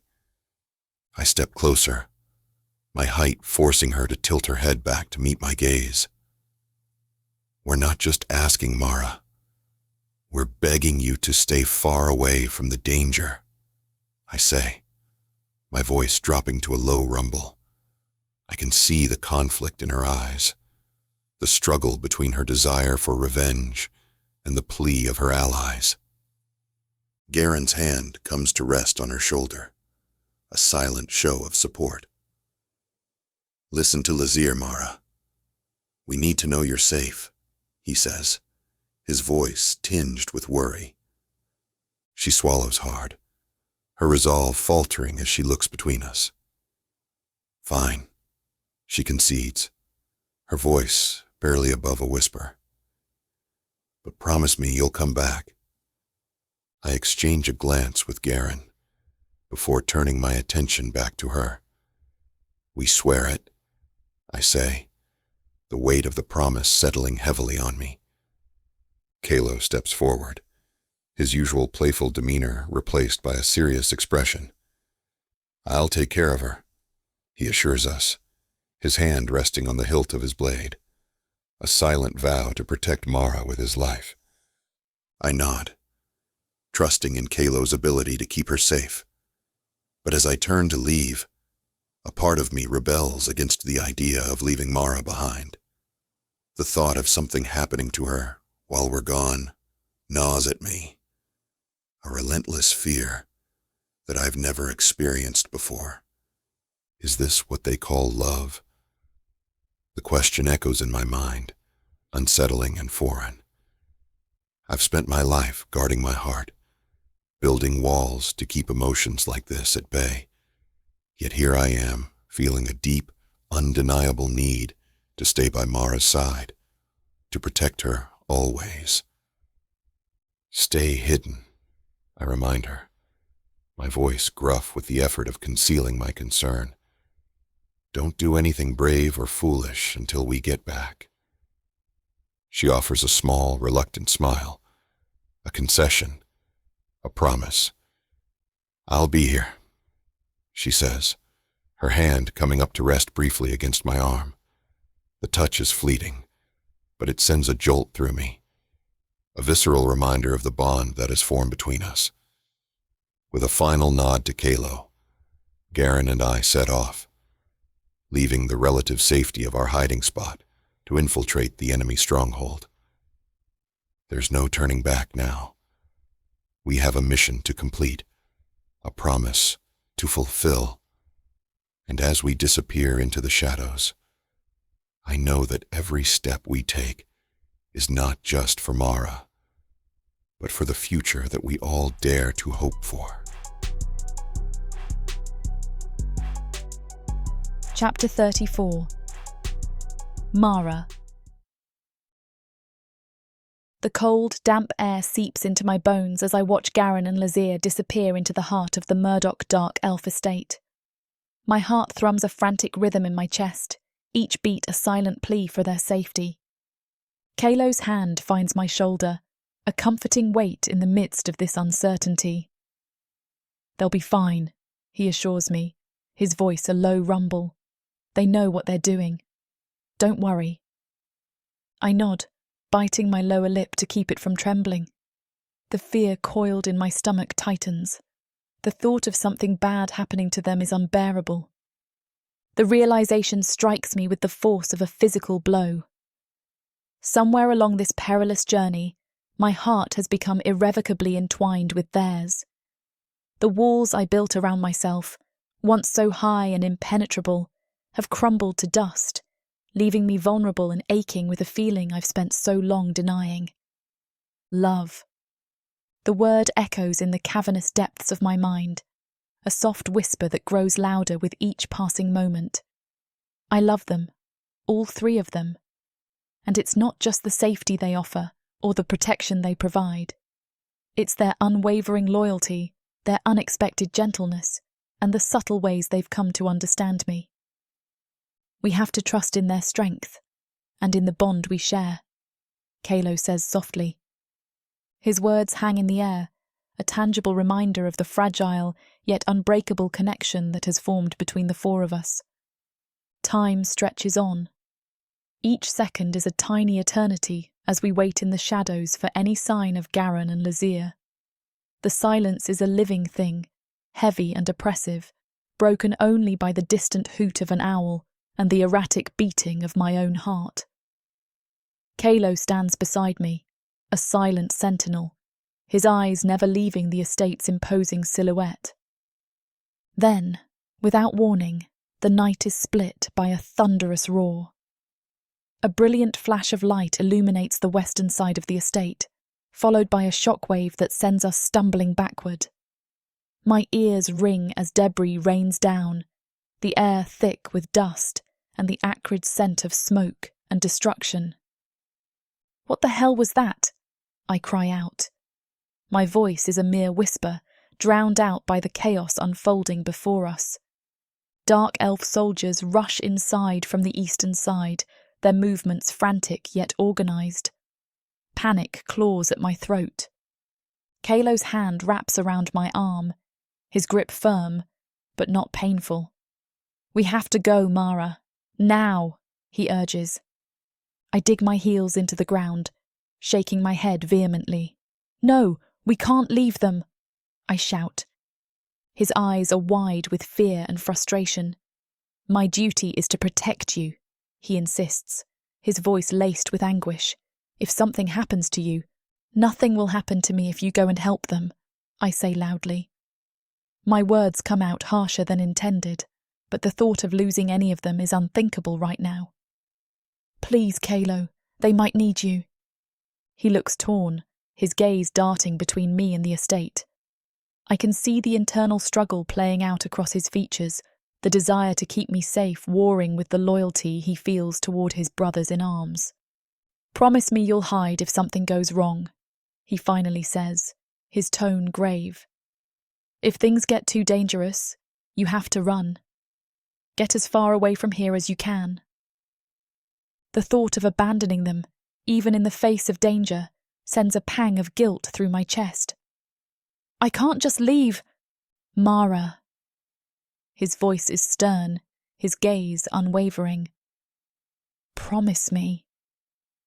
I swallow hard, the reality of the situation sinking in. "I promise," I whisper, though every fibre of my being rebels against the words. With a curt nod, Calo releases my arm and takes off toward the estate, his form quickly swallowed by the darkness. I'm left alone in the shadows, my heart pounding in sync with the distant sounds of battle. As I watch the flames lick the night sky, a sense of helplessness washes over me.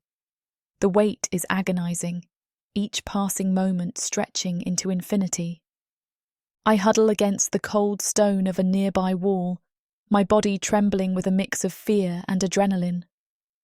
The sounds of conflict echo through the night, a grim reminder of the risks they're facing on my behalf. The minutes crawl by, each one a test of my resolve. I clutch the hilt of the dagger tucked into my belt, the cold steel a small comfort against the uncertainty that surrounds me. I promise to hide, but the thought of doing nothing while they're in danger is eating me alive. What if they're hurt, or worse? The thought is too much, a knife twisting in my heart. The ground trembles beneath me, a violent tremor that resonates deep within my chest.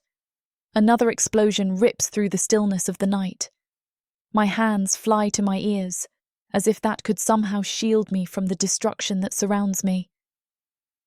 I press my back against the unyielding stone wall, my body shaking as much from fear as from the aftershocks of the blast. Hot tears carve a path down my cheeks, each one a silent testament to the terror that grips my heart. Please, please be okay, I whisper, my voice lost in the chaos that engulfs the estate. The air is thick with smoke and ash, turning the moonlight into a hazy, surreal glow. The scent of burning wood and molten metal fills my nostrils. My mind conjures up horrific images of Garron, Lazir and Calo caught in the maelstrom, their bodies broken and lifeless among the debris. Stop it, Mara, I scold myself, my voice barely audible over the roar of the flames. I can't allow fear to cloud my judgment. They're strong, capable. They've faced worse and come out victorious. But the rational part of my brain wars with the raw, primal panic that threatens to consume me. I squeeze my eyes shut, trying to steady my ragged breathing. The sound of my heart pounding in my ears is a frantic drumbeat that echoes the turmoil within my soul. I cling to the hope that they'll emerge from this nightmare unscathed, that we'll be reunited and find a way to put an end to this madness. Another explosion rocks the estate, closer this time. The force of it sends me sprawling onto the damp earth, the impact knocking the breath from my lungs. I lay there stunned momentarily, the world around me a symphony of destruction and despair. I push myself up onto my hands and knees, my body trembling with a combination of fear and cold. The ground beneath me is littered with fragments of stone and shattered glass. I should have gone with them, I murmur, my voice choked with regret.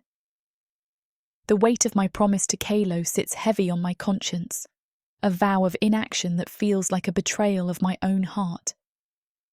As I struggle to regain my composure, I realise that the future I'd envisioned for myself, a future filled with vengeance and solitude, has been irrevocably altered. Garron, Lazir and Calo have become an integral part of my existence now. The thought of losing them, of returning to a life devoid of their presence, is a pain I cannot even contemplate. I need you, I whisper into the darkness, the words a fervent plea to whatever higher power might be listening. Come back to me, all of you.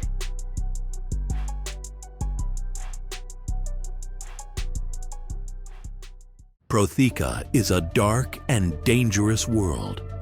My parents sold me to the dark market. I am the avatar of chaos, and nothing will stop me from fulfilling the prophecy. And the quest for godhood has made it even darker. Looks like you're the only one left. Take a step forward. Delia only seeks her freedom.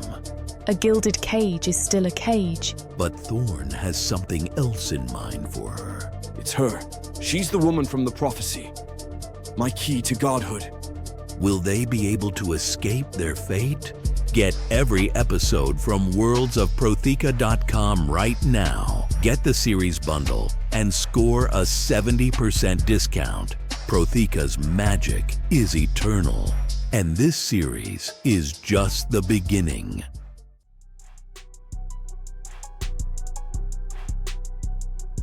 Chapter 35. Calo. The night air is thick with the stench of charred wood and the metallic tang of blood. My heart thunders in my chest as I sprint toward the Murdoch estate, the once majestic structure now a blazing inferno. The ground beneath my boots is a treacherous landscape of debris and fallen bodies, each step a testament to the chaos unfolding before me. A dark elf bursts from the smoke, his blade arcing toward me with lethal intent. I sidestep his attack, my body moving with the fluid grace of a predator. My fist connects with his chest, the impact sending him sprawling. I snatch up his fallen weapon. It feels right in my hand, an extension of my will. The courtyard is a maelstrom of violence. Screams rend the air, and the clash of steel on steel is a grim symphony to my ears. I move through the carnage, my eyes scanning the chaos for any sign of Garron and Lazir. Where are they? What the hell is going on? The words slip from my lips, swallowed by the roar of the flames. I dodge a spear thrust, driving my stolen blade into an attacker's side. He falls with a gurgled cry, and I'm already moving, my senses heightened by the adrenaline coursing through my veins. I'm an alpha male, a Minotaur born and bred for battle. And yet the sight of the estate in ruins sends a chill through me. This wasn't part of the plan. We were supposed to slip in and out unseen, not be caught in the middle of a full-scale assault. The smoke stings my eyes, but I refuse to blink, to miss even a moment of what's happening around me. My mind races with possibilities, each more dire than the last. Are Garron and Lazir trapped inside? Are they even still alive? A group of dark elves charges me, their expressions twisted with fury. I meet them head-on, my blade a blur as I cut through their ranks. They fall before me, but for every one I defeat, another seems to take their place. You'll have to do better than that, I growl. I parry a sword strike, then kick the offending elf square in the chest. He stumbles backward, tripping over a fallen comrade and disappearing into the smoke. I fight my way closer to the estate, each step a battle against the tide of dark elves. My muscles ache, and my breath comes in ragged gasps, but I push on. I have to find them. I have to get Mara's evidence to General Drown, to expose Wolloza for the traitor he is. The heat of the inferno outside is nothing compared to the rage boiling within me as I burst through the shattered doors of the main hall. The grandeur of the estate is marred by battle, and in the heart of the chaos, my brothers, Garron and Lazir, are locked in a desperate struggle against a dark elf clad in gleaming silver armor, General Drawn. His presence here is no coincidence. General Drawn, I mutter under my breath, taking in the scene with a sinking heart. Lazir spots me first, his breath coming in ragged gasps as he parries a strike from Drawn's massive sword. His eyes meet mine, filled with a panic that chills me to the core. "Calo, where's Mara?" he shouts. The question hits me like a physical blow, and I freeze, the weight of my failure pressing down on me. Lazir ducks another of Drawn's attacks, his movements a blur as he fights his way to my side. "I told you to keep her safe!" he roars. His words are a dagger in my chest, twisting with the realization of what's happening. Lazir's voice is low, urgent, as he leans in close. This is a trap. Drawn and Wolloza have teamed up. They're planning a rebellion. The fight, it's just a ploy. Drawn's blade swings wide, forcing us to scatter. I roll to the side, coming up in a crouch with my weapon at the ready. Garron stumbles toward us, a hand clutched to his side where blood seeps through his fingers. His voice is a low growl, filled with anger and betrayal. "Why did you leave Mara? Where is she?" he yells. My mind races, my thoughts a whirlwind of guilt and fear. "She's hiding," I manage to say. "She wouldn't leave. We have to finish this, or she's in danger." Garron's gaze meets mine, a silent understanding passing between us. We're not just fighting for our lives now. We're fighting for Mara's. She's out there, alone and vulnerable, and it's up to us to ensure her safety. The alpha male in me roars to life, my determination solidifying into an unbreakable resolve. I won't let Mara down. I can't. She's more than just our mission. She's become a part of us, a beacon of hope in a world that's been nothing but cruel. "Let's end this," I say, my voice a low growl. Drawn may be a formidable opponent, but we're not fighting alone. We have each other, and that makes us unstoppable. Garron lunges first, his axe slicing through the air with deadly precision. Drawn parries, the sound of steel on steel ringing out as he sidesteps the attack. Lazir's hammer comes next, a brutal swing that forces Drawn back a step. It's the opening I need. I rush forward, my blade slamming into the general's side with a resounding crash. Drawn grunts, his armor absorbing most of the impact, but the surprise in his eyes is satisfying. He recovers quickly, striking out with his sword. I narrowly avoid the blade, feeling the whisper of air as it passes my face. We're locked in a deadly dance now, our movements a blur of violence and determination. Drawn's a seasoned warrior, his strikes fast and furious, but we match him blow for blow. Our combined strength pushes him to his limits, and I can see the flicker of doubt in his eyes. Lazir suddenly roars murderously, his hammer swinging in a deadly arc that catches Drawn on the shoulder, sending him to his knees. "This is for her," Lazir snarls, his voice as cold as ice. The hammer comes down one final time on his skull, the sound of shattering bone echoing through the hall. The silence that follows is deafening. We stand over Drawn's lifeless body, our chests heaving. But within seconds, we quickly turn and head back outside to find Mara. The courtyard is a scene of carnage, but one figure stands out among the chaos: Wolloza. The dark elf master is a mess of blood and grime, his once pristine robes torn and stained.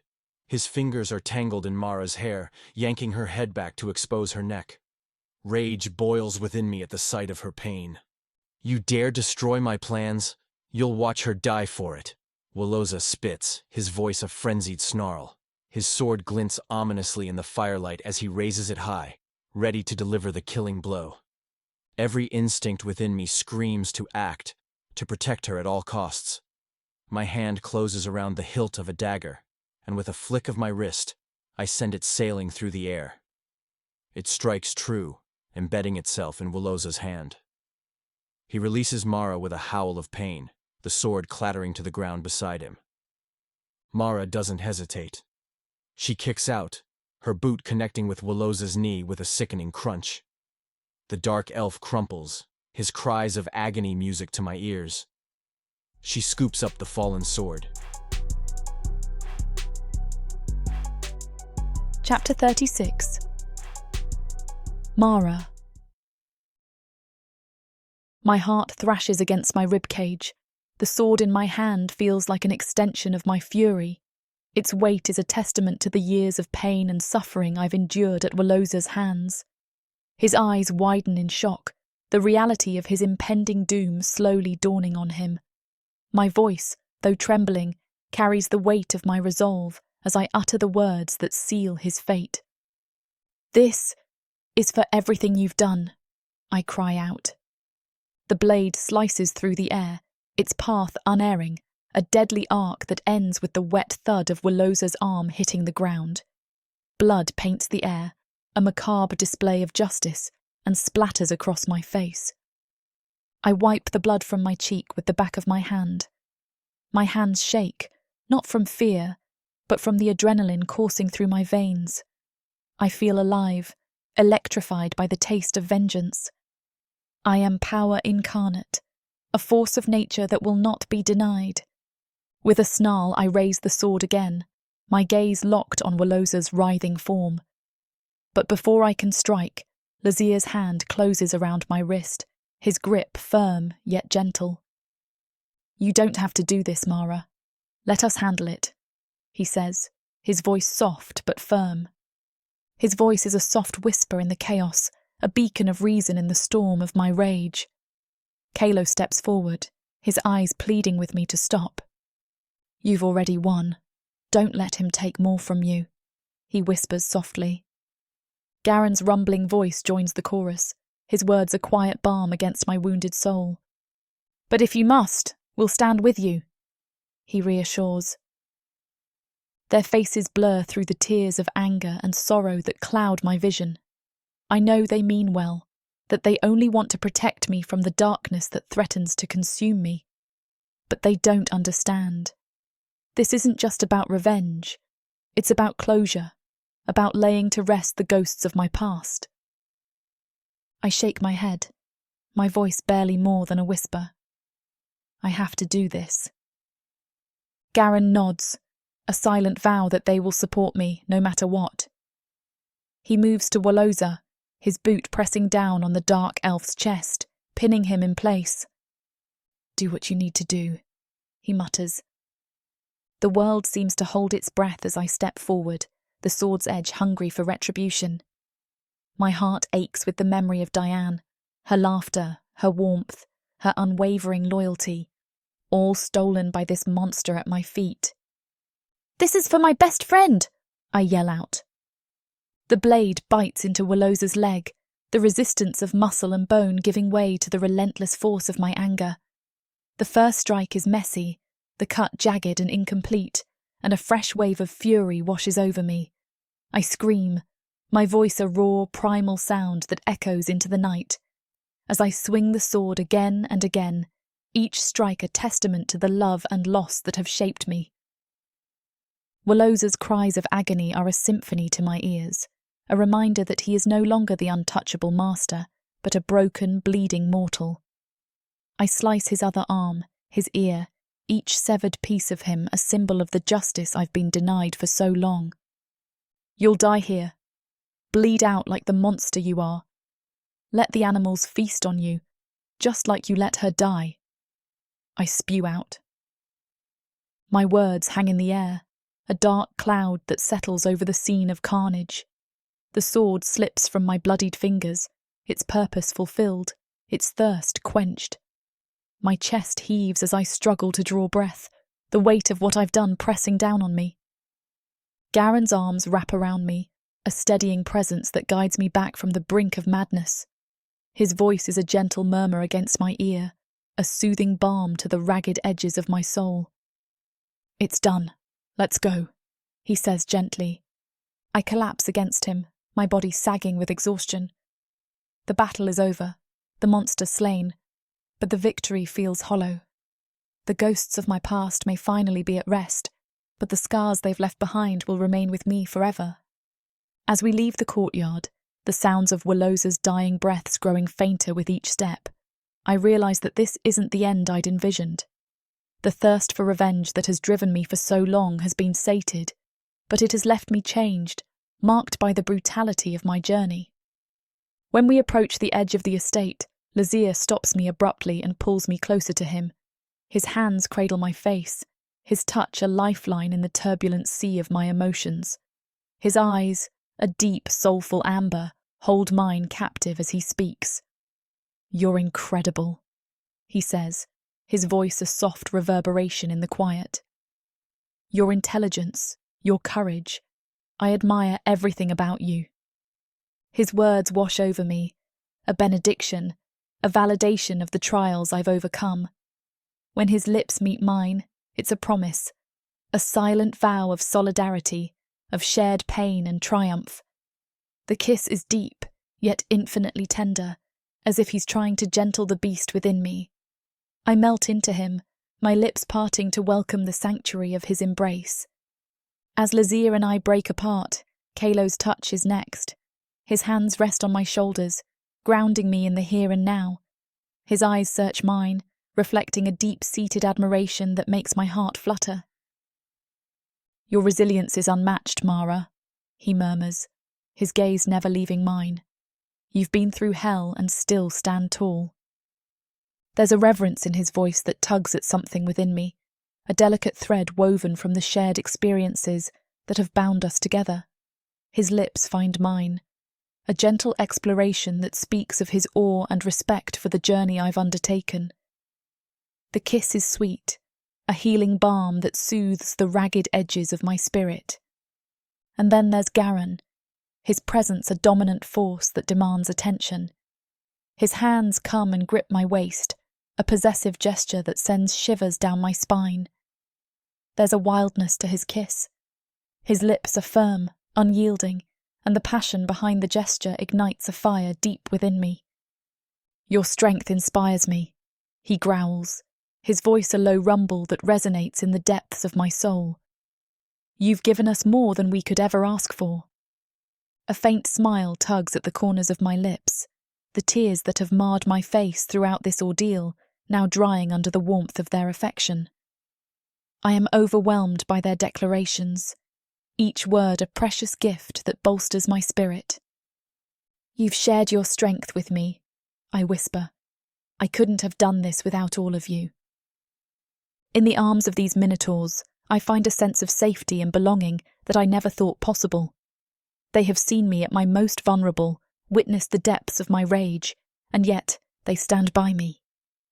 In this moment, enveloped by their love and support, I understand the true meaning of strength, not as a solitary force, but as a collective power, forged from hardship and nurtured by the bonds of unwavering devotion. As we leave the estate grounds, the haunting spectacle of Wolloza's downfall fading into the distance, I know that this is only the beginning.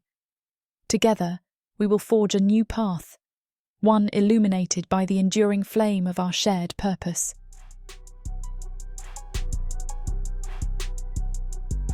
Chapter 37. Mara. I inhale the crisp night air, the scent of damp earth and smouldering ash lingering from the battle. My heart thuds in my chest, not with fear, but with a profound sense of relief. After walking several miles from the estate, we are far enough to feel safe, yet close enough to bear witness to the aftermath of my vengeance. We soon settle around a bonfire, its flickering flames casting dancing shadows across our faces. The warmth seeps into my bones, chasing away the chill of the night and the lingering cold of my past. A small, satisfied smile pulls at my lips and I say, "It's finally over." My voice is steady but filled with hope, the weight of the years finally lifted from my shoulders. I look at each of them, my heart swelling with a tenderness I never thought possible. "There's really gold," I tell them, "hidden away in Wolloza's vault. Enough to change everything. I can show you how to find it." Lazir shakes his head, a gentle smile softening his usually stern features. "Gold doesn't matter anymore," he says, his voice carrying a quiet conviction. "All we want is you." Calo's hand finds mine, his touch reassuring. He looks at me with an intensity that takes my breath away. "Be our mate, Mara," he says, his voice a low, earnest plea. "That can be our reward." Tears well in my eyes, their words stirring something deep within me. These 3 Minotaurs, once strangers, now feel like the only family I've ever known. They've seen me at my weakest and strongest, and yet they still want me. They still choose me. "Yes, yes, I'll be yours," I say, my voice trembling with emotion. The words come easily, a natural extension of the bond we've forged. Their smiles are bright, their relief palpable. Garron pulls me into a hug. "You've made us the happiest beings in all the realms, Mara," he murmurs into my hair. Garron's embrace tightens around me, and I feel the thrum of his heart against my cheek, a steady rhythm that matches my own. His hand cradles the back of my head, his fingers tangling in my hair as he tilts my face upward to meet his. The kiss is fierce and claiming, a celebration of life and a testament to our shared bond. "Mara," he breathes against my lips, the sound of my name on his tongue a sweet whisper in the night. Lazir's presence looms beside us, his gruff demeanour softened by the tender look in his eyes. He doesn't wait for an invitation. He simply leans in and captures my mouth in a kiss that sears my soul. His lips are firmer, more demanding, as if he's trying to pour every ounce of his being into me. "You're ours now," he murmurs, his voice a low growl that sends shivers down my spine. Then Calo is there, his youthful energy radiating like the sun. His kiss is a revelation, a melding of passion and innocence that leaves me breathless. His hands cup my face gently, and I can feel the reverence in his touch. "Stay with us forever," he pleads, his eyes shining. Their lips move over mine in an alternating dance, each kiss a promise, a vow of eternal devotion. And in this moment, I am a cherished companion, a woman loved beyond measure by these three incredible beings. The fire crackles merrily, casting a warm glow over our faces. The weight of our journey, the trials and tribulations we've endured, seem to dissipate into the smoke that curls toward the starlit sky. Garron's hand traces the contours of my back, his touch a comforting presence that anchors me to the here and now. Lazir's fingers intertwine with mine, a silent pledge of his unwavering support. Calo's laughter rings out, a joyful sound that echoes the lightness in my heart. And then, as if by some unspoken agreement, our lips meet in a shared kiss that transcends the boundaries of convention. 4 souls entwined in a single moment of pure, unadulterated bliss. The sensation is electric, a rush of desire that courses through my veins and sets my body alight with need. I am lost in the taste of them, Garron's earthy richness, Lazir's smoky undertone, Calo's sweet innocence. Their tongues explore my mouth with a hunger that mirrors my own, and I surrender to the euphoria that envelops us. The world around us fades into insignificance as we lose ourselves in the depths of our connection. The fire's warmth is a mere whisper compared to the inferno that rages within me, fueled by the love and passion of these 3 remarkable creatures who have captured my heart. As our kiss finally breaks, we remain entwined, our foreheads resting against each other's as we struggle to catch our breath. The bond between us is unbreakable, a testament to the strength and resilience we've discovered together. Garron presses a gentle kiss to my forehead, his voice a low rumble in his chest. "You are our heart, Mara." Lazir places a tender kiss on my cheek, his usual stoicism replaced by a soft vulnerability. "You are our soul." Calo brushes his lips against mine, a fleeting caress that speaks volumes. "You are our everything." The night wraps around us like a velvet cloak, the stars above winking knowingly as I lay my body down on the soft, moss-covered earth. The ground beneath me is a gentle cradle, contrasting sharply with the hardships we've recently endured. Garron, Lazir, and Calo join me, their massive forms casting long shadows in the firelight. Garron lies beside me, his presence a comforting heat at my side. He reaches out, his large hand spanning the width of my back as he pulls me closer. His touch is firm yet tender, a reminder of the strength that lies within his grasp. I close my eyes, savouring the feel of his fingers tracing the curve of my spine. Lazir positions himself at my feet, his nimble hands working their way up my legs. Each stroke of his fingers sends jolts of pleasure through me, and I can't help but arch into his touch. His usual stoicism is replaced by a look of intense focus, his eyes dark with desire as he kneads the muscles of my calves with practiced ease. Calo stretches out on my other side, his youthful energy replaced by a quiet, reverent awe.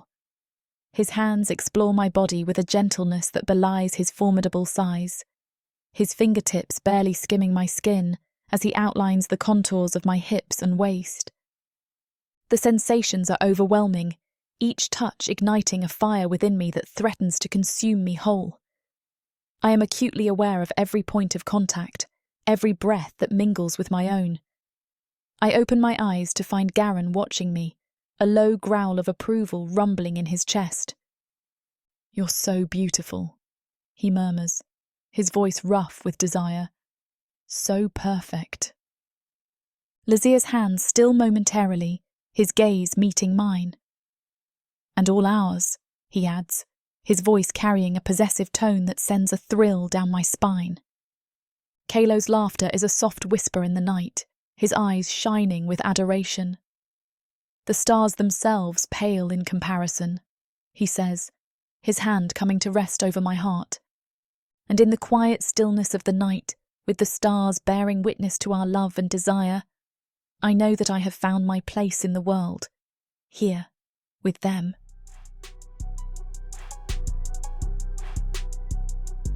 Chapter 38. Mara. This scene is about to get too steamy for this platform's comfort. And as much as we'd love to keep going, their guidelines say we need to stop here. To continue releasing these free audiobooks on this platform, we've got to play by the rules. The passion doesn't end here. Visit worldsofprotheka.com to hear the full, uncut version of this fantasy romance, and every daring moment that YouTube can't handle. Use code YouTube30 for 30% off unabridged audiobooks in the Worlds of Protheka. Don't let YouTube hold you back. Immerse yourself in a world of magic, danger, and unfiltered passion. Protheka's magic is eternal.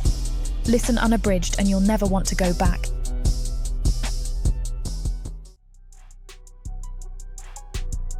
Chapter 39. Mara. The morning light filters through our makeshift camp, casting a warm golden glow over the rugged faces of my beloved Minotaurs. There's a palpable energy in the air, a sense of anticipation that makes my pulse flutter with excitement. Garron, Lazir and Calo have been unusually secretive these past few days, whispering plans and exchanging knowing glances whenever they think I'm not looking.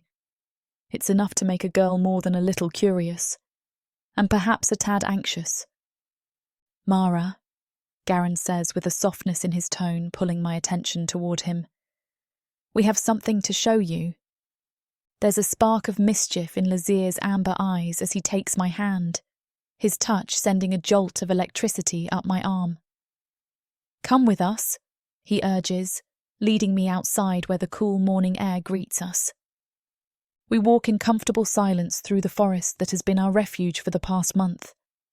They've refused to settle anywhere permanently until they were certain we were safe from any lingering threats.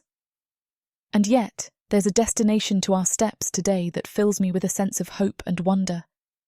As we emerge from the cover of the trees, my breath catches in my throat. There, nestled amidst rolling hills and lush greenery, stands a castle that looks as though it's been plucked straight from a fairy tale.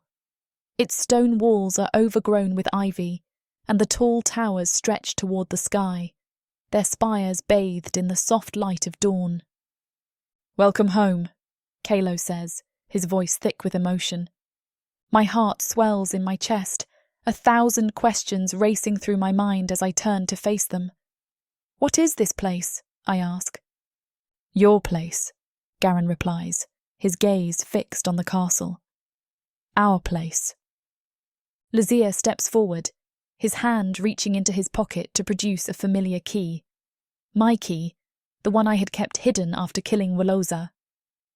We found this shortly after, well, you know, it led us to Woloza's estate, to a vault that was far too easy to crack open. My eyes widen in surprise. You went back there? Without telling me? I ask, my voice filled with shock. Calo chuckles, his green eyes twinkling with mirth. We wanted to keep you safe. You've been through enough, he replies. I'm stunned, overwhelmed by the realization that these incredible beings risked their lives for me once again. But why? I ask, my voice barely above a whisper. Why would you do this? Garron reaches out, his large hand gently cradling my face. For you, Mara. Because we love you, he declares. The words hang in the air, a profound truth that fills the cracks in my heart with light. I love them too, more than I ever thought possible. We used the gold from the vault, Lazir explains, not to win our way back into our clan, but to secure a future for us, for you. I glance back at the castle, its beauty magnified by the love that now resides within its ancient walls. I don't know what to say, I admit, tears pricking at the corners of my eyes. Calo takes my other hand, his voice filled with earnest sincerity. Say you'll make this castle our home. Say you'll share this new beginning with us. I look at each of them in turn. Garron, with his ice-blue eyes that see right through me, Lazir, the cynic who now smiles with unguarded warmth, and Calo, whose youthful enthusiasm is infectious. How did I get so lucky? Yes, I answer, my voice steady and sure. 1,000 times, yes. Their smiles light up the morning, and together we cross the threshold into our new life. A life where love is the true treasure we've found. And as the door closes behind us, I know that this castle, this home, will be filled with laughter and happiness for many years to come. It's a future I never dared to dream of.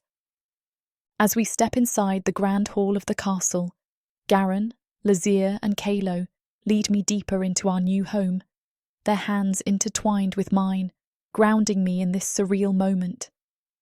Garron turns to me, his voice resonating with resolve. Mara, we want you to know that we haven't forgotten our people, our clan.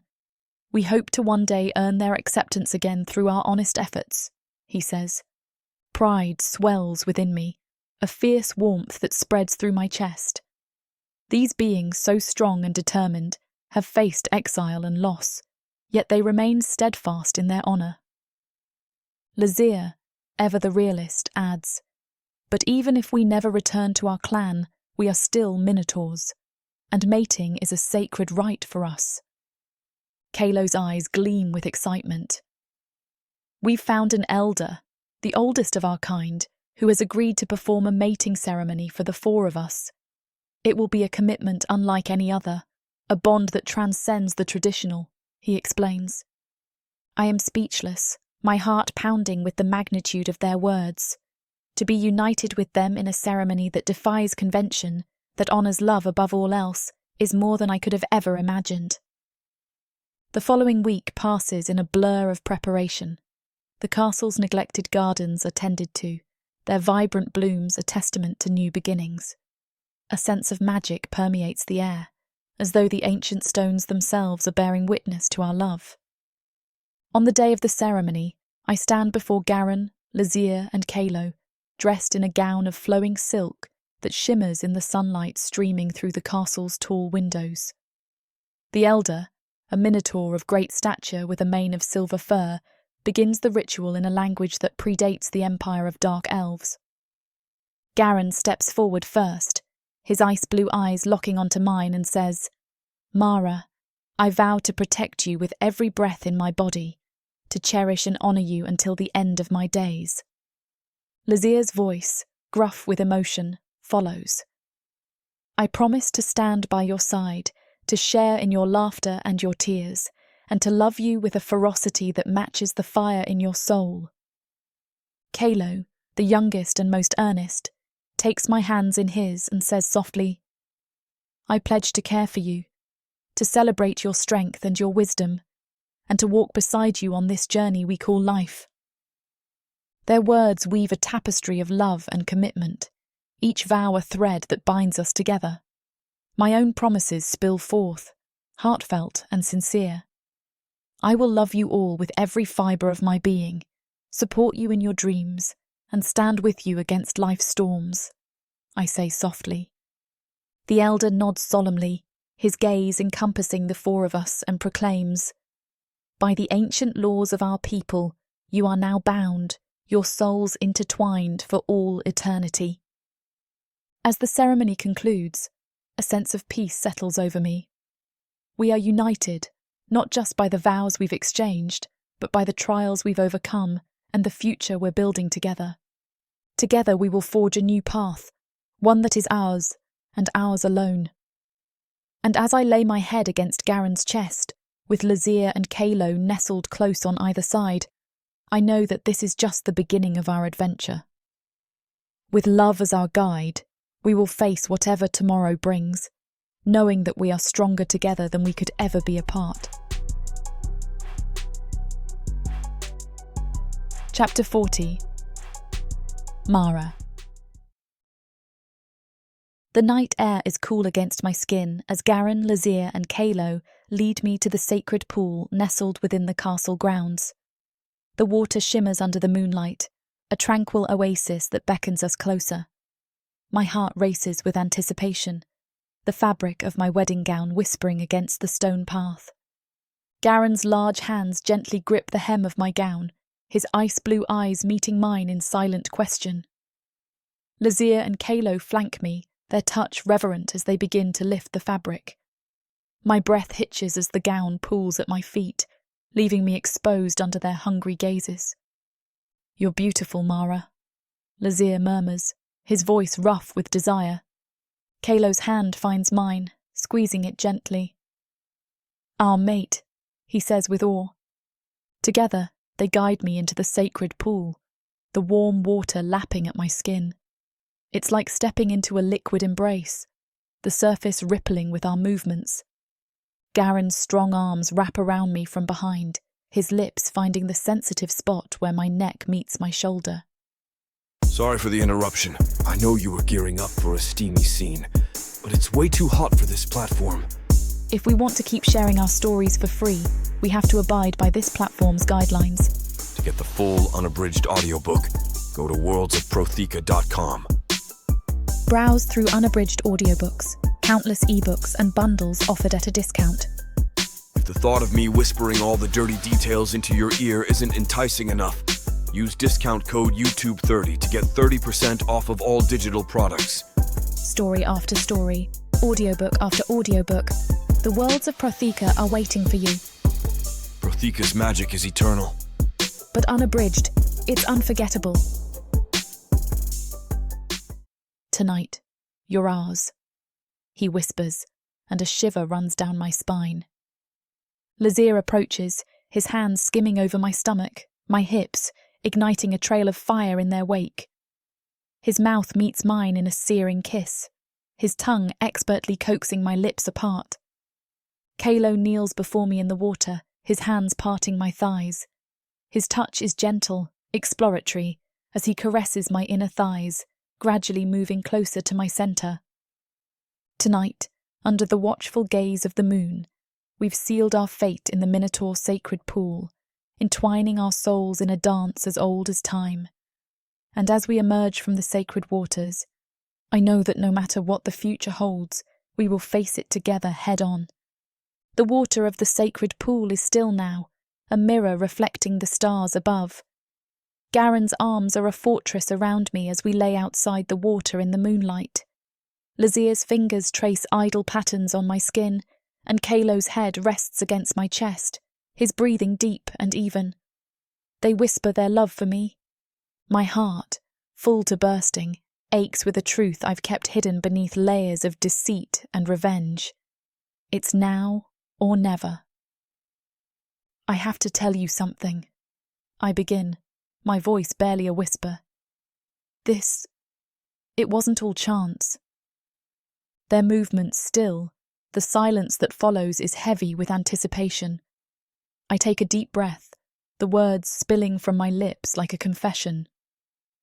"I knew about you, Garron. Diane. She was my best friend, and she told me about her Minotaur lover." My eyes meet his, a storm brewing in his icy gaze. "I thought you betrayed her. I wanted revenge.